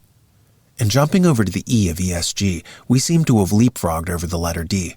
Let us then consider the D as standing for a deep dive. So, let's begin. Chapter 9. ESG. What is ESG? It stands for Environmental, Social, and Governance. It's a method for assessing a firm's conscientiousness where it comes to its own social impact on the wider society. ESG is a rather new phenomenon used as a metric in what used to be called impact investing. Therefore, corporations are skittish about the purveyors of this new methodology and scoring system, especially since so much of ESG at this point seems to them vague, blurry, and indistinct. The trend to incorporate ESG into corporate and institutional decision-making is pervasive. Still, little consensus exists about what ESG is and the problem ESG investing is expected to solve, said David Larker. David Larker, Brian Tan, and Edward Watts co-authored a paper entitled 7 Myths of ESG, and trained an unflattering spotlight on most of its basic assertions. The principal observation of these 3 Stanford academics was that many of the advocates of ESG don't seem to provide a telos for the system, an end goal. Who would buy a refrigerator if they didn't know the end goal of the appliance? Who would install an HVAC system in their house if they weren't told what it did? So why, these academics ask, is ESG being promoted by people who are fuzzy at best regarding its end goal? What ultimate purpose does it serve? What does success look like? By what metrics can it be objectively measured? One of the challenges is figuring out what is measurable or what can be clearly communicated, said the aforementioned Judy Samuelson. Quote, how do we know when a board is taking these questions seriously? Where will that evidence emerge from? There's a growth in reporting. Is this progress or is this theater? End quote. Thus far, according to Larker, Tan, and Watts, the field is marred by a lot of low-resolution thinking. Some people, they point out, claim that ESG is about long-term thinking, training companies not to go for the cheap short-term gains at the expense of long-term sustainability. It's about broadening the time horizon of people running the company. Others claim that what ESG is really about is preventing managers from unethically accruing economic benefits to themselves, even to the extent of shortchanging the company for which they work. Yet a third theory is that the purpose of ESG should be about creating a system whereby various stakeholders also derive benefits, instead of just the narrow shareholder class. Still another definition is that it's about more efficient resource management to help the environment. There are, moreover, numerous other claims for what the ultimate purpose of ESG is. But the whole project will flail and fall short if it can't come to a coherent consensus about what the telos of the movement is. It's also good to remember Spinoza in Ethics, who said, quote, men do all things for an end, namely what is useful to them. Further, as they find in themselves and outside themselves many means which assist them not a little in the search for what is useful, for instance, eyes for seeing, teeth for chewing, herbs and animals for yielding food, the sun for giving light, the sea for breeding fish, etc., they come to look on the whole of nature as a means for obtaining such conveniences. End quote. Cicero said, quote, virtue is living in harmony with nature. End quote. Toward that end, let's discuss the subject of ESG as it pertains to its first component, the environment, and unpack some of the concepts behind buzzwords such as sustainability. What is sustainability? Quote, from a Darwinian point of view, the problem with sustainability is this. Sustainability is all about long-term benefits of the world or of the ecosystem at the expense of short-term benefits. Darwinism encourages precisely the opposite values. Short-term genetic benefit is all that matters in a Darwinian world. But this is not a reason for despair, nor does it mean that we should cynically abandon the long-term future and get our noses down in the trough of short-term greed. What it does mean is that we must work all the harder for the long-term future, in spite of getting no help from nature, precisely because nature is not on our side. It is a manifest fact that the brain, especially the human brain, is well able to override its ultimate programming, well able to dispense with the ultimate value of gene survival and substitute other values. End quote. Richard Dawkins. 18th century Scottish philosopher David Hume concurs with Richard Dawkins's remark, writing, quote, now as everything that is contiguous to us, either in space or time, strikes upon us with such an idea, it has a proportional effect on the will and passions and commonly operates with more force than any object that lies in a more distant and obscure light. Though we may be fully convinced that the latter object excels the former, we are not able to regulate our actions by this judgment, but yield to the solicitations of our passions, which always plead in favor of whatever is near and contiguous. This is the reason why men so often act in contradiction to their known interest, and in particular, why they prefer any trivial advantage that is present to the maintenance of order in society, which so much depends on the observance of justice. End quote. And justice is the operative word here. But how to achieve a just balance with nature? Dawkins gives us a clue when he says that the brain is well able to override its ultimate programming. And this is precisely what ethics is. It's the ability to hack the human brain and install what Cicero called a second nature. That is to say, a second series of habits. In Chapter 5, we briefly touched upon the topic of Socrates' formulation of 3 levels of people. 1. Individuals motivated by the senses. 2. Individuals motivated by honor. And 3. Individuals motivated by truth. These 3 types roughly correspond with psychology's classification system of the id, ego, and superego. To briefly return to that topic, the philosopher Georg Friedrich Hegel said that, quote, habit does not have consciousness, but the basis of consciousness. End quote. So what the ethical man does is reprogram his body's lizard brain so that it doesn't reflexively produce selfish comportment, but instead generates a useful complex of behavioral responses. So, in short, the superego hacks the id. In utilitarian behavior, the opposite occurs, where you have the lizard brain hacking the higher brain to subordinate it to achieve its goals. Think of the cliché of government, whereby the C students hire the A students to build bombs. Instead of harnessing intellect to achieve lofty creative goals, the lizard brain subverts the higher intelligence to achieve objectives rooted in lower impulses, such as fear, aggression, lust for power. This phenomenon of the utilitarian hacking of the mind by the lizard brain manifests as well in neoliberal economic theory, which does not recognize the higher human motivations, but instead promotes as the goal lizard brain creature comforts as the whole point of life. This is the materialistic school of thought, which has gained an ascendancy in the Western political system.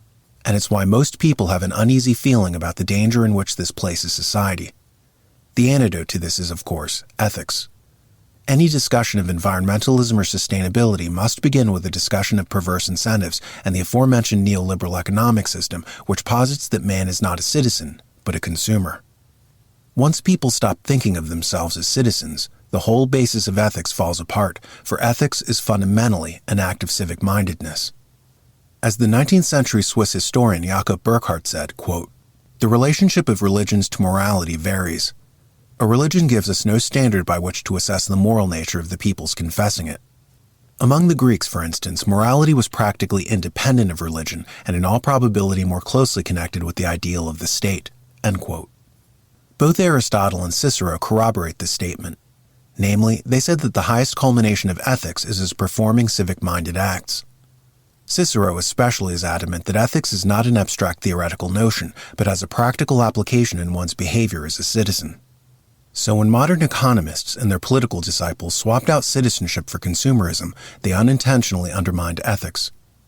Citizens tend to work together to do ethical things. Consumers do not. Kate Raworth in Donut Economics studied the ways that money erodes social norms. Quote, "Financial incentives are increasingly being introduced in social realms, bringing our market identities as consumers, customers, service providers, and workers to the forefront of our attention." End quote. She adds, quote, "Merely mentioning market roles can crowd out our intrinsic motivation. One online survey asked participants to imagine themselves as among 4 households facing a water shortage due to a drought affecting their shared well. Crucially, the survey described the whole scenario in terms of consumers to one half of the participants and in terms of individuals to the other half. What difference did this single word change make? Those labeled consumers reported feeling less personally responsible to take action and less trust in others to do the same than did those referred to as individuals." End quote. So if there are deleterious implications for training people to think of themselves as consumers rather than as citizens, how did it happen? From citizen to consumer. The Swiss philosopher Jean-Jacques Rousseau, 1712 to 1778, warned his readers that the ancient ideal of a republic was out of reach for modern societies, given the fact that in our current epoch we do not have the leisure time available to educate citizens properly. Rousseau, aware of Plato, Aristotle, and Cicero's definition of a republic as quote-unquote a form of government promoting virtue among the people, worried that modern nation-states might be too ambitious to expect such lofty goals of their populace. As Pascal said, quote, "The power of kings is founded on the reason and on the folly of the people, and especially on their folly. The greatest and most important thing in the world has weakness for its foundation, and this foundation is wonderfully sure. For there is nothing more sure than this, that the people will be weak. What is based on sound reason is very ill-founded indeed." End quote. So whereas the public good in antiquity was said to rest upon the virtue of the people, by the Age of Enlightenment 1,000 years later, many of the philosophers of the period advocated for assuming that people would be weak, selfish, materialistic, and that this would be the foundation of maintaining public order. This paradigm came into fuller shape when economist Adam Smith in the 18th century introduced the idea of homo economicus, man not as a citizen per se, but as an economic unit. People would be less inclined to fight each other, thought Smith, if they traded. By pursuing one's own self-interest, society itself could maintain a sort of dynamic equilibrium. And this would not be based on the virtue of the people, but on their own interested financial motives. For as he so famously wrote, quote, "It is not from the benevolence of the butcher, the brewer, and the baker that we expect to eat our dinner, but from their regard to their own self-interest." End quote. This idea of appealing to man's own self-interest, and not to a sense of ethics, became a habit of cynical social engineers after the Industrial Revolution. Less and less time was spent on inculcating morality into them than in training people to think in terms of economic benefits. Architect of the U.S. Constitution James Madison wrote about the use of government as a mechanism to control men through economic means. Quote, The most common and durable source of factions has been the various and unequal distribution of property. Those who hold and those who are without property have ever formed distinct interests in society." End quote. He added, quote, "The causes of faction cannot be removed. We well know that neither moral nor religious motives can be relied on as an adequate control." End quote. This use of economic control as a regulation method for society became a more convenient tool for politicians after nation-states expanded territorially, far beyond the limits of the ancient Greek city-state, and no longer had a common homogeneous population to unite the people. Lacking a unified culture, language, or heritage, political leaders defaulted to economic motivations to maintain order. So the vision of governance shifted from ethics and virtue to a sort of transactional relationship of rival tribes united by a shopping mall. But there are consequences to this social organization. As sociologist Talcott Parsons, who was quoted earlier in Chapter 1, said, "Societies change as they shift over from production-based societies to consumption-based societies." A production-based society would be a nation of farmers, for instance. Aristotle in Politics wrote, quote, "Now, there are two occasions for why there are so many republics, one of which is that which we have already mentioned, namely, there being different sorts of people, for in one country, the majority are farmers." End quote. This was true of the Roman Republic, too. Thomas Madden in Empires of Trust writes, quote, "The early Romans were farmers, living in a frontier world in which each family looked after its own interests and well-being. Cato the Elder said that the highest compliment that could be paid a Roman was not that he was wealthy or had high status, but simply that he was a good husbandman, a good farmer." End quote. When America was founded in 1776, 92% of the population was employed in farming or fields related to farming. The founding fathers were all gentlemen farmers.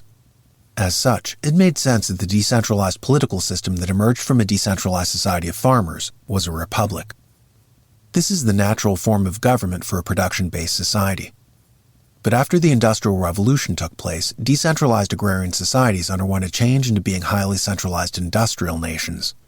Suddenly, the problem was not that there was too little production, but too much. And ways were sought after to encourage greater consumption after machines made churning out products fast and cheap. But as Talcott Parsons pointed out, the values changed between a production-based society and a consumption-based society. As we quoted earlier from Parsons' The Structure of Social Action, quote, "There are two different sets of virtues on the one hand, energy, rationality, frugality, industry, honorable dealing. With them are contrasted on the other side sluggishness, idle stagnation, luxury, ostentation, waste, unreliability." End quote.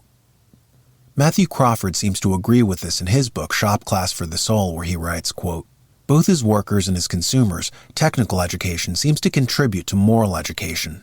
End quote. In a productive society, ethics and virtue are highly promoted. In a consumption-based society, materialism and vice are encouraged, and waste is upheld as being good for the GDP. The character of the population under the pressures of these varying social circumstances undergoes a tremendous change. Erich Fromm drew attention to this phenomenon back in his 1976 book, To Have or to Be. In it, he noted that people were now being encouraged to derive their identity not according to their own inner personality or values, but rather to shape a notion of themselves through the possession of material goods. Plutarch in Moralia had a good observation on this subject.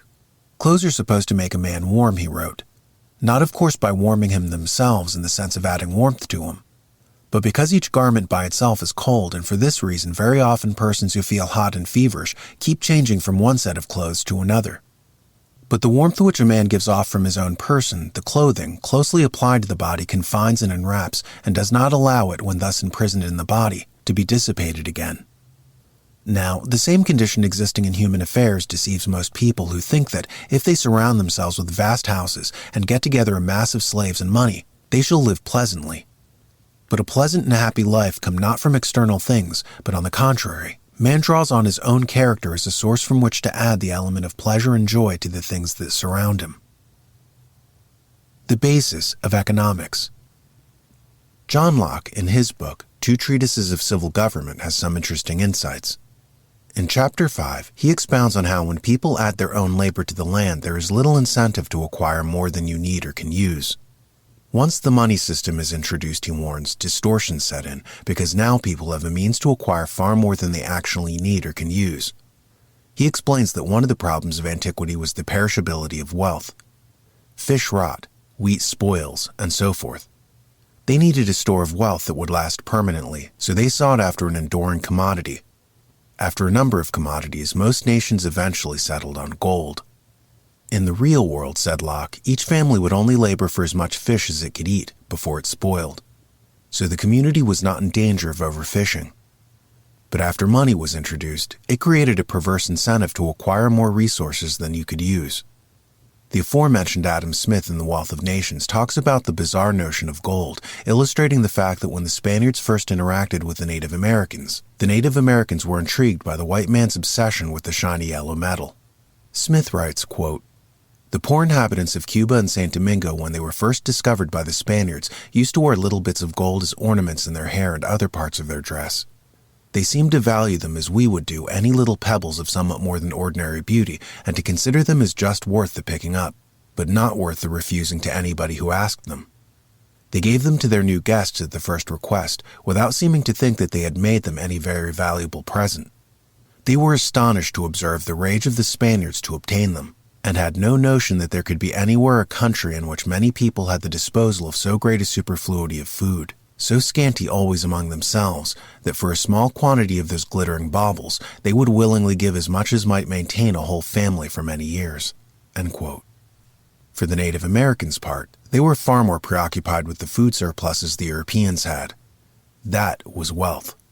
The natives had never seen so much food production, given the fact that they were hunter-gatherers and hadn't gone through the agricultural revolution yet. The Europeans had gone through it in the 1300s, so to them, tons of food wasn't a big deal. In fact, the vast amount of surpluses actually diminished its perceived value. To the natives, they saw the food objectively as what it really was, wealth.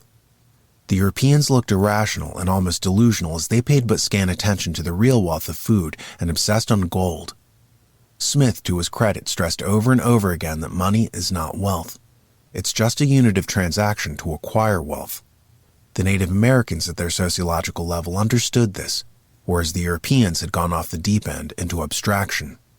Sadly, we're still there, and regrettably, it's still distorting our society and causing all sorts of resource abuses, as Locke drew attention to. Sociologist Torstein Veblen spotlighted one of these distortions in his classic book, The Theory of the Leisure Class. In it, he outlined the now famous concept of conspicuous consumption. By this phrase, he meant to illustrate how people who are wealthy or aspire to look wealthy would give a garish show of wastefulness to establish their social status. Cicero, thousands of years ago and on moral ends, denounced Epicureanism's claim that pleasure was the ultimate end of all acts, citing the Sybarites, who would gorge themselves at banquets and then induce vomiting so as not to gain weight. Eating for pleasure, and not for the nutrition of the body, was not an act that could be said to be eating well, asserts Cicero. He then quotes a poem by Laelius, who wrote, quote, "O Publius Galonus, O raging abyss, you are a miserable man. You have never eaten well in your life, though you spend everything on your prawns and on your gargantuan sturgeon." End quote. Cicero comments, quote, "The person talking here places no value on pleasure. He does not think that someone who makes pleasure the focus of his life can ever dine well. He does not deny that Galonius ate with gusto, for this would be false. He denied that he ate well. In this, he sharply and clearly separates the concepts of pleasure and good. We may conclude from this that everyone who dines well dines enjoyably, but those who dine enjoyably do not always dine well. Laelius always dined well. And what is well supposed to mean? Lucilius would answer, cooked and flavored. But if I then offer up the main course with good conversation, and what is the end result? If you ask to dine with pleasure, with a tranquil soul, he came to satisfy the normal desires of nature. Therefore he is correct in denying that Galonius had ever dined well, and correct in calling him miserable, especially since all of his attentions were focused on consumption." End quote. The stress should be placed on this last point, that consumption for consumption's sake is a sort of spiritual bulimia. So neoliberal economics, led by Milton Friedman, who expressed his happiness to depeg economics from means and ends, as he put it, wants us to be consumers instead of citizens. People of this school of thought want us to consume for consumption's sake, which is a sort of economic bulimia, whereas many in the sustainability movement, such as Kate Rayworth or Donella Meadows, would rather have us consume only insofar as it conduces to our health, nutrition, and well-being. In the 1980s, a sort of yuppie philosophy of consumption achieved its zenith in the movie Wall Street, where the Gordon Gekko character articulates the materialism of the age in his famous greed is good speech. In terms of philosophy, this sort of capitalist philistinism is exemplified in the Greek concept of pleonexia. Regarding that, Melissa Lane in Eco Republic writes, quote, "The desires and dynamics which threaten civic order came to be summed up by the ancient Greeks with a single primary concept, pleonexia, literally a grasping for more, meaning an immoderate overreaching desire for more than one's share." End quote. Why this is significant is that Hume, as we discussed earlier, defined justice as receiving one's due, receiving one's fair share. To ask for more would be a textbook act of injustice. It's saying, I want my share, and your share too. Our system is of course breaking down because of this habit of thought. The dangers of overcorrection. In seeing one group of people who want more than their share, more than justice, there is a dangerous tendency for well-meaning individuals to overcorrect in the opposite direction and to try to balance out inequalities with recourse to equity schemes. That is to say, taking resources from one portion of society to redistribute them to another with the goal of making everyone equal on the back end. As a reminder, all forms of government have an end goal. While the end goal of a republic is virtue, the end goal of a democracy is equality. According to Plato in the Republic, when republics decay into democracies, a perfect fetish for equality overtakes the society.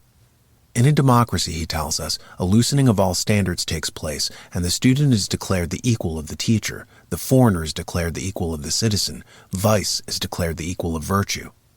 When Plato mentions that the young are declared equal to the old, an echo reaches us of Oscar Wilde's quip, quote, "In America, the young are always ready to give those who are older the full benefit of their inexperience." End quote. Needless to say, a society that takes leave of all rational standards soon loses its internal compass, and the ship of state runs atop the shoals of bitter circumstance. Of this fetish for equality, Aristotle says, quote, "The worst form of inequality is to try to make unequal things equal." End quote. So while rule of law permits of an equal starting place for citizens, equity attempts to achieve outcome-based equality. In any system with a measure of freedom, outcomes will of course vary, because people are allowed to make different choices, and those choices do not all end with the same result. So if someone works harder and achieves more, and another person doesn't overly exert himself, the proponents of equity insist on depriving the hard worker of a portion of his property and giving it to the indolent, with the purpose of making them all equal in the end. This is, of course, textbook injustice, as Aristotle notes. That same philosopher, it might be stated in passing, tells us in Politics of Phallius of Chalcedon, who believed in apportioning all property equally in his city-state. He ran into problems due to population growth. As more people were born, a need for more property asserted itself to maintain the equality of the citizens, which led Phallius to start attacking neighboring nations to acquire more land. This experiment in radical equality, needless to say, ended in violence and collapse. At any rate, these are some of the complications of equity that can't be glossed over. Its defining defect is that under this system, effort is punished and indolence is rewarded, setting up perverse incentives not to try too hard. Equity also runs afoul of the basic concept of justice, giving one one's due. To give one someone else's due is not justice. So while proponents of these late-stage democracy philosophies usually use justice and equity in the same breath, few of them consider that the two concepts conflict with one another. So the solution to economic bulimia and greed is not overcorrecting into equity. Both are extremes, the excess and the defect, of a golden mean that is much wiser to try and achieve. The circular economy and the problem of human rights. The first object of government, declared James Madison in the Federalist Papers, is the protection of the, quote, diversity in the faculties of men from which the rights of property originate, end quote. David Hume makes an interesting remark in his book, A Treatise of Human Nature. He says that if we had infinite property, justice would be a meaningless concept. And he's right, because justice is the apportionment of finite resources. Due to technology, some scholars claim that we're heading into a post-scarcity society. After the Industrial Revolution, production methods were such that humanity could for the first time create vast surpluses that were out of reach to people before. The United States, as one example, rose to prominence on the basis of the new surpluses made possible by industrial production. Historian Carol Quigley stated that by 1900, America was producing more wheat than the next 5 countries combined. Frederick Soddy in 1920 wrote, quote, "When one contemplates a country like the United States, which it has been computed could easily supply almost the entire wants of the whole world without overexerting herself, a country which has few real wants which it could not as well supply within its own territory, and therefore with little use for imports, but an almost infinite capacity for exports, the problem looks frankly insoluble." End quote. Soddy was worried about America's titanic production capacity throwing off the balance of global trade. Other economists worried about the same balance of trade issue, and they, like Soddy, proposed solutions to tamp down on America's productivity with recourse to promoting shorter work hours for laborers, encouraging large portions of the population to stay out of the labor force, to establish welfare programs to discourage industriousness, and to foster more consumption. Strategies to keep America from being so productive, which they feared would collapse spot prices on products, culminated in artificial scarcity schemes. For instance, the Department of Agriculture was formed and began paying farmers not to grow. The perverse result of this is that while 7 million Americans are estimated by demographers to have starved to death during the Great Depression, Roosevelt was burning silos of wheat to keep the spot prices of the commodity artificially high. Our entire economic system is based on scarcity, real or rigged. Productivity threatens that model. According to Fletcher Prouty, advisor to the Joint Chiefs of Staff under the Kennedy administration, even the claims of scarcity for petroleum are artificial. He said, quote, "It's called fossil fuel for the minds of the public to feel that it is an asset that is running out by being depleted. We talk about a depletion allowance. And actually, if you know the world's oil supply, you know that it is not going to run out for an awfully long time. It is the second most prevalent liquid on Earth. With all that background, you see, the people in charge of the petroleum business, for perfectly reasonable business things like any other man in business, wants to keep his price as high as he can get away with. And the way you do that is to say, well, there's no more. The last barrel is going to cost $1,000. Then it's all done." End quote. In a digression, it might be stated that Prouty is right. Petroleum does not come from dinosaurs. It comes from plants that decay in an anaerobic environment, which breaks the materials down into hydrocarbons. So as long as plants die, there will be a cycle in place on Earth that produces petroleum. It's not a linear process. As Janella Meadows says, so much of the problematic thinking occurring today is due to linear thinking in a world that is cyclical. So energy companies promote the narrative that there's a finite amount of oil that arrived in a linear process and that once it's gone, it's gone. Drew Godefroidi made the same point saying, quote, "The resources of an economy are not limited to so-called raw materials. Let us go to the other end of the economic chain and look at the chicken population. When man lived by hunting and gathering, the chicken population numbered less than 100,000 on the surface of the earth. Today, it is in the billions. The reserve/resource conceptual model cannot account for the capacity of man to create resources." End quote. To return to Frederick Soddy's book, Wealth, Virtual Wealth, and Debt, in his chapter entitled The Real Capitalist a Plant, he writes, quote, "The ancients used the wind in navigation and drew upon water power in rudimentary ways. The profound change that then occurred seemed to be rather due to the fact that for the first time in history, men began to tap a large capital store of energy and ceased to be entirely dependent on the revenue of sunshine. All the requirements of pre-scientific men were met out of the solar energy of their own times. The food they ate, the clothes they wore, and the wood they burnt could all be envisaged as regards the energy contents which gives them use value as stores of sunlight. But in burning coal, one releases a store of sunshine that reached the earth millions of years ago.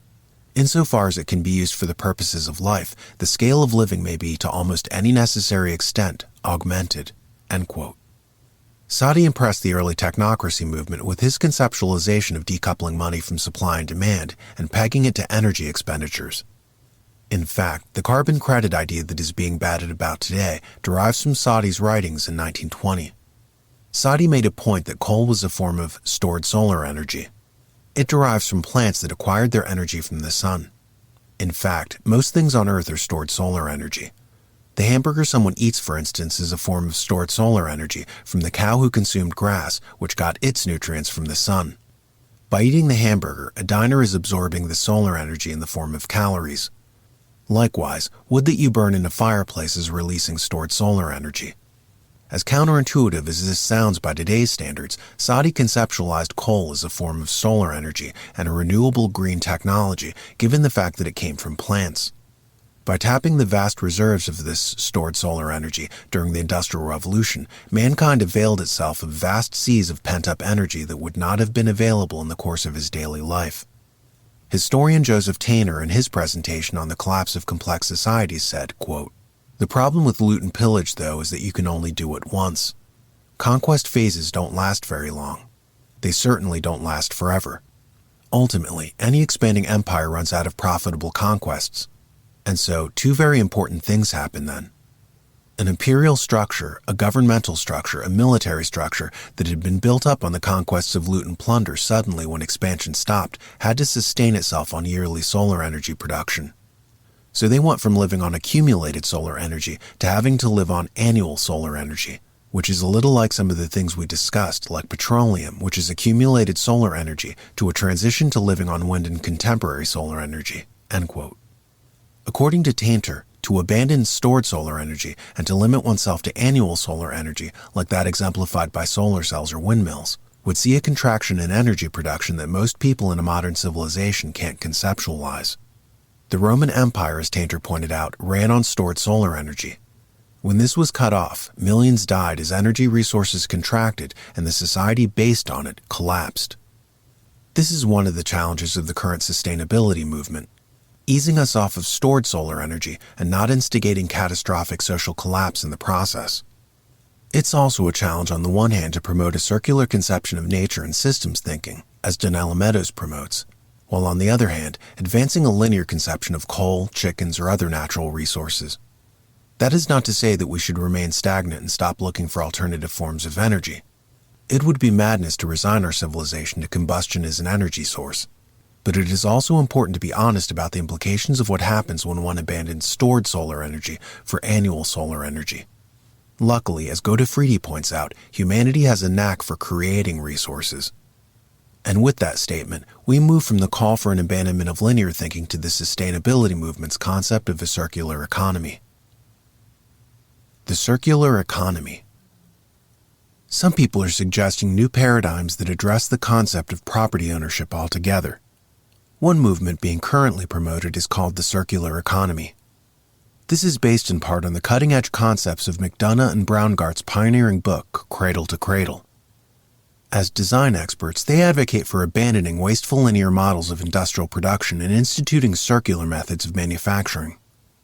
In the embodiment of the phrase, "one man's trash is another man's treasure," McDonough and Braungart advise that corporations purposely design their products not to just be thrown away and when obsolete, but to be made of materials that can be recycled into new products after the first ones run their course. While this aspect of the circular economy is of self-evident value, there are other aspects of the paradigm that might invite more scrutiny, because a component of the plan echoes the World Economic Forum's famous slogan of, "In the future, you will own nothing and be happy." Their solution to the problem of justice is creating a system whereby no one owns products. According to a video on the circular economy by the Ellen MacArthur Foundation, the viewer is told, quote, "Rethink the way we view ownership. What if we never actually owned our technologies? We simply licensed them from the manufacturers," end quote. Instead of buying a washing machine, for instance, a consumer would merely license a unit. When it breaks down, the corporation that they licensed it from will replace it free of charge with a new one. All items in the near future, they vow, will be treated in this way. Of course, what advocates of the circular economy are overlooking are problems that are cropping up even now. Digital books that one downloads have been subject to manipulation by retailers. One prominent example was the bookseller Barnes & Noble, which wanted to promote its Nook e-reader, which was in competition with Amazon.com's Kindle. Barnes & Noble created an algorithm whereby every time it encountered the word Kindle, it automatically replaced it on the device with Nook. Controversy arose when people would be reading classic literature and a phrase like "a Kindle of kittens" became the nonsensical "a Nook of kittens." You assumed that you bought the book. Instead, you only licensed it, allowing someone else to remotely deface its contents. The possibilities for censorship here are obvious. In fact, in a license-based world where ownership no longer exists, overreaching tech oligarchs might even yank books off your device if they disapprove of your reading habits, and you can't stop them. There are a few other problems with the circular economy that many in the sustainability movement have overlooked. For instance, how would such a society affect our basic concepts of law? 9/10 of human rights are based on property rights. What happens when the average person owns no property? In addition, as the common people are told that they will own nothing and be happy, are the world's wealthiest being asked to relinquish their property? It's easy to see very quickly how this could slide into a two-tier civilization of masters and serfs, a level of inequality dwarfed by anything even seen today. Solutions.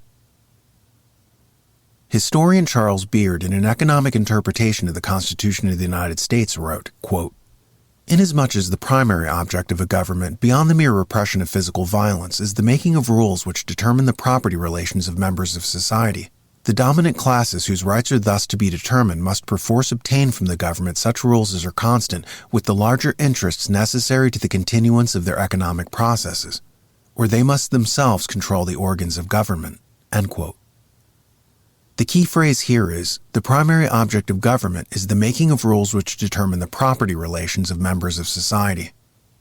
This puts us in mind of Plato and Hume, who describe justice as giving a person his due, with Hume commenting that in the face of infinite property, justice would have no meaning. So the justice of society boils down to making sure that Steve doesn't steal Jim's property. In his book, Antifragile, Nassim Taleb speaks about complex systems and the ethics of apportioning benefits properly, i.e., justice. He writes, quote, "This chapter looks into what we are getting ourselves into when someone gets the upside and a different person gets the downside. The worst problem of modernity lies in the malignant transfer of fragility and antifragility from one party to the other, with one getting the benefits, the other one unwittingly getting the harm, with such transfer facilitated by the growing wedge between the ethical and the legal." End quote. Donella Meadows in Thinking in Systems calls this tendency a system trap. It inhibits proper feedback to any complex system. And when proper feedback is missing, problems set in and collapse ensues. One example she gives is of a corporation that pollutes by dumping toxic chemicals that will flow downstream, so that no one on the corporate campus has to deal with it, but which communities farther on down the river have to confront. It reaps a large gain, she writes, while itself having to live with only a fraction of its own pollution, or none if it can dump downstream or downwind. Quote, "There is no rational reason why a polluter should desist. In these cases, the feedback influencing the rate of use of the common resource, whether it is a source or a sink, is weak." End quote. She adds, quote, "Shifting the burden, dependence and addiction arise when a solution to a systemic problem reduces or disguises the symptoms, but does nothing to solve the underlying problem. The way out? Breaking an addiction is painful. Withdrawal means finally confronting the real and usually much deteriorated state of the system and taking the actions that the addiction allowed one to put off. Sometimes the withdrawal can be done gradually. Sometimes a non-addictive policy can be put in place to restore the degraded system with a minimum of turbulence, group support to restore the self-image of the addict, home insulation and high-mileage cars to reduce oil expense, polyculture and crop rotation to reduce crop vulnerability to pests. Sometimes there's no way out but to go cold turkey and just bear the pain. It's worth going through the withdrawal to get back to an unaddicted state, but it's far preferable to avoid addiction in the first place." End quote. Interestingly, part of Meadows' solution is property ownership so that responsibility won't be diffuse. If people are forced to deal with the consequences of their own behavior on their own designated piece of land, they tend to be more accountable. How many corporations, for instance, would think of polluting if the chemicals they were dumping had to be dumped on their own corporate campus? The aforementioned Nassim Taleb says of this asymmetry of benefits and liabilities, quote, "How do we solve the problem? As usual, with some great help from the ancients. Hammurabi's code, now about 3,800 years old, identifies the need to reestablish the symmetry of fragility. Spelled out as follows: if a builder builds a house and the house collapses and causes the death of the owner of the house, the builder shall be put to death. If it causes the death of the son of the owner of the house, a son of that builder shall be put to death. If it causes the death of a slave of the owner of the house, he shall give to the owner of the house a slave of equal value." It looks like they were much more advanced 3,800 years ago than we are today. End quote. The spirit of Hammurabi's code is also found in the Bible's injunction of an eye for an eye, a tooth for a tooth. In the modern age, this is reflected in game theory with tit for tat, as previously mentioned by Robert Axelrod in his book, The Evolution of Cooperation. Just to refresh the reader's mind, tit for tat kept winning a competition of the game The Prisoner's Dilemma by mirroring the behavior of the other players. So far as the other player was fair, tit for tat was fair. So far as the other player was ruthless, tit for tat was ruthless. By this means, the opponent's behavior was regulated when he saw that it was in his best interest to be good, because that action would boomerang back around to him. An expert on game theory, Axelrod writes, quote, "Perhaps the most widely accepted moral standard is the golden rule. Do unto others as you would have them do unto you. In the context of the prisoner's dilemma, the golden rule would seem to imply that you should always cooperate, since cooperation is what you would want from the other player. This interpretation suggests that the best strategy from the point of view of morality is the strategy of unconditional cooperation rather than tit for tat. The problem with this view is that turning the other cheek provides an incentive for the other player to exploit you. Unconditional cooperation can not only hurt you, but it can hurt other innocent bystanders with whom the successful exploiters will interact later. Unconditional cooperation tends to spoil the other player. It leaves a burden on the rest of the community to reform the spoiled player, suggesting that reciprocity is a better foundation for morality than is unconditional cooperation." End quote. This appears in Axelrod's chapter entitled Reciprocity, which seems to be his term for what in neurophysiology is called mirroring. Eric Barker, in his book Barking Up the Wrong Tree, covers the subject of tit for tat and says, quote, "What magic power did this humble little strategy have? Axelrod determined it came down to a few key things that made those two lines of code so special. He saw the same thing we noticed when looking at altruistic methods like being a giver. Early on, the good guys got trounced. Much like in the study, bad is stronger than good, the bad guys quickly seized the high ground in the initial interaction. Even tit for tat, the eventual winner, always got the short end of the stick early on because it cooperated initially. But as time passed, the bad guys couldn't match the big gains of the cooperators. When tit for tat met a program that cooperated on every move, the gains were enormous. Even programs like Tester, the backpedaler, learned that playing along was more beneficial than the marginal gains earned from defecting. Tit for tat had a number of things going for it. By initially cooperating, it showed goodwill. With other nice programs, it quickly started cooperating and increasing value. With punishing programs, they effectively became nice programs. With programs like Tester, tit for tat showed a willingness to punch them in the nose if they betrayed. It was no wimp. So those programs got in line. Tit for tat also displayed something vital: forgiveness. By not being complex, by only remembering what the other player did most recently, tit for tat was able to bring out the best in almost any program that was not totally evil or utterly random." End quote. Barker ends with a proviso, setting up a moderating note regarding the golden rule of do unto others as you would have them do unto you, namely, quote, "There's a newer variant to tit for tat that one researcher says outperforms both regular tit for tat and generous tit for tat. What tweak does it include? If its opponent always cooperates no matter what, it exploits that opponent. Kind of sad that it works, but we get it. It's just human nature that when people do too much and don't ever push back, they get taken for granted." End quote.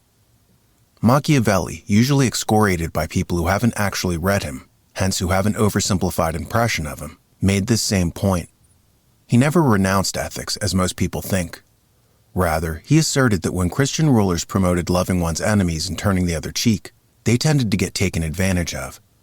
A charge, by the way, made against Christianity as early as the 4th century AD, and an assertion taken up by St. Augustine in his book, The City of God.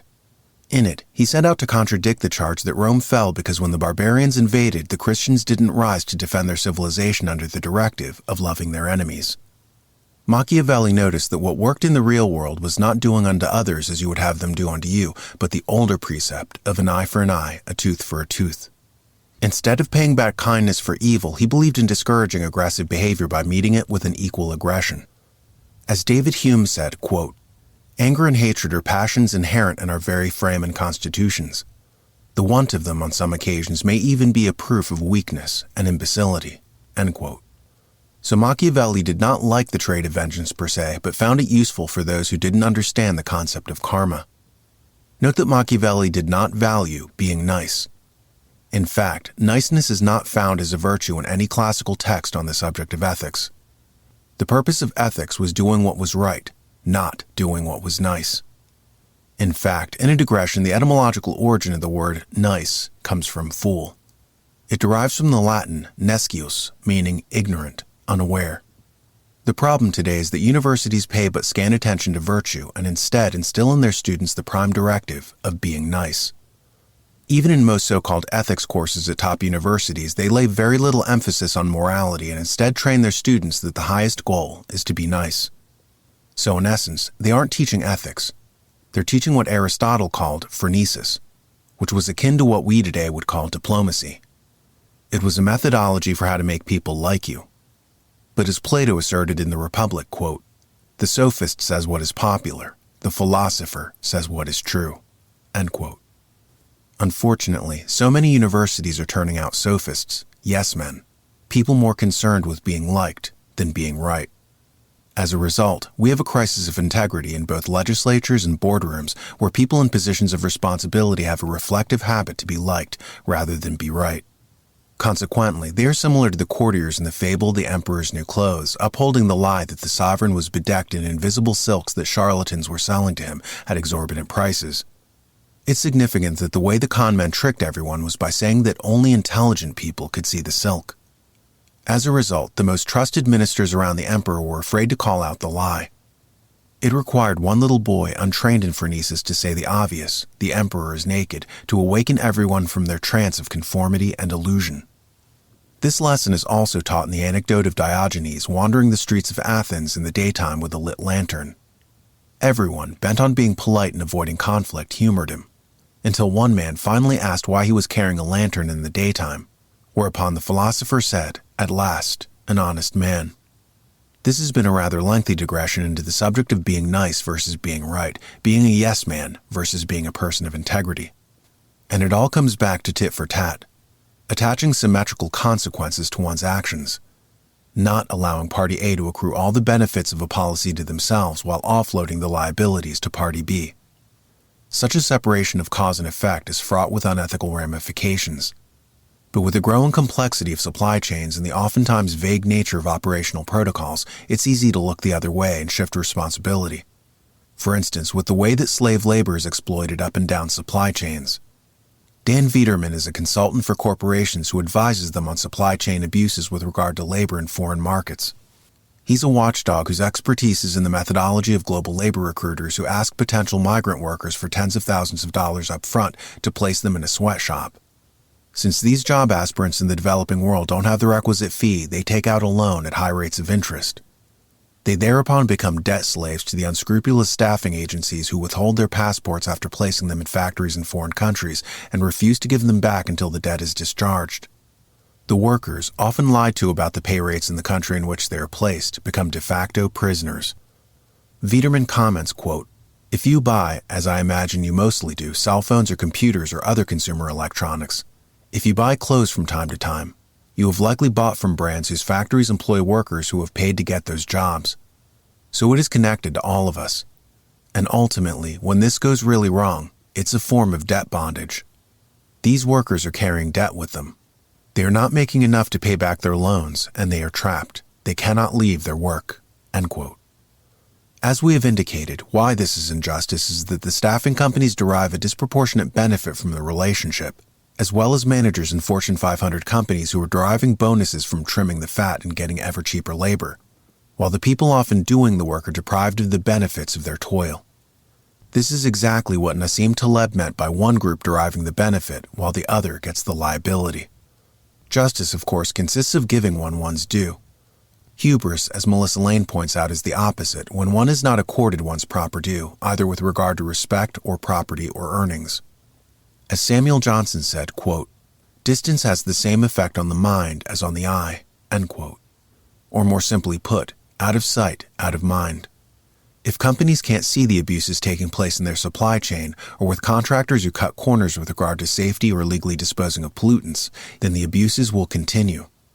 As Charles Beard adds, quote, "The whole theory of the economic interpretation of history rests upon the concept that social progress in general is the result of contending interests in society, some favorable, others opposed to change, end quote.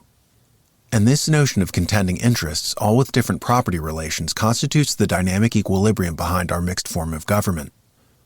Cicero said that there were three basic forms of government, namely monarchy, aristocracy, and republic. These have their decayed forms, i.e. tyranny, oligarchy, and democracy. To stave off this decay and to temper the bad aspects of each of these classical forms, he suggested creating a mixed form of government. In other words, establishing a governance model that had one element of monarchy, one element of aristocracy, and one element of republic. In the American system, this is represented by the President, who stands in for monarchy, the Senate, which stands in for aristocracy, and the House of Representatives, which stands in for a republic. In the initial conception of the U.S. Constitution, the President and Senate had the most power, with the House of Representatives tacked on, as John Stuart Mill says, so that the poor don't revolt. It should be necessary to give them at least some say. So what you have here are, as Charles Beard asserts, three different classes of society in dynamic equilibrium to ensure that they all receive their due, i.e., obtain justice. In the next section on corporate governance, we will explore how ideal corporate governance models reflect this dynamic equilibrium between various stakeholders in a company. Corporate governance.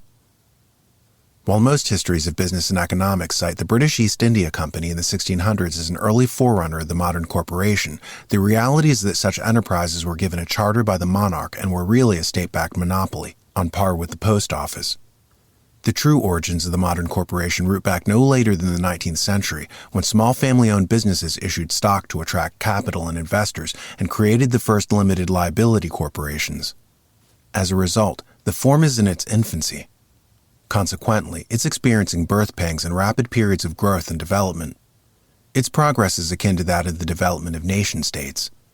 Whereas the first tribal polities were authoritarian in nature, they later developed into constitutional monarchies, and later still into republics. In very many ways, we're still in the early authoritarian top-down form of corporate governance. This primitive form was highly criticized by experts in cybernetics like Stafford Beer, who advocated for a more dynamic republican system of corporate governance.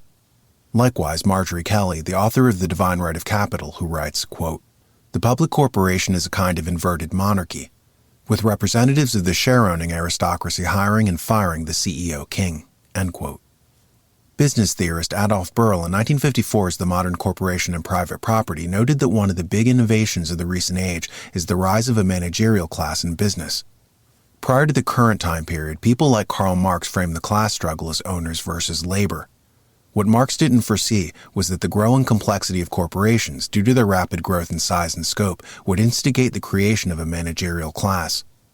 One of the earliest drivers for this change was the rise of railroads in the late 19th century. Because coordination was important, brought on by the pressing need to avoid collisions between trains using the same tracks, certain managerial structures evolved. It was from the railroads, incidentally, that we have the memo today, as well as the classical middle management structure. As ownership became more diffuse, with millions of people holding stock in a company rather than just one proprietor, the guiding intelligence of corporations came from the new managerial class. This was a viewpoint developed more fully by James Burnham's book, The Managerial Revolution, 1941. In it, he talked about the increasing separation of ownership and control. In addition, economist Alfred Chandler said of the 1930s, quote, "The American economy was now dominated by the visible hand of managerial capital," end quote. So now, the dynamics were not binary, but tripartite. You had not just an owner class and labor, but a new managerial class whose ascendant power provided the occasion for increased dynamism and turbulence. This structure, as discussed previously, faintly resembles the old taxonomy of governments offered up by Plato thousands of years ago, namely that there were three basic types: monarchy, aristocracy, and republic. Both Aristotle and Cicero suggested that to maintain the good aspects of all three and to temper the effects of decay, a mixed form of government might be best. The Roman Republic adapted this strategy, as did the United States. Just to reiterate, in the U.S., the Founding Fathers created a president who represented monarchy.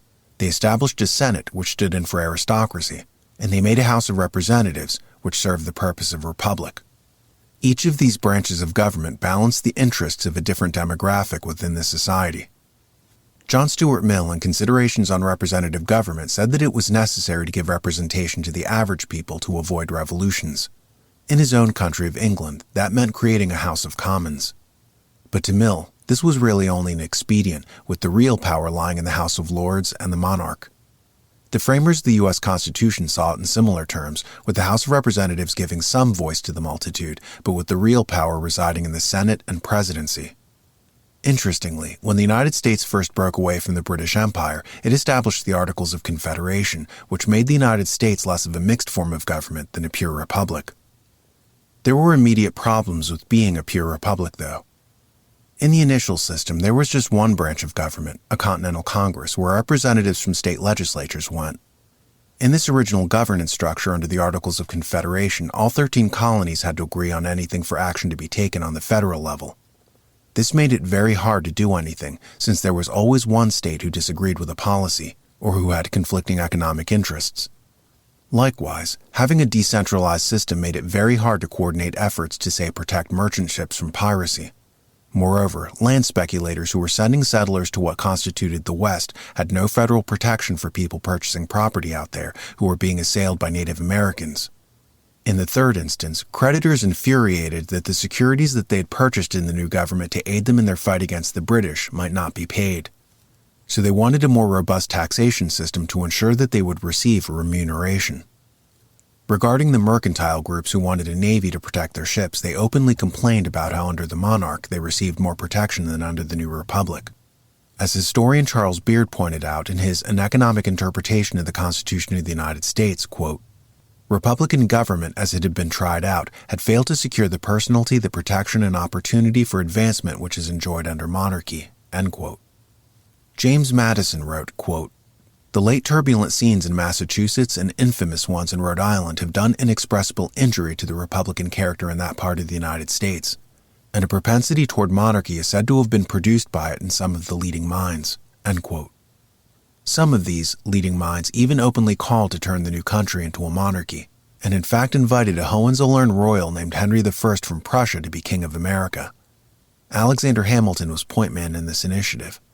Alas, Henry turned down the offer. This led to the founders deciding to create a mixed form of government with elements of monarchy and aristocracy thrown in to counterbalance the excesses of the republic.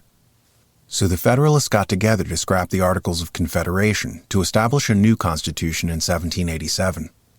Gone was the one branch of federal government under the Articles of Confederation, and established was a three-part structure based on the aforementioned monarchy-aristocracy-republic model that Cicero advocated thousands of years ago.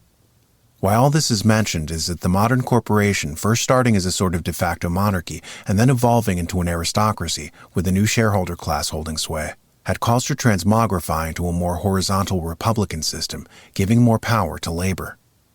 R. Todd Johnson, an attorney in the United States and an expert in corporate governance, warns that this overcorrection might be a mistake. He said, quote, There are some fundamental flaws if you're trying to maximize the best result possible for all stakeholders. One flaw is elevating one stakeholder to a level of primacy. You then do the lowest common denominator for the other stakeholders in compliance.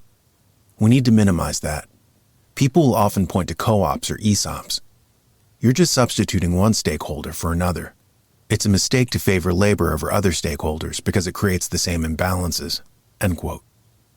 So what Johnson suggests harks back to Cicero in the sense of creating a system whereby all the stakeholders are in dynamic equilibrium with each other. In comparing a corporation to a nation-state, the shareholders would be the Senate, labor would be the House of Representatives, and the managerial class and the C-suite would be the executive branch. Law professor at George Mason University, Jordan Nyland, said, quote, I've been looking more at some of the issues around ESG to see how the people are seeing the balance of the individual stakeholders, rights, and what kinds of proposals might be put forward to look after these different interests that are out there, end quote. He added, quote, The modern executive compensation scheme is essentially to award shares or value based off of the value of shares to executives, and even lower-level employees will get stock option plans.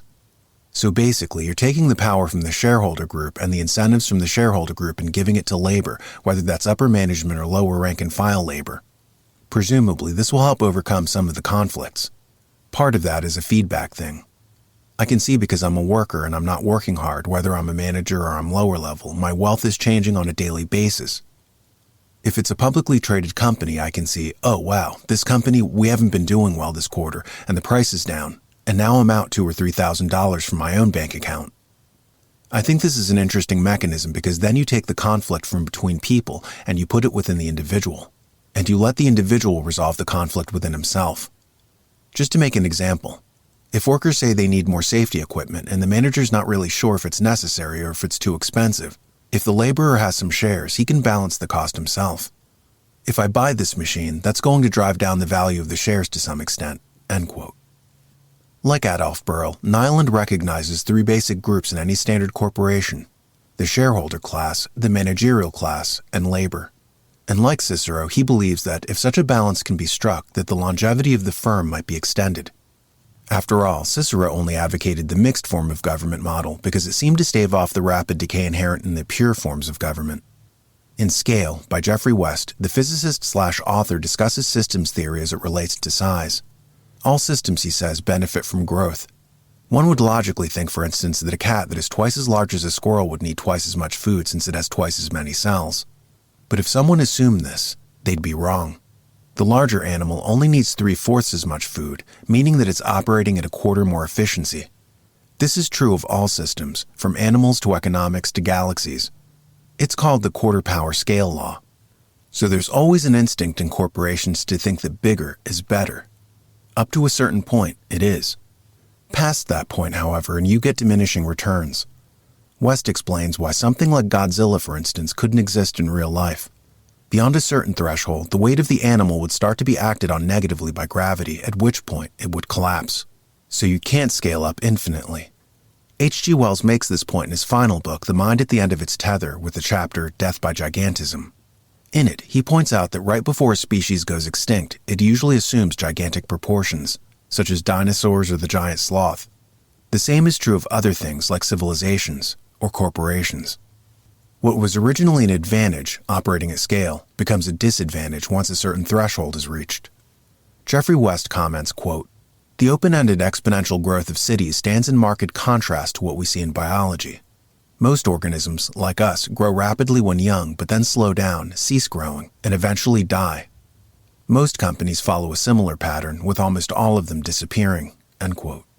He adds, quote, "No human has ever lived for more than 123 years, and very few companies have ever lived for much longer. Most have disappeared after 10 years. Half of all U.S. publicly traded companies have disappeared within 10 years of entering the market. Although a small minority live for considerably longer, almost all seem destined to go the way of Montgomery Ward, TWA, Studebaker, and Lehman Brothers. Why? Can we develop a serious mechanistic theory for understanding not only our own mortality, but also that of companies? Can we imagine being able to quantitatively understand the processes of aging and death of companies and thereby predict their approximate lifespans?" End quote. To follow the analogy of corporations resembling the development of governments, it might be useful to consider Cicero's point that by creating a mixed form of corporate governance, one can extend the longevity of the system. Most decision-makers in startups think no further than achieving scale and promoting the idea of growth for growth's sake, which sees rapid initial growth in a firm, which then inevitably peters out. Even the most successful companies last no longer than the span of a single human life. By concentrating on a mixed form of corporate governance, the lifespan may foreseeably be trebled or quadrupled. For this to be achieved, however, a thoughtful balance must be structured. Many strategies may be employed, but principal among these must be the creation of a responsive corporate governance structure to achieve this. First off, it might be good to hark back to a comment made earlier in the book, namely, that a government's constitution is akin to a paper algorithm. As in all cybernetic systems, an algorithm is used by means of feedback loops to nudge a system into homeostasis. The initial example given in this book was that of an HVAC unit. As a cybernetic system, it uses a sensor called a thermostat. The homeowner plugs in an ideal temperature and the system uses positive and negative feedback loops to maintain that temperature. If it's too cold, it will turn on the heat. If it's too warm, it will activate the air conditioning. In structure, it echoes Aristotle's golden mean, with an ideal concept existing flanked by an excess and a defect. To achieve the ethical position, one aims at the target in the center. Thus how cybernetic systems operate with negative and positive inputs to nudge the system back to the center. A constitution, according to Hegel, is quote-unquote the embodiment of the spirit of a people. The government's sole purpose is to maintain the ethos of that people. The constitution is the cybernetic system used to do that.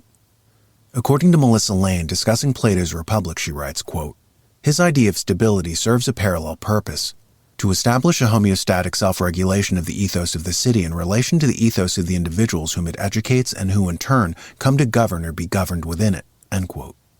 In terms of a company, the corporate governance structure is the method by which the ethos of the company is maintained. So it is critical at the outset of any new startup to codify what that ethos consists of. The subsequent operation of the system is the telos of the governance structure. An incentive structure must also be put in place which bases rewards for managers not on the short-term fake wealth of increased stock valuation, but on the real wealth of ecological stewardship related to the particular supply chain a company relies on to get its products to market. This means that a CEO might derive a bonus not from the narrow objective of maximizing shareholder value, but from planting trees if the business relies on, say, paper as part of its end product.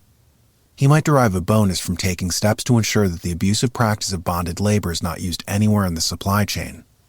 He might be rewarded for robustly promoting ethics among his employees and increasing the reputational value of the firm. Steps like these might be hashed out early on as triggers designed to keep the company securely tied to its purpose. So far, most corporate boards today are bicameral, made up of the shareholder class and the C-suite. There might be a few permutations to this structure, such as a two-board system with shareholders at the top and the managerial team underneath them, or a single board made up of both groups. But the fact remains that in the waning influence of unions, corporate boards became binary. In a digression, religions are usually binary too. They promote the concepts of good versus evil, black versus white, up versus down. When civilization graduated up into philosophy, it became tripartite.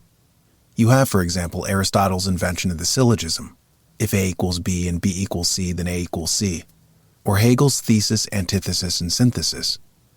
A tripartite model is more in keeping with ethics insofar as it resembles the golden mean, which is three-part in structure. You have the ideal in the middle, the excess on one side, and the defect on the other. It's like a cybernetic system, with the apparatus in the center and positive and negative feedbacks to keep the machine in balance.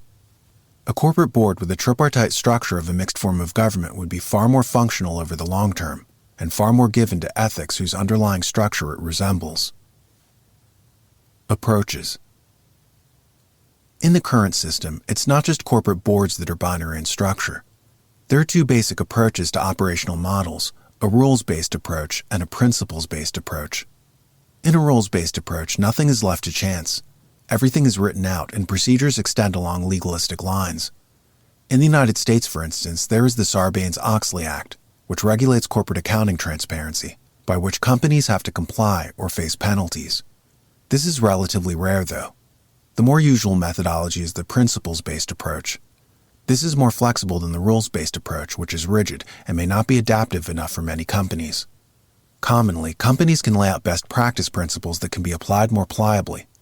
It can be implemented on a comply or explain basis.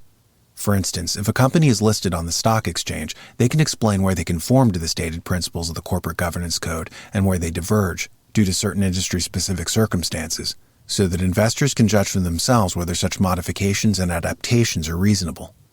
The advantage for the principles-based structure is that decisions are made by the company, whereas in a rule-based approach, the decisions are made by remote legislators who may not have a deep understanding of one's particular industry. Generally speaking, corporate governance structures are very nation-specific in nature, but there are codes out there that relate to international business. The best known of these would be the OECD Code, which relates to the Organization for Economic Cooperation and Development. This lays out guidelines for the rights of shareholders, the obligations of directors, and so forth. The ICGN, the International Corporate Governance Network, took the basic template of the OECD and utilized it for its own model. They exist to help companies apply these principles within their own businesses. Governance principles. 1. Board role and responsibilities. 2. Leadership and independence. 3. Composition and appointment. 4. Corporate culture. 5. Risk oversight. 6. Remuneration. 7. Reporting and audit. 8. Shareholder rights. Flexibility. According to the ICGN, the International Corporate Governance Network, in their booklet of Global Governance Principles, quote, "The GGP are intended to be of general application, irrespective of national legislation frameworks or listing rules. As global recommendations, they should be read with an understanding that local rules and cultural norms may lead to different approaches to governance practices." End quote. This is touched on in Chapter 6 in the section on artificial intelligence and ethics, where we use the example of programming self-driving cars to avoid cows in deference to India's traditional view of their sanctity. Such as Descartes advised in his discourse on the method, where he said that if he were ever in any doubt as to what to do, he would default to the customs of the country he was in, writing, quote, "I formed for myself a provisional moral code consisting of just 3 or 4 maxims. The first was to obey the laws and customs of my country." End quote. In other words, when in Rome, do as the Romans do. This protocol has been lost on AI machines, where the one-size-fits-all rules are set by the engineers instead of ethicists, sociologists, and political scientists. This lazy delegation of the responsibility of people trained in moral and social systems to a computer engineer is akin to having the maintenance man in Congress fix the plumbing and throw in the legislation on the side. Touching on that fact, we discussed how different interests must be weighed according to what social contract a country had with its citizens vis-a-vis a constitution. If the social contract outlines that a country is a republic, for instance, where a conflict arises between the collective and individual rights, then individual rights must prevail. In a democracy, by contrast, where the commonweal is emphasized and mob rule is normative, then the interests of the collective must be accorded more weight. This helps us to segue into the next section on different corporate governance models. Most companies see the firm in terms of a contract between shareholders and employees to maximize profits and proceed accordingly. But a different way of seeing the firm may, as we alluded to earlier, be in terms of its resemblance to a nation-state. That being said, its charter and corporate governance model may be based on political models. A third way to see a company may be to view it as an organic self-regulating system. In his book, The Master Switch, Tim Wu describes what Austrian economist Joseph Schumpeter called creative destruction, as one new industry supplants an older one.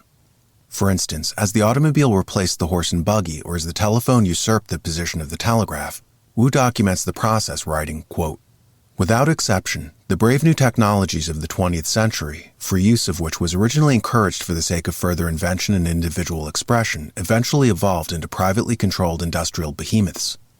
History shows a typical progression of information technologies, from somebody's hobby to somebody's industry, from jerry-rigged contraption to slick production marvel, from a freely accessible channel to one strictly controlled by a single corporation or cartel, from open to closed system." End quote. Wu adds, quote, "That which is centralized also eventually becomes a target for assault, triggering the next phase of the cycle. Sometimes this takes the form of a technological innovation that breaks through the defenses and becomes the basis of an insurgent industry. The advent of personal computing and the internet revolution it will eventually beget are both instances of such game-changing developments." End quote. Charles Koch of Koch Industries is a huge believer in Schumpeter's notions of creative destruction. Instead of hiding from it, he sought to create a corporate governance model that would not succumb to the arthritis and decay of other centralized systems. To shield his corporate empire from this process, he sought a model that was not a closed system, but an open system. Through a theory that he calls market-based management, he sought to set up his company not as a top-down structure, but as a bottom-up dynamic system, such as the real world operates in accordance with. It goes without saying that many of the most brilliant insights since the Industrial Revolution have been based on this thinking. For instance, when economist Adam Smith wrote The Wealth of Nations in 1776, he came up with the notion that the economy was a dynamic, self-regulating system that did not require top-down manipulation and interference. He's famous for his invisible hand theory, by which he meant that through trillions of individual transactions, manufacturing and trade can be regulated by multitudes of human beings who can best see to their own needs and interests without obstruction from outside forces. In just such a spirit, Alfred Russel Wallace and Charles Darwin conceptualized natural selection. In this dynamic system, one obviated the need for a god to individually sculpt particular animals. Instead of top-down stewardship, the morphological changes in species were happening due to changes in environment and habitat. In other words, the system, once running, didn't require the intervention of a supreme being to make it work. Just so, these ideas on the level of political science culminate in the concept of a republic, i.e., a system that doesn't require a top-down intrusion of a king. The people could self-regulate. Coming back to Charles Koch, he wanted to alter the ways companies were running and minimize so far as possible the rigid top-down centralized systems of early 20th century corporate governance models, and to establish some measure of autonomy and competition between his employees to replicate this more dynamic model. In Good Prophet, he writes, quote, Einstein saw the divine in the orderly harmony of what exists. If one thinks of the natural world as functioning harmoniously without orchestration or central planning, one can easily visualize spontaneous order, an order that leads to the miracles of nature. The intention of MBM, market-based management, is to set the conditions of an organization, a framework consisting of a structure, a way of thinking, and a culture, to bring about a spontaneous order that produces its own miracles. End quote. Koch's notion was not to organize his company according to traditional corporate structures, but to go deeper and set it up to act according to the laws of self-regulating societies. In short, to make the company run like a mini-country. Holmstrom and Tyrrell in The Theory of the Firm say, quote, large firms are substantial sub-economies of their own with thousands of participants, end quote. Charles Koch is taking the observation quite literally and putting his theories into practical application. He sets forth 5 dimensions of this praxis, namely vision, virtue and talents, knowledge processes, decision rights, and incentives. Vision. Our vision, he writes, is based on what we believe is the role of business in society, providing products and services that customers value more than their alternatives while more efficiently using resources. Consequently, we strive to profit only from benefiting both our customers and society as a whole. Virtue and talents. Having skills and intelligence is important, but we can hire all the brightest MBAs in the world, and if they don't have the right values, we will fail. Therefore, we hire based on values first, then talent.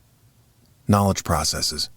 One of our top priorities is impressing on new employees that not only is it permissible to challenge their bosses respectfully if they think they have a better answer, but that they have an obligation to do so. And supervisors have an obligation to create a culture that invites challenges. Decision rights.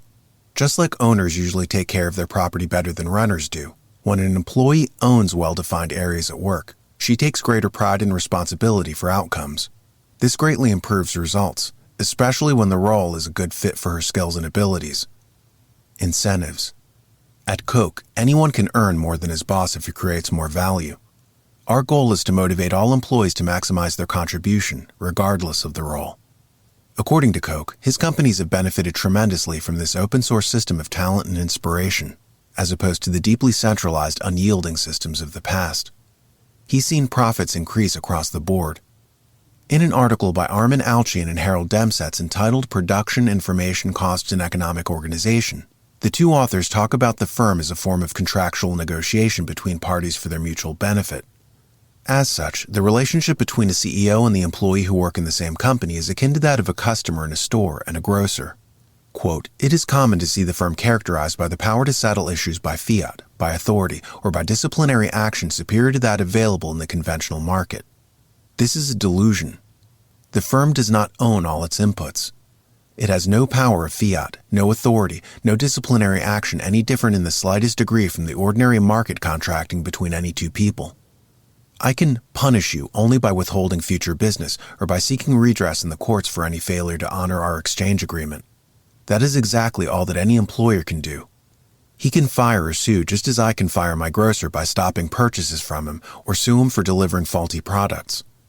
What then is the content of the presumed power to manage and assign workers to various tasks? The single consumer can assign his grocer to the task of obtaining whatever the customer can induce the grocer to provide at a price acceptable to both parties. That is precisely all that an employer can do to an employee. To speak of managing, directing, or assigning workers to various tasks is a deceptive way of noting that the employer is continually involved in renegotiating contracts on terms that must be acceptable to both parties. End quote. They add, quote, wherein then is the relationship between a grocer and an employer different than that between a grocer and his customers? It is a team use of inputs and a centralized position of some party in the contractual agreements of all other inputs. It is a centralized contractual agent in a team productive process, not some superior authoritarian directive or disciplinary power. End quote. In this way of looking at corporate governance, we see on display an ideological movement away from the vertical monarchical early corporate setup of, say, Henry Ford and the early Ford Motor Company, and an assertion of the horizontal workplace as more of a republic. Just as in the machinery of politics, where the sovereign is no longer the king, but the people, we see in this organizational shift the premise that all are working on the same team to achieve the same goal. So the evolution of the corporation, mirroring the evolution of political structures, can be looked at as a process whereby in the early stages, power in the company is vested in a 1. Monarch, Just as in primitive political states, the corporate owner of yesteryear looked upon management in terms of the old Frederick Winslow Taylor methodology of viewing workers as little more than robots, from out of whom all possible efficiency must be squeezed, but with scant attention paid to their own native creativity, talents, or autonomy. In the modern age, ownership of most large firms passed from single proprietors to a new shareholder class, and the chief executive ceased to be the owner, but the managerial class. 2. Then it evolves from a monarchical structure to an aristocracy, whereby a shareholder class dominated by activist investors wield power independently of the C-suite or labor. And then 3. A republic, whereby all the people working at the firm see themselves engaged in a mutual effort to achieve a common telos. Though there are still clearly different groups with different specific interests, all are balanced in a sort of mixed form of government. And this is precisely what we're seeing now take place in modern corporate governance structures, whereby checks and balances create a dynamic equilibrium to sustain the firm. The point is to create a governance model that best maintains the ethos, the ethics of the company.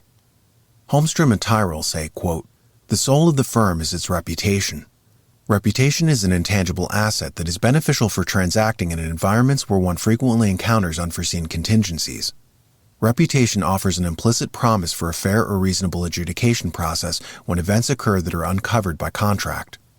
The more faith the firm's trading partners have in the ability and willingness to fill in continual voids in a reasonable and efficient manner, the lower the costs of transacting. Thus, establishing and nurturing a good reputation is of much strategic significance." Krebs argues that corporate culture is a main vehicle in this process.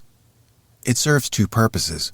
It conditions and synchronizes the employee's behavior in accordance with desirable reputational objectives, and it sends a message to its transacting partners, which informs about expectations of the trading relationship.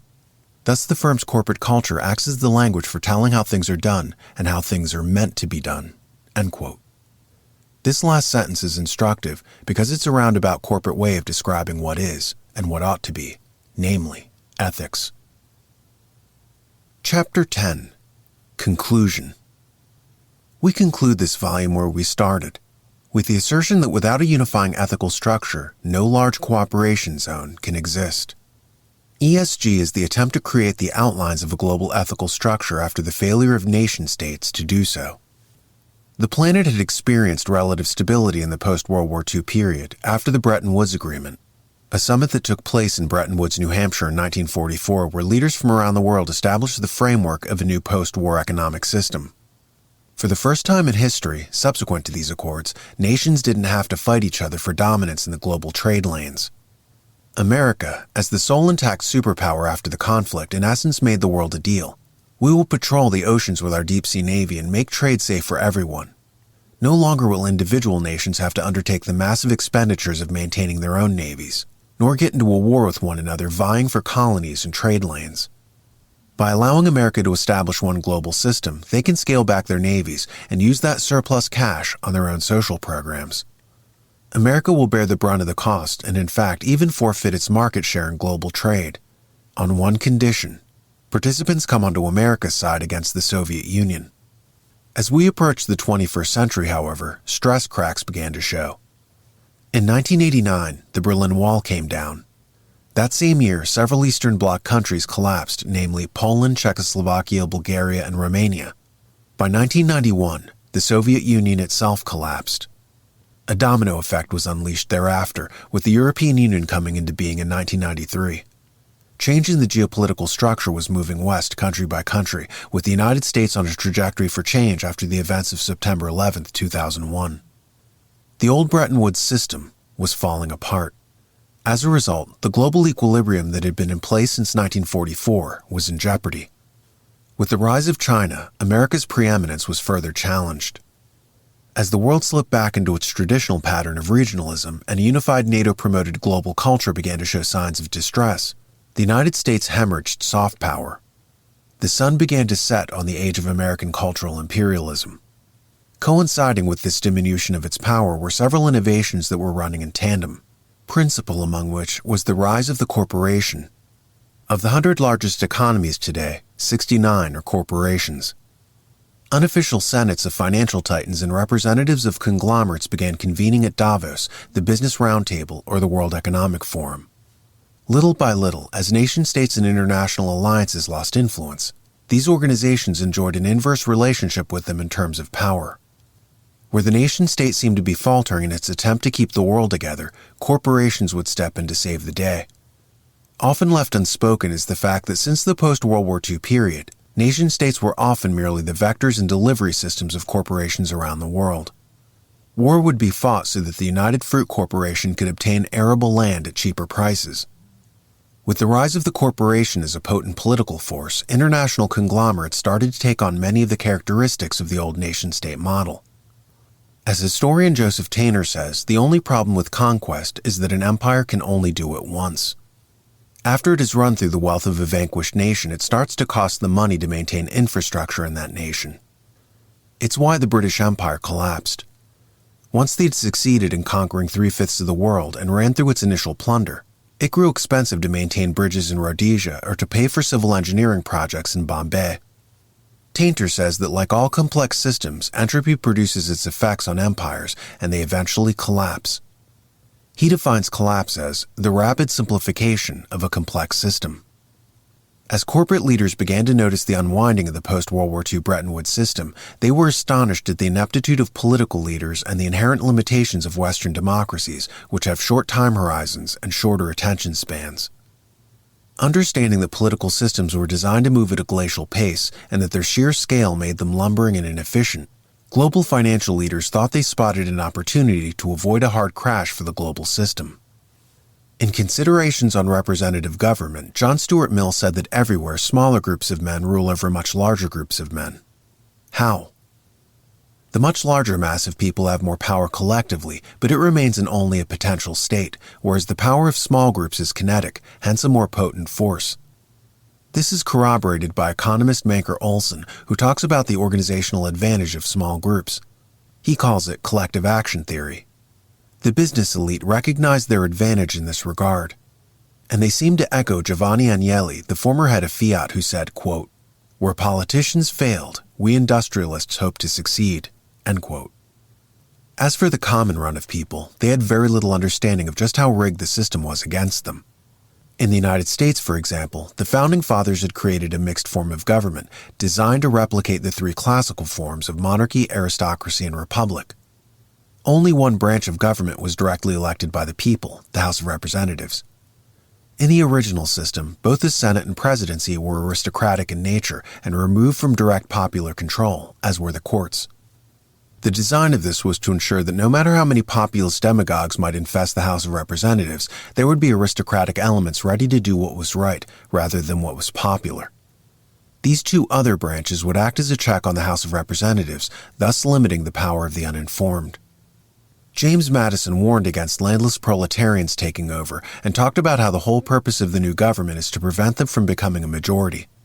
To do so, it would break them up. How is this to be done? In the 10th Federalist paper, Madison says that the very size of the Union will make such a thing possible. Quote, "The smaller the society, the fewer probably will be the distinct parties and interests composing it. The fewer the distinct parties and interests, the more frequently will a majority be found of the same party. Extend this sphere, and you take in a greater variety of parties and interests. You make it less probable that a majority of the whole will have a common motive to invade the rights of other citizens. Or if such a common motive exists, it will be more difficult for all who feel it to discover their strength and to act in unison with each other." End quote. In other words, Madison saw the government's job as foiling any attempt of the people to unify, thereby amassing too much political power.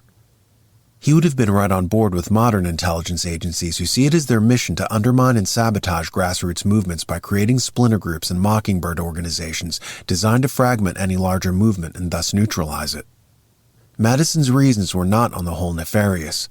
They were well-intentioned and grounded in a historical understanding of the shortcomings of democratic movements and their propensity to vote themselves the property of others and bankrupt the system. As Alexander Fraser Tytler famously put it, quote, "A democracy is always temporary in nature. It simply cannot exist as a permanent form of government. A democracy will continue to exist until that time that voters discover that they can vote themselves generous gifts from the public treasury.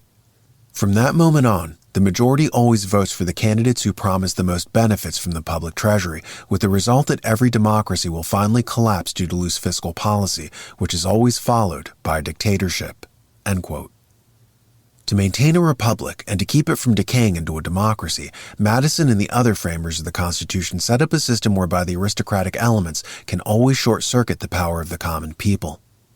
As historian Charles Beard comments, quote, "After a law had run the gauntlet of both houses and the executive, it was subject to interpretation and annulment by the judiciary, appointed by the president with the consent of the Senate and serving for life. Thus it was made almost impossible for any political party to get possession of all branches of the government at a single popular election." End quote. So even if the people voted in a president and designated representatives to institute change, the courts would always be on hand to ensure that true change never happened. To repeat, this was done on purpose to protect the aristocratic elements within the government from democratic upstarts. The only oversight that the founders made was another lesson drawn from classical political science. It's not just that republics decay into democracies, aristocracies decay into oligarchies. Once this happened in the United States, the political system, which grandfathered them in before their transformation, thwarted any attempt by the people to institute meaningful reforms. The very governmental structure meant to protect the republic was now defending an oligarchy who were, in many respects, immune from feedback mechanisms from the general public. This oligarchy, meanwhile, used the treasury as their personal ATM and concentrated power to a remarkable degree. Because of consolidations, the number of publicly traded companies in existence declined by 1/2 in the first decades of the 21st century. According to Jerry Davis in his book, The Vanishing Corporation, small firms were either swallowed up or displaced by behemoth too-big-to-fail conglomerates who were insulated from reckless behavior by the promise of permanent government bailouts and a rigged tax system. After the COVID-19 crisis unfolded, retailers declared bankruptcy at unprecedented rates and the real economy hemorrhaged. The stock market ceased to be a true barometer for the economic health of the country as Wall Street became increasingly decoupled from Main Street. So as the rest of the country suffered, the stock market, after an initial dip, hit new highs on the basis of just a handful of companies: Facebook, Apple, Amazon, Alphabet, and Microsoft. These 5 corporations represent roughly 20% of the overall market capitalization of the entire stock market. Not only did they not suffer during the pandemic, but they gained market share as they sucked all the oxygen out of the system as mom-and-pop stores went under.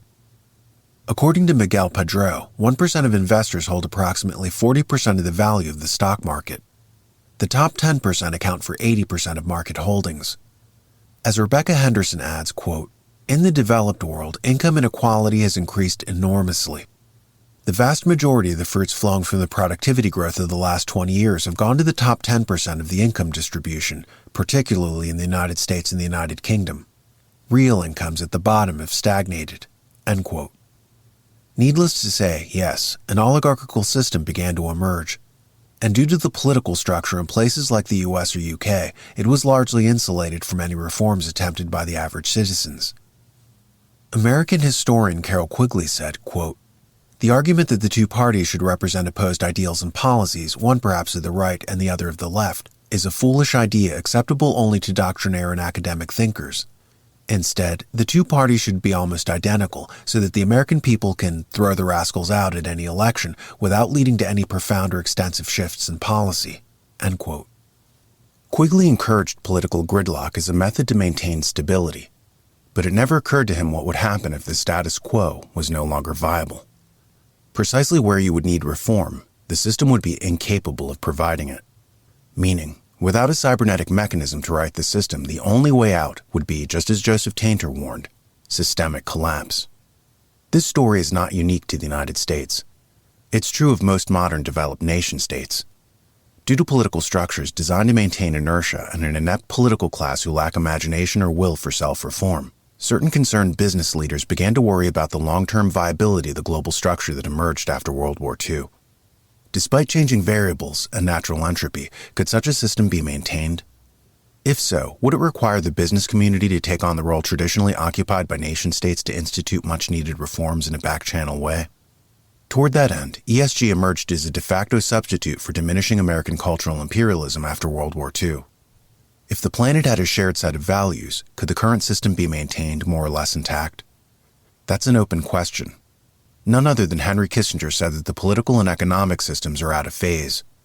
Since the political structures were too weak or corrupt to put up guardrails, is ESG the attempt to rein in the worst excesses of late-stage capitalism? In an Atlantic Council speech, Kissinger said, quote, "Overshadowing everything in the immediate future is a moment of huge financial crisis. There are many economic reasons for it, and there'll be endless debates about the causes. But one fundamental reason for the crisis is that the political system of the world and the economic system of the world had grown substantially out of phase with each other. The economic system had been based on globalization, which was assumed to be self-regulating. The political system has been based on the nation-state, or in Europe, on the European Union. If it turned out, as it did, that the economic system was not self-regulating, as it had never been in any previous period in history, the consequences would have to be dealt with by political systems not designed for or capable of handling global economic crisis. Even now, a global crisis is still being dealt with largely by national policies chosen for different national reasons, the coordination of which has barely begun and the goal of which the relevant participants in the process have not yet adequately defined. Much of what one reads about the economic crisis seems to assume that if the immediate panic is overcome, things will return much to what they were before. I don't believe that is possible. The political and economic governance of these issues has to be brought into much closer relationship with each other." End quote. In the book, Reimagining Capitalism in a World on Fire, Rebecca Henderson writes, quote, "In January 2018, for example, Larry Fink, the CEO of BlackRock, the world's largest financial asset manager, sent a letter to the CEOs of all the firms in his portfolio that said the following: Society is demanding that companies both public and private serve a social purpose. To prosper over time, every company must not only deliver financial performance, but also show how it makes a positive contribution to society. Companies must benefit all their stakeholders, including shareholders, employees, customers, and the communities in which they operate." End quote. As of this writing, BlackRock has just over $9 trillion under management, making it wealthier than every country on Earth except for 2. It has a controlling interest in the top 7 banks in the United States, as well as thousands of companies and pension funds. The financial institutions under its management have indicated that unless a company has a suitable ESG score, it will forfeit investment. BlackRock acquired unassailable power after the 2008 financial crash. So many companies had been affected by the subprime mortgage collapse that the entire bond market was threatened, due to no one wanting to buy what were in effect worthless corporate bonds. For the U.S. government to continue being able to fund itself, it required the bond market to keep operating. To shore it up, it tapped Larry Fink to manage the bailout of America's corporate sector, as well as deputizing him to buy the corporate bonds of thousands of zombie companies to keep them afloat. Fink used his position of responsibility to attach strings to any bailout money. One of these was that salvaged companies sign on to ESG protocols. In a moment of systemic collapse, an opportunity presented itself to rewrite the rules of business in a gambit to save the world's prevailing financial structure. Rebecca Henderson asks, can business really, and I mean really, rescue a world on fire? The answer to that question is only now coming into focus. In the current book, I covered aspects of ESG related to the environment and corporate governance.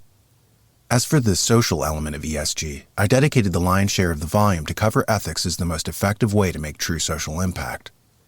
If corporations who adopt ESG concentrate on a more robust and earnest promotion of ethics, and use this as a common social structure to maintain a cooperation zone around the world, then ESG may turn out to be the saving grace of the flagging Bretton Woods global system. Cesar A. Hidalgo runs MIT's Media Lab.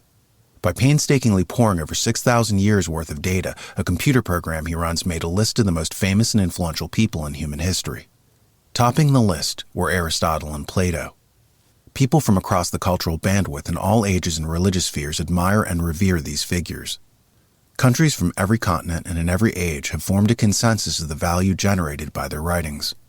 If a global culture were to be established, it would be easiest to base it on these solid foundations that would appeal to people in South America, Africa, East Asia, Europe, and so forth. If, however, these titanically respected figures and their tried and true teachings are abandoned for new and controversial woke culture, ESG may be a harder sell in places like China, Africa, India, and even significant swaths of the West. In the emerging markets, like India is one prominent example, they have a phrase, modernization yes, westernization no, by which they mean that they want Western production methods, efficiencies, and technology, but without what they consider subversive social policies that undermine and contradict their local cultural values. China, too, has a low opinion of woke culture, referring to Western practitioners of it as baizuo, needless to say, a term that is not complimentary.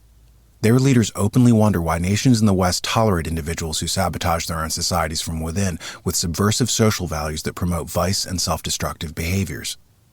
With most places on the planet writing off woke culture as dangerous and nihilistic, it remains to be seen if ESG will achieve its goal of displacing Americanism as a cross-planetary unifying cultural emulsifier. In the Bretton Woods arrangement, the United States enjoyed inestimable soft power. Countries around the world admired it and wanted to emulate it. Due to this soft power, places like Iran had girls eager to don miniskirts, countries longing for American-style representative government, unbidden, enacted reforms. Continents hungry for Hollywood movies or rock and roll consumed massive amounts of American content. This changed the world, and it was, to a shocking degree, not carried out with coercion or brute force. Thomas Madden in Empires of Trust writes, quote, "Even at its peak, Rome had no more than about 200,000 men under arms across its empire. That was far too few to hold down an empire stretching from Scotland to the Persian Gulf. The United States has approximately 1.5 million troops, which is likewise far too few to dominate a world of 6.5 billion people should the world not wish it. Yet both powers had and have sufficient military power to respond to numerous local threats or even several major threats to security among their allies. This is all that is needed. That and trust. For without trust, everything else falls apart. Without trust, other powers will arm themselves, leading inevitably to insecurity, war, and collapse." End quote. So if ESG doesn't inspire trust in countries around the world, if people skeptical of it don't hear a persuasive case for concepts such as diversity, which critics overseas view as disadvantaging their own citizens, or open border policies, which they see as a cynical way to whet the appetite of Western corporations' desire for cheap labor in a bid to depress domestic wages, or energy cutbacks, which they perceive as sabotaging their industrial capacity to keep them backward, poor, and under the thumb of Atlanticist financial institutions, then ESG will be perceived as a transparent attempt of the Western financial elite to maintain its slipping grasp on global supply chains after the 2008 financial collapse and subsequently moribund state of Western soft power. Even some of the most optimistic advocates for the principles underlying ESG worry that it might devolve into theater, as the Aspen Institute did with their symposium entitled "As ESG Proliferates, Do We See Progress or Theater?" Are companies serious with coming up about new and innovative ways to help the environment, or are they repackaging business-as-usual initiatives to look like ESG programs when they're not? As the academic paper 7 Myths About ESG said, quote, "The challenge of assessing the impact of ESG is complicated by the fact that we cannot always tell whether an initiative is truly ESG. Corporations promote their public initiatives to demonstrate a commitment to social and environmental causes. However, many initiatives are closely aligned with the company's existing business model and are indistinguishable from standard business decisions to maximize shareholder value by mitigating operating risk." End quote. The paper gives the example of Coca-Cola. Quote, "In 2021, Coke announced the production of plastic bottles made from 100% recycled materials. Given our scale and resources, we realize our unique opportunity and clear responsibility to make a positive difference in the global plastic crisis. The initiative was announced months after Coke was named the world's largest plastic polluter by a nonprofit advocacy group. So Coke's motivations were shaped by standard damage control protocols that it would have undertaken whether ESG existed or not. Yet it went on to market its move as shaped by a concern for the ecology to make themselves more investable. Corporations may be engaging in such practices in other aspects of ESG as well. For instance, is there a real push to create an even playing field for all demographics in society, or are cynical ethnic quota systems a new form of facile tokenism that amounts to a sociological form of greenwashing? As Marjorie Kelly writes, quote, "Thus we see governance experts pondering the importance of independent directors or social investing activists counting the number of women on boards, while neither questions the central fictions, the stockholders of the corporation, that they elect the board, that the board supposedly governs the corporation, and that the employees have no vote." End quote. Kelly worries that tokenism is being used to distract from the fact that no fundamental structural reforms are taking place. What exacerbates the situation is that some companies and institutions have contracted with unscrupulous purveyors of utilitarian thought who abuse the trust reposed in them. Instead of behaving ethically, they haze certain employees on the basis of immutable characteristics. News reports and videos have emerged of workers being ostracized by bad actors, alienated and told to stand up in a classroom and apologize for their ethnicity, told that they are evil oppressors and should be replaced by more deserving people. Newspapers as far afield as India are reporting on the situation in shock. As the India Express wrote, quote, beverage giant Coca-Cola has come under fire for allegedly promoting reverse racism and anti-white rhetoric after a recent diversity training seminar included slides urging employees to try to be less white. The content of the controversial training session sparked a storm online after some of the slides were leaked by an employee late last week, end quote. Of course, morality doesn't permit the lifting up of some people by stepping on others, even if the excuse is some ambiguous call for social justice. In Cicero's 6 Mistakes of Man, mistake number 1 is the delusion that personal gain is made by crushing others. We rejected the logic of racial collective punishment ages ago and rightly excoriated Germans who, angry at narratives of international bankers, took out their frustration on toy store owners who happened to be of the same religious affiliation. Being irate at the Warburg brothers crafting the Treaty of Versailles was no excuse to toss a brick through the window of a humble cobbler in a small shop.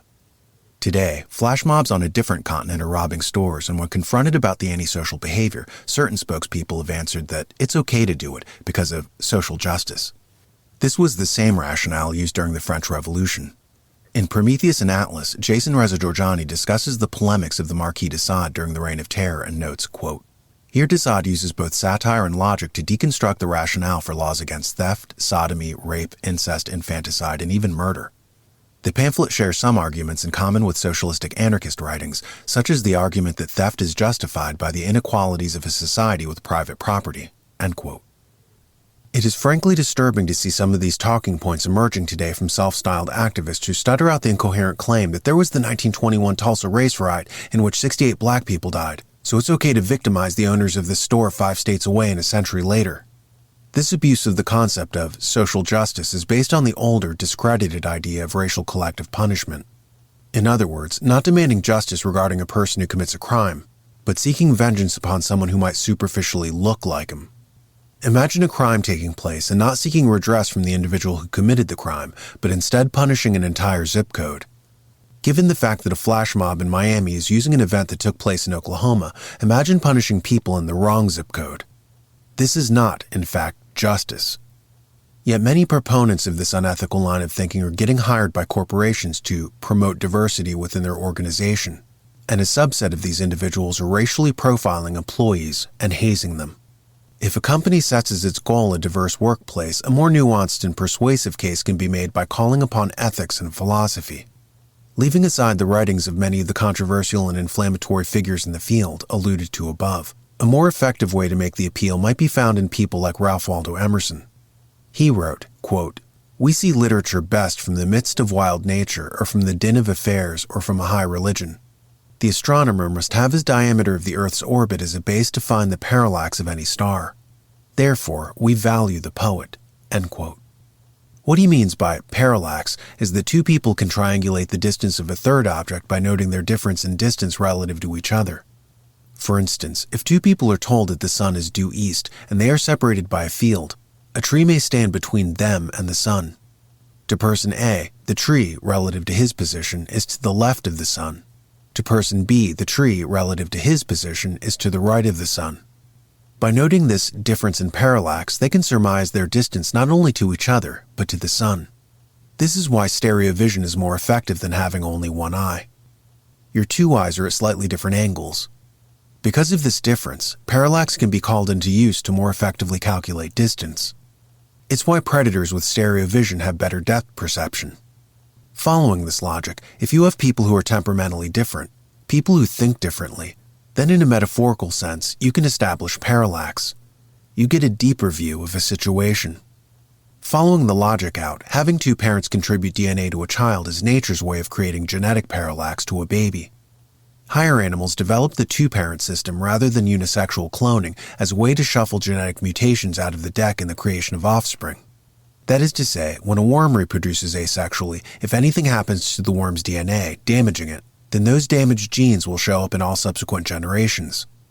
By having 2 parents, however, you can delete out damaged genes, passing on only the good genes to the child. Diversity, therefore, in its best sense, is akin to this. You have different people with different points of view who collaborate to create a synergy that would be impossible with hive mind groupthink. Groupthink is akin to the asexual reproduction of the worm. Unfortunately, many companies have adopted a more lazy approach. An axiom of the technocracy movement was that any organization should be run as an engineering problem. If you can't measure it, you can't control it. So they've decided to leapfrog over actual attempts to create social parallax with the shortcut of racial quotas to plug into a spreadsheet and up their ESG rating. This is of course superficial window dressing and does nothing to actually solve larger social iniquities. Worse still, if they happen to hire the wrong people to teach hastily cobbled together diversity classes, they might end up alienating large sections of their workforce, who may react in less than optimal ways to contractors who manifest an animus toward them and whose techniques are geared to erode their self-esteem. Because yes, being asked to stand up and apologize for your quote-unquote race and your quote-unquote role in oppression is less an instructional method on history's iniquities than a transparent assault upon a person's self-esteem. It's designed to intimidate the individual and throw a chill over their self-confidence. The problem with that? A Harvard study of 16,000 salespeople demonstrated that a correlation exists between the productivity of workers and their self-esteem. Business speaker and self-development author Brian Tracy is very eloquent on this point. In The Psychology of Selling, he writes, quote, "Each time you say, 'I like myself,' your self-esteem goes up. When you repeat the words, 'I like myself' over and over throughout the day, you actually cause a chemical change in your brain. You release endorphins that give you a general feeling of confidence and well-being. The more you say, 'I like myself,' the more confident you feel and the more competently you perform." End quote. Just in terms of sales, he asserts, if someone has a fragile ego and low self-esteem, they won't have the wherewithal to withstand the rejection that precedes eventual success. He adds, quote, "When I learned this affirmation many years ago, I used to repeat it to myself 10, 20, and even 50 times per day. I would say it in the morning and in the evening. I would say it as I drove along and before every sales presentation. I would keep repeating it until I drove the message deep into my subconscious mind, where it locked in and took on a power of its own. You can do the same thing. Every time you say, 'I like myself,' your overall self-concept improves. Your ability to perform and your level of effectiveness increase immediately. You do everything, including selling better, when you have a high level of self-generated self-esteem." End quote. The point being, businesses should be very aware of consultants who, under the cover of buzzwords like social justice, see it as their mission to denigrate employees and systematically erode their self-esteem. Aristotle in Politics has a section on how tyrannies are maintained. In the chapter in question, he describes how a tried-and-true tactic of despots is to erode the self-esteem of the people over whom he rules. He writes, quote, "What has been already mentioned is as conducive as anything can be to preserve a tyranny. Namely, to keep down those who are of an aspiring disposition, to take off those who will not submit, to allow no public meals, no clubs, no education, nothing at all, but to guard against everything that gives rise to high spirits or mutual confidence." End quote. Needless to say, a just and equitable system consists of doing the hard work to lift people up, not tearing certain people down to create a common level of mediocrity in a misguided attempt to establish a synthetic quote-unquote equality. If we shortchange ourselves by not believing in our people's ability to aspire upward, and instead engage in a race to create a system based on the lowest common denominator, then we will be uncompetitive in a world where others insist upon excellence. But even worse than training half the workforce to see the other half as oppressors is the even more toxic tactic of normalizing victim culture. To train someone to be a victim is to condition them to see themselves as powerless, helpless. John Stuart Mill said that while republics require an active populace, despotisms require people to be passive, obedient. By active, he meant people in a republic participating in their communities, voting, doing jury duty, and so forth. A republic calls upon its citizens to be de facto deputies. If they see a person being mugged, they leap into action to stop it. Because the people themselves help in the enforcement of law, there doesn't need to be a vast police state. In a despotism, by contrast, people are encouraged to disengage. They're told to be passive. This dichotomy between being an active person and a passive person is elaborated on by Mill. He said that when an active person sees a fault in himself, his first instinct is to fix it. A passive person, he says, blames others. He externalizes his shortcomings and says that others are at fault. A disconcerting development in ESG are grievance profiteers, whose divisive programs consist of pitting one part of the workforce against the other and training both sides to be demoralized, dispirited, passive. This fosters an atmosphere that undercuts personal empowerment. It doesn't create more self-confident, hence more productive people. Its upshot is division and psychological insecurity. Ethics, by contrast, is training people to be active. It consists of personal empowerment. It's rooted in the concept of helping individuals to achieve their telos and to be their best selves. In conclusion, if ESG remains at this early immature state, and if it's driven by people perceived to be hucksters, with policies and social imperatives that are at best theater and at worst dangerous nihilistic philosophies, then buy-in will be hard around the world. It will fail in its goal of fostering a global framework to maintain planetary stability. If ethics, however, arises to displace well-meaning but ill-conceived woke culture in a second mature form of ESG, then a more palatable vision can be presented to a skeptical world. This volume is issued as an opening salvo to ignite that conversation, and it leaves off with one final thought. All of history's great revolutions have been moral revolutions. More people can tell you who Jesus was than who the Caesar was who ruled over Judea at the time. More people can tell you who Socrates was than who the political leader of Athens at the time was. More people can tell you who Confucius was than the emperor who held dominion over China at the time. We're at a pivot point in history, one which will lead either to a utopia or to a stifling technocracy, one that will be a control revolution or a moral revolution. Let us hope that mankind chooses wisely. The end. You have been listening to Actionable Ethics, with a practical guide to ESG, written by Daniel Natal, narrated by Daniel Natal. Copyright 2022, Daniel Natal.